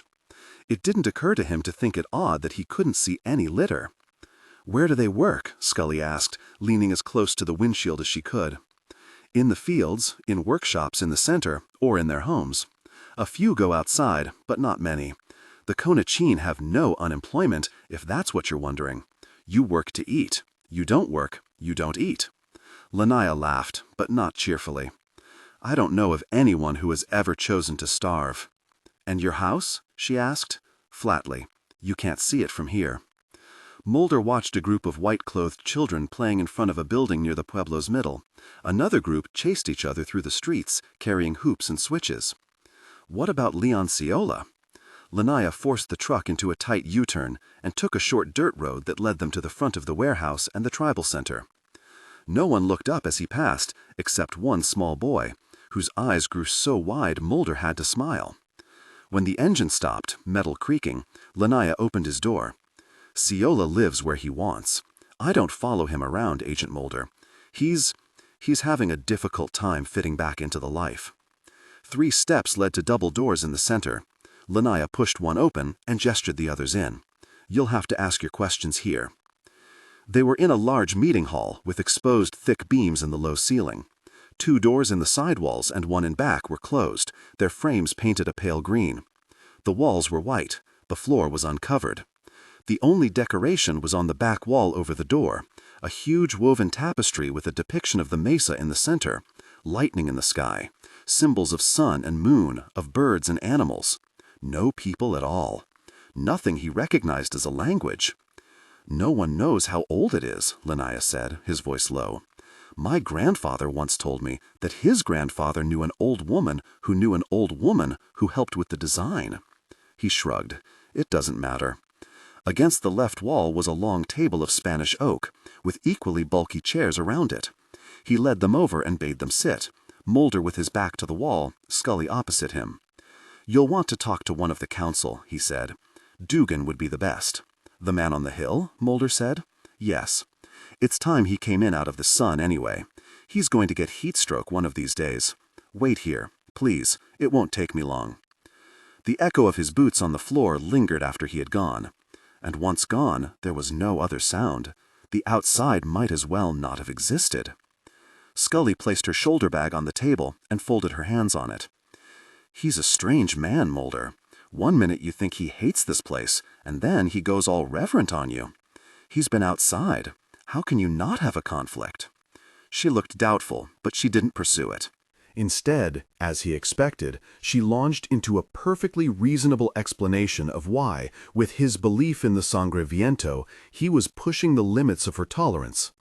While she grudgingly granted him the possibility of undirected psychic energy, a phrase she nearly choked on, she was not about to grant him deliberate control. Do you know what that means? Murder, he answered simply. Do you want to try to prove that in court? Do you think Skinner will buy it? Right now, I don't care about Skinner. What I care about is who's doing this. He leaned forward on his arms, folded on the table. Scully, 4 people are dead. There's 1 agent missing. Every connection points here, or to someone here, and unless we catch him, there's going to be more. She stared at him for a long time. He held the stare as long as he could, then sighed and looked down at his blurred reflection in the dark polished wood. Ciola, she said then. He looked up without raising his head. Leon Ciola. She slipped a sheet of paper from her bag and slid it over. You were so busy driving Sheriff Sparrow away with your story that I didn't have a chance to tell you. She tapped the paper with a finger. Preliminary police report on Donna Faulkner's house. A lot of prints were lifted. Hers, of course, and Lanaya's, no surprise, he was her partner, and Leon Ciola's. She cocked an eyebrow. Some of them in the bedroom. He glanced over the form and resisted the urge to shout. It's hard with only that one conversation, she continued, but I don't get the feeling that she ran that embezzlement scheme on her own. Ciola could have talked her into it. It's been going on for 4 years. 2 of those years were his last 2 in prison.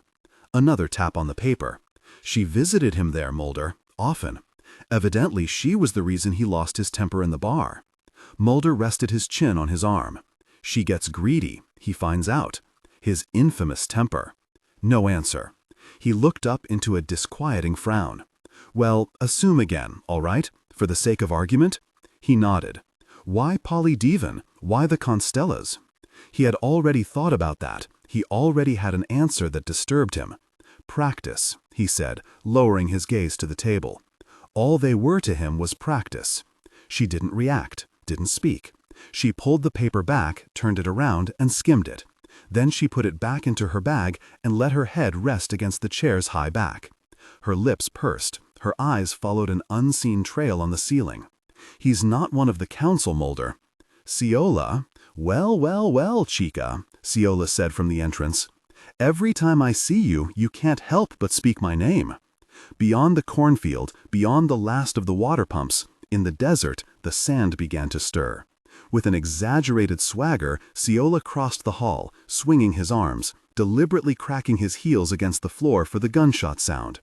His head was bare, his shirt and jeans looked stiff enough to be new, and his hair had been freed from his ponytail to sway against his back as he moved. "You like it in here?" he asked, spreading his arms. Neither Mulder nor Scully answered. He made a face. "This, you know, is the place where they meet every month. They try to think of a way to banish me, you see." He laughed and stamped a foot. "I am an embarrassment to them, FBI. I spent a lot of time in the penitentiary, and I think they think this shames them." He reached the head of the table and dragged the chair back, dropped into it, and hooked a leg over the arm. Scully shifted in her chair to face him, her right arm resting on the table. She said nothing. She only looked. Ciola gestured toward the entrance. "You're all the talk out there today, Agent Scully, did you know that? It's the red in your hair, I think. I figured you were here to talk to me, is that right? So, here I am. So talk." Scully gave him a little nod. "Where were you yesterday afternoon, Mr. Ciola?" He shook his head sadly. "You'll have to do better than that. I was telling my parole officer how wonderful it is to be outside again." "Then how did you know about Donna Faulkner?" "You were there. I have a police scanner in my truck." He grinned. "It comes in handy." "A scanner?" She sounded doubtful. The grin snapped off. "I'm an Indian, Agent Scully. I'm not a savage." "You nearly cut a man's head off," Mulder said mildly. "That sounds pretty savage to me." Ciola only glared at him, a quick glance, before he looked back to Scully. "Anything else?" "Theft," she said. The leg slid slowly off the arm. "I kill people, Agent Scully. I don't steal from them. You want a thief? I suggest you have a word with Saint Nick." "What were you two arguing about?" "Yesterday, in the street." "Do you know something, Agent Scully? For the life of me, I can't understand why a woman like you would—" "Ciola," Mulder said, raising his voice. The man sighed the sigh of a terribly put-upon man, and looked. Mulder held up his ID. "Just for the record, the Federal Bureau of Investigation has legal authority on Indian reservations, whether we're asked in or not. That means, Mr. Ciola, that I don't need anyone's permission, not the sheriff's, not your counsel, to bring you in for questioning concerning the murder of Donna Faulkner, or Polly Devan, or Matt and Doris Constella." He put the ID back in his pocket. "Why don't you just cut the crap and answer, Agent Scully?" The man looked ready to bolt, and from the corner of her eye, Scully saw Mulder tense for the chase. "He told us it was personal," she said quickly, watching them both relax as if strings had been severed. "It is. How personal?" "We hate each other, Mrs. Scully. I'm an ex-con, and he's a saint. I dropped out of high school. He's got degrees in great numbers, and out his throat." Palms down, he spread his fingers on the table. After a long moment, he said, "How confidential is this? If I tell you something, you put me back in the pen?" "That depends," Mulder answered. "On what?" "On whether I say so," Scully said, holding back a grin at the astonishment on his face. "Let me think about it." "While you're thinking," Mulder said, "tell me how you managed not to be killed by the Sangre Anto." Ciola gaped, his left hand moving unconsciously to his cheek to brush over the scars. "How in the world did you know that?" Mulder didn't answer. Scully knew, however. Now that she could examine them without fearing a knife in her throat, the pattern across his neck and face was clear, at least clear enough to anyone who knew about the wind. "I had a pony," Ciola said quietly. "When I was very little, a man died, one of the 6. During the ceremonial, no one leaves the mesa or goes into the desert. It's a foolish chance. Only people like Saint Nick do something dumb like that. I was little, and I was foolish, and I wanted my pony. She had broken out of the corral, and I chased her for nearly an hour. I almost had her once, but she bolted. I couldn't figure out why until I turned around, and there it was, right behind me. I fell over backward into an arroyo, and that's what saved me." Scully couldn't help it. "You believe in this blood wind?" Ciola's fingers fluttered across his face. "That's a stupid question, Chica. Do you want a stupid answer?" "No, just a truthful one." His eyes widened at her boldness, but one of the front doors opened before he had a chance to say a word. Nick Lanaya walked in, an old man trailing behind, both of them unaware of Ciola until they were halfway across the floor. Lanaya stopped. The old man didn't. He continued on to the table and took the chair on Scully's right. "What do you want, Leon?" Nick demanded. "The FBI calls. I answer." He grinned at Mulder. "It's the law, don't you know that?" "Get out, Leon. They need you in the warehouse." "Oh, I don't know." There are many questions left to ask. He looked to Scully for support. They want to know, for example, about Donna. How we loved, how we fought, how... Gosh, Lanaya spat, face darkening with rage. You kill. You dare to come back here as if nothing ever happened, and now you dare to talk? Enough, Mulder ordered, thumping the table with his fist. Excuse me, he said to the old man, and turned back to the others. Mr. Lanaya, for all our sakes, let me or Agent Scully be the ones to decide when Mr. Ciola has told us enough, okay? Mr. Ciola, I take it you're not planning a vacation or anything like that. Ciola laughed as he stood. Don't leave town, eh, gringo? Don't worry, I won't. I still have to go to Donna's funeral. Lanaya grabbed the man's arm as he brushed past him and whispered harshly in his ear. Scully couldn't understand what was said, but it made her wonder when Ciola swallowed heavily and left, nearly at a run. Nick made to follow, but a grunted word from the old man brought him to the table, where he sat in the chair Ciola had just used. I'm sorry, he said with a sheepish smile. The man just drives me crazy. His hand waved in front of his face as if clearing the air of a foul odor. Then he introduced Dugan Velador. He speaks very good English, so... Have I left, Nick? Velador asked quietly. Again Lanaya's face darkened, and he lowered his head and didn't move. Scully raised an eyebrow to Mulder at the control the old man had, then sat back so she could see both of them at once. She wasn't sure what Mulder wanted her to say, and so deferred to him when he cleared his throat, a signal that he wanted to take charge of the interview for a time. She hoped, though, that when the Sangre Viento came up, as it surely would, Velador wouldn't be insulted. It would be easy for him to think they were mocking him or being condescending. And although Nick had warned them of the probability, she was somewhat taken aback when the old man said, I want you to leave the mesa now, please. There is nothing here to discuss or tell you. He stood, the bone necklace he wore rattling softly. Lanaya stood as well, quickly, but Mulder only clasped his hands on the table and said, I have reason to believe, Mr. Velador, that someone, probably one of your people, has been using either you or the Six to establish control of the Sangre Viento. When the old man reached out to grab the edge of the table, Mulder paid him no heed. If that's true, then this man, sir, has committed 4 murders, and Agent Scully and I don't intend to leave until we find him and arrest him. Well, Scully thought as Velador sank back into his chair, that's certainly being subtle. A small leaf danced in a circle in the air, several inches above the ground. From a distance, it looked like a butterfly searching for a blossom. Seconds later, it was joined by another, this one pierced by a cactus needle. Below them, the sand began to rise. Mulder hoped neither the old man nor Scully noticed when he released the breath he'd been holding.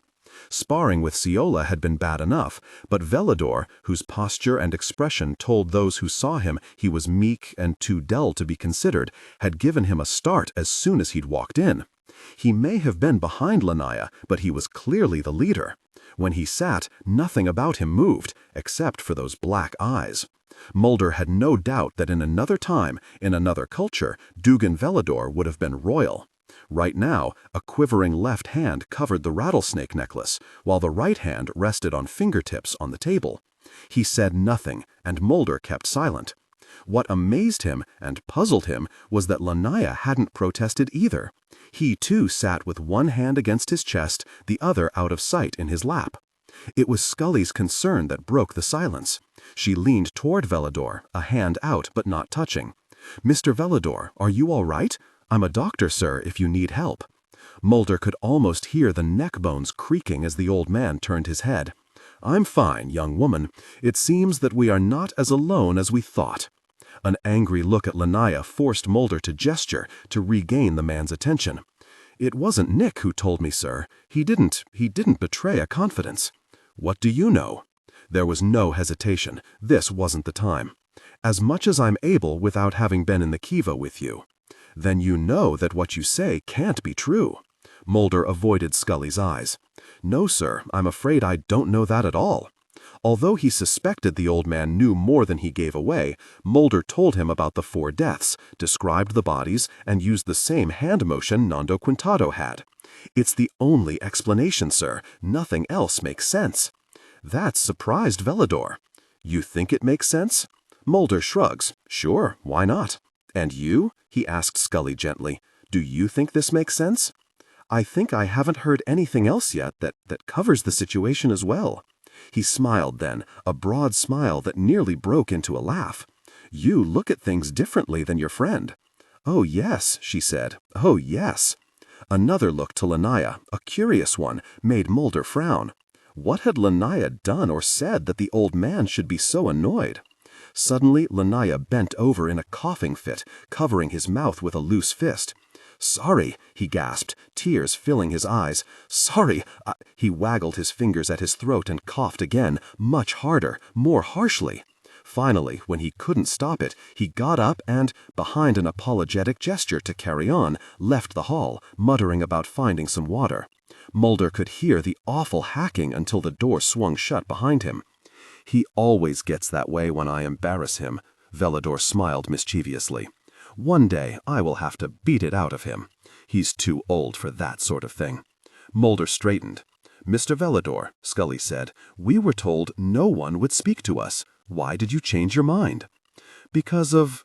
Sometimes I am not as smart as I think I am, you know.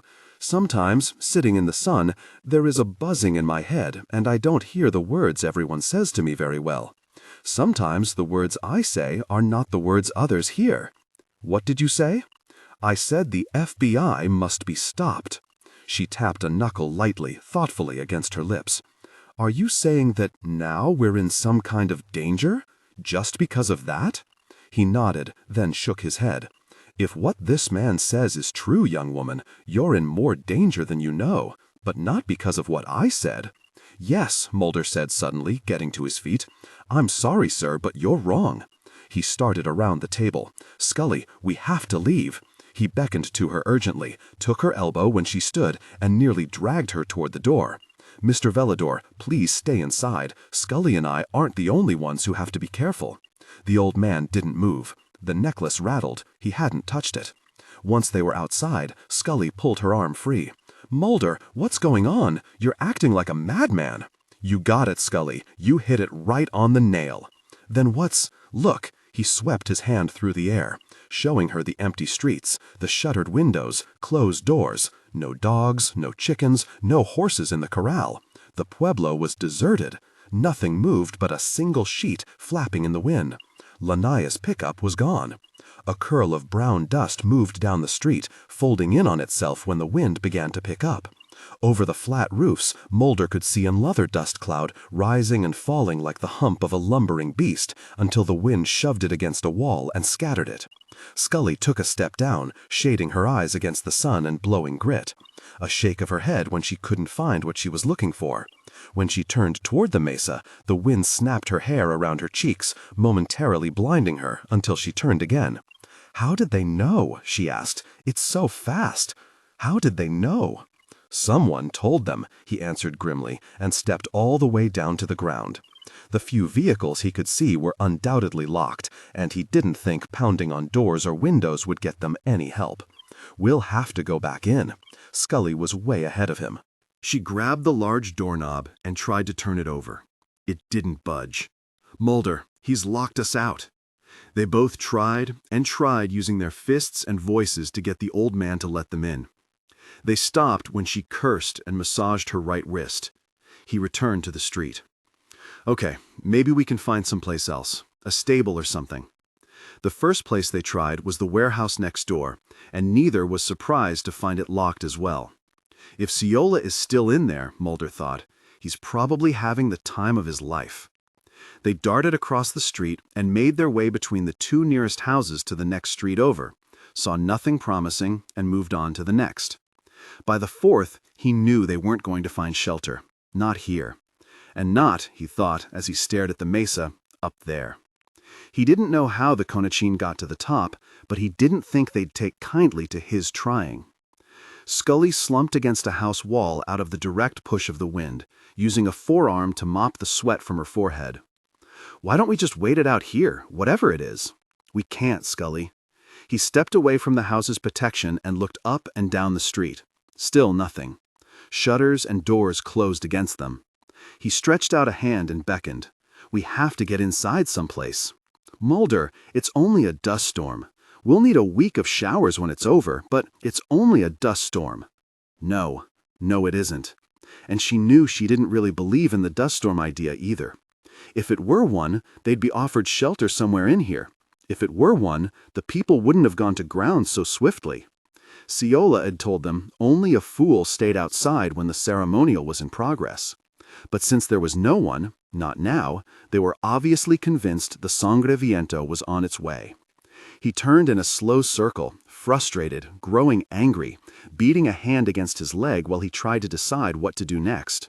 Hide was the obvious answer, but where? Nowhere. At least, nowhere in the Pueblo. Apparently Scully had reached the same conclusion. She left the wall's protection and started up the street toward the road, purposeful urgency in her stride. He hesitated before following, hoping she wasn't thinking what he feared she was. When he caught up, she said, "How far do you think it is?" Very, he thought. Too far to run. There's gotta be someplace closer. I have no intention of running, Mulder, at least not yet. She pointed to the fields and the desert beyond. If it comes from out there, we'll be able to see it, right? She gave him a tight smile. When we see it, then we'll run and see what happens. What if it comes from somewhere else? Then we won't have to run, will we? More leaves, dancing. When they were close enough, they gave the illusion of a funnel. When they separated, they were butterflies again. Until the sand joined them. Then they become a cloud. What Mulder desperately wished he knew, what he couldn't deduce from any of the information he had, was how long it took the whirlwind to form. If it took 6 men to create one only once in a while over the course of a week, surely a single man, no matter how skilled, couldn't create one with just the snap of a finger. "Oh God," he whispered, as they passed the last house and angled westward toward the road. Not with the snap of a finger, but after sufficient preparation. Which meant Scully, staying on his left, unabashedly using him as a windbreak, picked up the pace as she said, "It's Lanaya, isn't it?" "Yes," he said, more convinced now than he had been that morning. "Why? Ceola's too obvious?" "No, Ceola didn't know we were coming today. Lanaya did. He's had time, Scully, to get ready. He took that old man literally. He's going to stop us." He held up a hand before she could interrupt. "He's going to try to stop us, okay?" She ran a few steps, slowed, ran a few more. The wind died abruptly. He couldn't help glancing to the right every few feet, grateful when the fields blocked him, a little apprehensive when he could see all the way to the mountainous horizon. He had no idea what the wind would look like, or if he'd be able to hear it coming. He caught up with her when she paused to shake dust from her hair, and grinned when a sudden gust blew it back in her face. "It's a no-win, Scully." "Tell me about it." They walked on. Ahead, above the road, curtains of shimmering heat hung in the air. He took off his tie and jammed it in a pocket. What the hell was he thinking of, wearing a suit on a day like today? And why, he thought further, turning around to walk backward a few steps, didn't he just take his gun, walk up to one of those doors, and threaten to blow the lock off if they didn't let him in? Because, he answered, they'd probably just shoot back. Swirls of sandy soil snaked across the blacktop when the wind returned. Rustling made him jump until he realized it was only the corn in its field. A tumbleweed rolled between them, tangling in Scully's feet until she kicked at it savagely, and it broke apart and was blown away. "Tell me something, Mulder. If this man is so well liked here, and he can cross successfully between this world and the one out there, why did he do it? Why risk it all?" They had no water. His throat was dry, his eyes felt gritty. When he breathed, it was like taking in clouds of fire to his lungs. They weren't walking nearly as rapidly now. He kept saying "they," Mulder answered, licking his lips to moisten them, finally giving it up as futile. When he gave us that big speech about the Conachine and their dislike of the outside world, he kept saying "they." He had been one of them until he'd left to go to school. When he came back, he had changed. It was inevitable. And for reasons they might never know or understand, he hadn't been able to change back, or to adapt as he had adapted to the outside. Mulder suspected it was unfocused anger that forced him to attempt to steal what belonged to the Six. They were, Dugan Velador was the wise man, the leader. What he did, what the others did, was accepted without serious question. How could he not want that respect too? What he hadn't understood was that the power the old man had came from the respect they were given, not the other way around. Lanaya figured, have the power, have the respect. That would make him fully Konachin again. Scully slowed a little, and he saw how her hair had begun to mat to her neck and scalp. He took off his jacket and slung it over his shoulder, his shirt nearly transparent where the sweat held it against his skin. When he brushed his fingers over his hair, the hair felt hot. He would give a lot right now to look stupid in a hat. Then he blinked, wiped his face, and blinked again. The gap in the wall was only 100 yards away. He looked back at the pueblo and saw nothing move. Dust blew through it, and all he could think was ghost town. The dust devil grew and spun in place. It was little more than 2 feet high, wobbling around its axis as if ready to collapse should the wind blow again. Butterflies and sand. No sound at all. Mulder stumbled, and Scully grabbed his arm to steady him. He smiled her wanly. Isn't that what I'm supposed to do? Since when did you ever think I was helpless, Mulder? Never, he thought. Never. They walked into the gap, and into its shadow, which was no shade at all. Ahead, the road rose and fell as if it were a narrow wave, making him rub his eyes until it steadied. In his shoes, his feet burned, and his ankles promised spectacular blisters once he took the shoes off. Something small and dark scuttled across the road. It was tempting, very tempting, to take his shirt off. The cloth was a weight his shoulders could barely handle. The jacket on his arm already weighed a ton, and he didn't think he'd be able to carry it much longer. How did they do it? Scully asked, as they came out of the gap and stopped. She stared across the desert floor. They could see no interstate, no trucks, no cars, no planes overhead. There was nothing but the sky and the mountains. How did they cross this place without killing themselves? They had water, for one thing, Mulder said sourly. It must have been incredible, she said. She laughed. It must have been a difficult person. He let his knees fold him into a crouch, his jacket slipping to the road. There was too much space here, too much sky. Gauging distance accurately was nearly impossible, but he seemed to remember that the ranch house wasn't much more than a mile to his right. If they climbed the fence and angled overland instead of sticking to the road, they might make it faster. He didn't realize he'd been speaking aloud until Scully said, "What if you twist an ankle?" "Me? Why me?" She grinned. "I'm a doctor. I know better." It was heartening to see the smile. It wasn't good to see how her face had reddened. They were dangerously close to sunstroke. They had to be. And dehydration wasn't all that far behind. If they were going to do it, they'd better do it now. He rose with a groan, and with a groan leaned over to pick up his jacket. "Ceola is evil, you know," she said. He draped the jacket over the barbed wire and held it down while she climbed awkwardly over. "Lanaya is worse." He didn't get it. "Why? I can understand Ceola, but it'll take me a long time to understand Nick, as tall as a man." And now it began to whisper.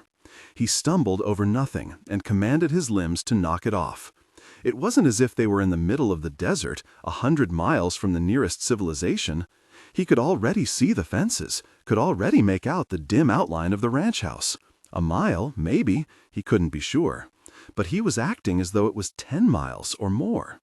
Scully sidestepped a prickly pear and nearly walked straight into another. She swiped at it with her suit coat, the move turning her in a circle. "Do you think Sparrow is on it?" "What? Sparrow? No. Why? He didn't follow us into the reservation, and he wasn't waiting when we came out. It was too hot to think straight, but he doubted that Sparrow was anything more than understandably skeptical about the whole thing. He was, no doubt, sitting in his office, drinking from his flask, and trying to figure out how he would charm them, or bully them, into getting some credit for the crime's solution, even if it meant having to accept some magic. It began to hiss. It began to move. "There," Scully announced. "There it is." They stood on the lip of a shallow arroyo beside a handcrafted bridge. "Thank God you see it too," Mulder said. "I thought it was a mirage." They crossed the bridge single file. The vivid green of the lawn was visible now, and through the rising ghostly heat he could make out the house, if not its details. On the other side, Scully leaned over the rail. I think those holes in the bank down there are rattlesnake dens." Mulder wasn't listening. He had stopped to take a breath, a brief rest on his feet. Without much hope, he checked the gap just in case Ciola or someone had taken pity on them and had followed them in a truck. He also checked the top of the hill, just in case the old man was there. Then he said, "Scully, how fast can you run?" It rose out of the arroyo 100 yards away. Mulder had expected it to be shaped like a miniature tornado, but it was conical from top to bottom and cloudy with the debris that whipped around its surface, the source of the hissing it made as it left the dead river and made its way toward them. 8 feet high, at least 4 wide in the middle. Whether it was the force behind it or the weight of the sand and grit that formed it, it wobbled as it moved, with thin, dark bands rippling along its surface, snapping apart and reforming. Every so often a gap would appear and he could see right through it. Then the gap would close, swallowed whole. Had it arrived an hour or 2 earlier, he didn't doubt they would have had a chance to make it to the house. Its ground speed was not much greater than that of a leisurely trot. Not now, though, not after so much time in the sun. They ran over the uneven ground as if palsied, as if drunk, veering wildly away from each other, then having to veer again in order not to collide when they tried to rejoin.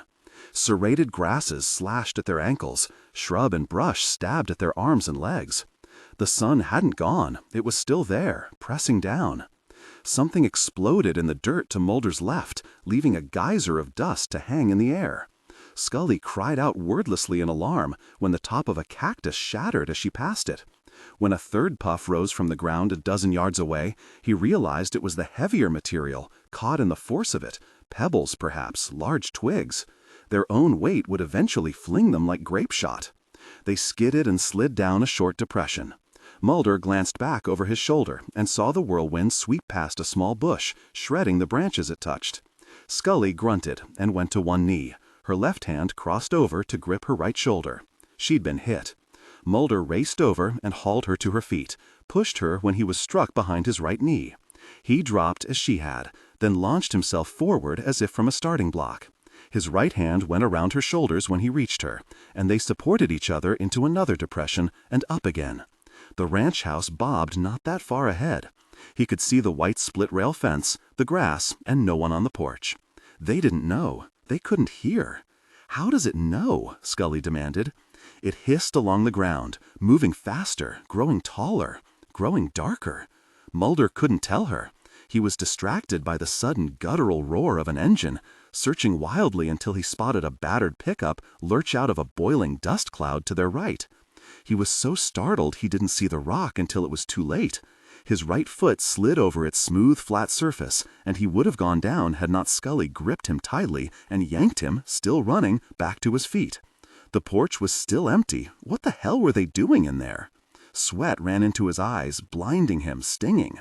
Scully yelled, and he thought for a moment she'd been hit again, and his shoulders automatically hunched in anticipation. When she yelled a second time, he understood. She was trying to get the attention of the house. It wouldn't do any good. The hissing was too loud.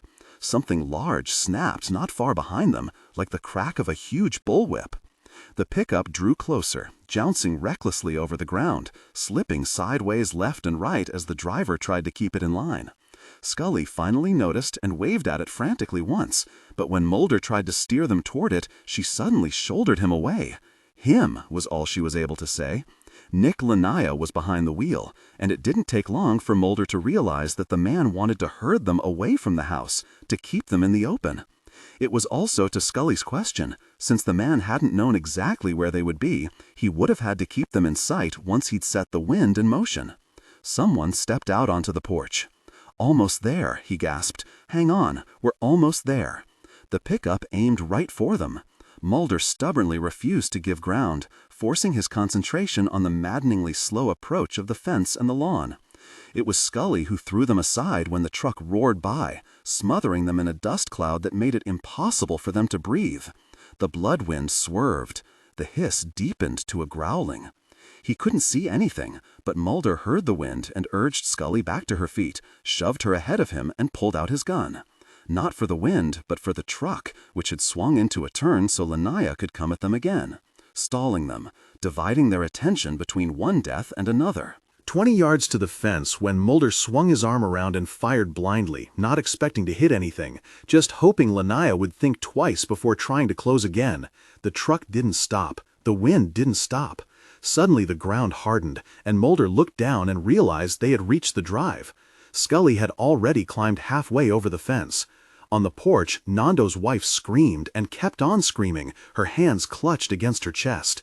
The pickup charged, and Mulder fired a second time, hitting the windshield on the passenger side, causing Lanaya to swerve and swerve again to avoid hitting the fence in front. But the wind didn't stop. It hissed across the driveway, forcing him into a move he knew immediately was foolish but was too late to stop. He bolted to his left, away from the house and lawn. But the sight of it so close and the sound of its voice had panicked him, and by the time he was able to think again, Lanaya had turned the truck around. Scully yelled at him on her knees from the porch, where Nando was, now, a rifle in his hands. The wind had paused. A stone, a piece of wood, smashed through one of the ranch house windows. Mulder felt dizzy. The exertion, the heat, and the dust, the sound of that thing spinning slowly in place. He took a step back and almost fell, staggered sideways, and saw Lanaya in the cab, grinning. Sangre viento. It moved. Nando fired at the truck, and a headlight exploded. It won't make any difference, Mulder thought, sidling to his left. Kill Lanaya, and the wind will still be there. It has its target now. He froze. No, it won't. The wind brushed against the corner fence post, and sawdust filled the air, some of it showering into the yard, the rest sucked into the spinning. Lanaya gunned the engine. Mulder had no choice left but to run straight toward him. If the wind picked up speed, he would use the truck to stop it. If it didn't, he would stop it anyway, if he was right.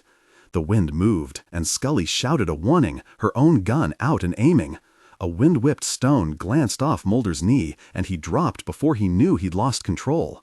He felt the blood before he felt the pain, and the pain stood him up again. At that moment, both Scully and Nando fired. At that moment, Mulder aimed and fired. At that moment, Sangre Viento moved, and moved fast. If I'm right, Mulder thought as he raced as best he could to the truck. The windshield was pocked with holes and web-like cracks. The engine still ran, and as he grabbed for the door, he saw Nick behind the wheel, his head back, his face covered with running blood. He saw the Whirlwind speeding toward him. If I'm right, he thought, and yanked the door open, scrambled onto the seat, and reached for Lanaya's throat. It wasn't hissing now, it was roaring. He grabbed the rawhide thong around the man's neck and pulled again as the truck began to rock violently. Pieces of the windshield began to fall in. Giving up on the thong, Mulder nearly crawled into the dead man's lap and ripped his shirt open, grabbed the medicine bag and tried to rip it apart. He couldn't, and something slammed into his side, into his shoulder, throwing him against Lanaya's chest and rocking him back. Metal shrieked, glass cracked and shattered. He held the bag up, as far away as he could, and put a bullet through it, blowing it apart as he threw himself into the well and waited for one of them to die. They were all acting, Mulder said. He and Scully sat at the porch table with Annie Hatch, he with a slick glass of iced tea, Scully with a glass of fresh squeezed lemonade. They had invited themselves out on their last day because Mulder felt the woman should know. Sparrow wanted us to believe he was either dumb as a post or a hick who was only around for comic relief. Ciola was the macho, I dare you to touch me man, but he was terrified because he knew what Nick could do. He took a long drink and sighed. And Nick didn't think we'd believe for a second in the Sangre Viento. We're trained agents. We deal with solid evidence and behavioral science and the magic we can do ourselves in the lab. It wasn't magic, Mulder, Scully said. He smiled at the lawn. Suit yourself.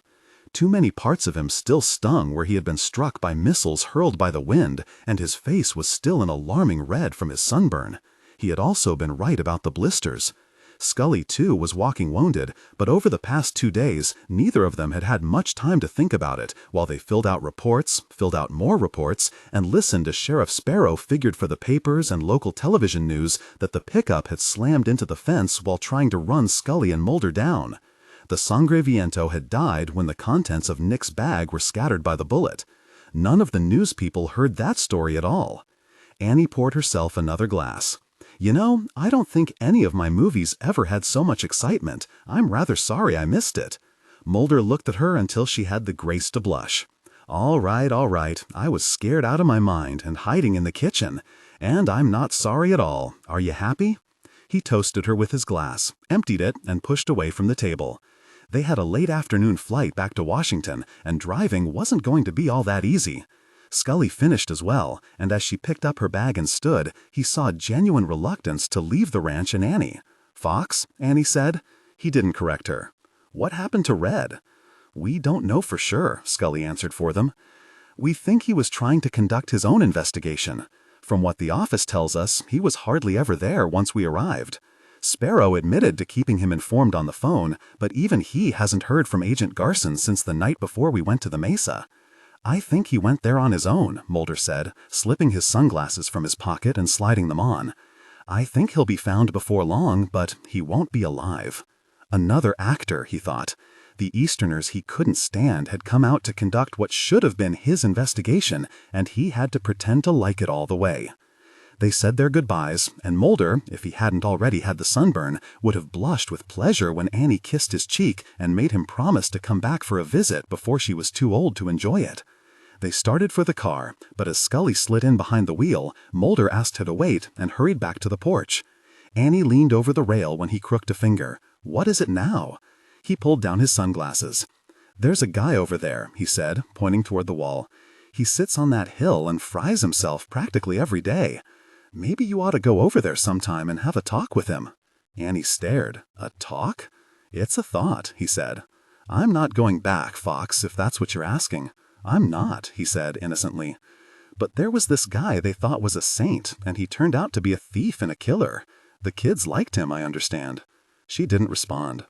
"Besides," he added as he pushed the glasses back up, "who says a saint has to be a man?" She was still on the porch as they drove toward the main road, and he suspected she would be there for some time to come. He didn't speak until Scully pulled out onto the interstate. "Amazing, wasn't it? The Sangreviento, I mean." She glanced over at him, unsmiling. "I'm working on it, Mulder. I'm working on it." "Of course you are."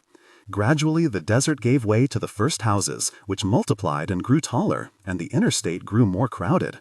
Scully had a silent, close to obscene altercation with a pickup that cut them off, and another with an old tailfin Cadillac that hadn't yet discovered the speed limit was all the way up to 55. A mile later, she glanced at him and said, "Do you really think it was power he was after, because he wasn't really part of that world?" He didn't answer right away. "Mulder?" "Yes," he said at last. "Mostly. Power equals respect is an old lure for those who think they don't have either. Ciola is in the warehouse because he knew what Nick would do. And that's not respect, Mulder. It's fear. Sometimes people like that don't or can't make a distinction. A van passed them, music blaring from its open windows. "Acceptance," Mulder said then. "What?" "Acceptance. Power equals respect equals acceptance. Equals fear," she added quietly. He agreed. He also agreed that murder was seldom as uncomplicated as most would believe. He and Scully could probably talk about it all the way back to Washington, and they still wouldn't have the complete answer. The only one who did was Nick Lanaya. "Scully," he said while she tried to follow the signs to the airport, "what do you think would happen if, for example, the man who replaces Velador in that circle gets a notion, like Lanaya did?" Lanaya didn't know exactly what went on in the Kiva. He made a few guesses, got a few answers from the old man, who didn't know he was giving them, and did the rest on his own. What if one of the circle decided to turn mean? She didn't answer. He had no answer. What he knew was that Nick could possibly have gone on indefinitely, killing those he didn't like, killing those he took a dislike to for no reason at all. He could have, mostly because no one else believed. He watched the city, the cars, saw an airplane drifting low toward a landing. Those old men may be wise, but they aren't all old, and none of them is perfect. Imagine, he thought. Imagine the power.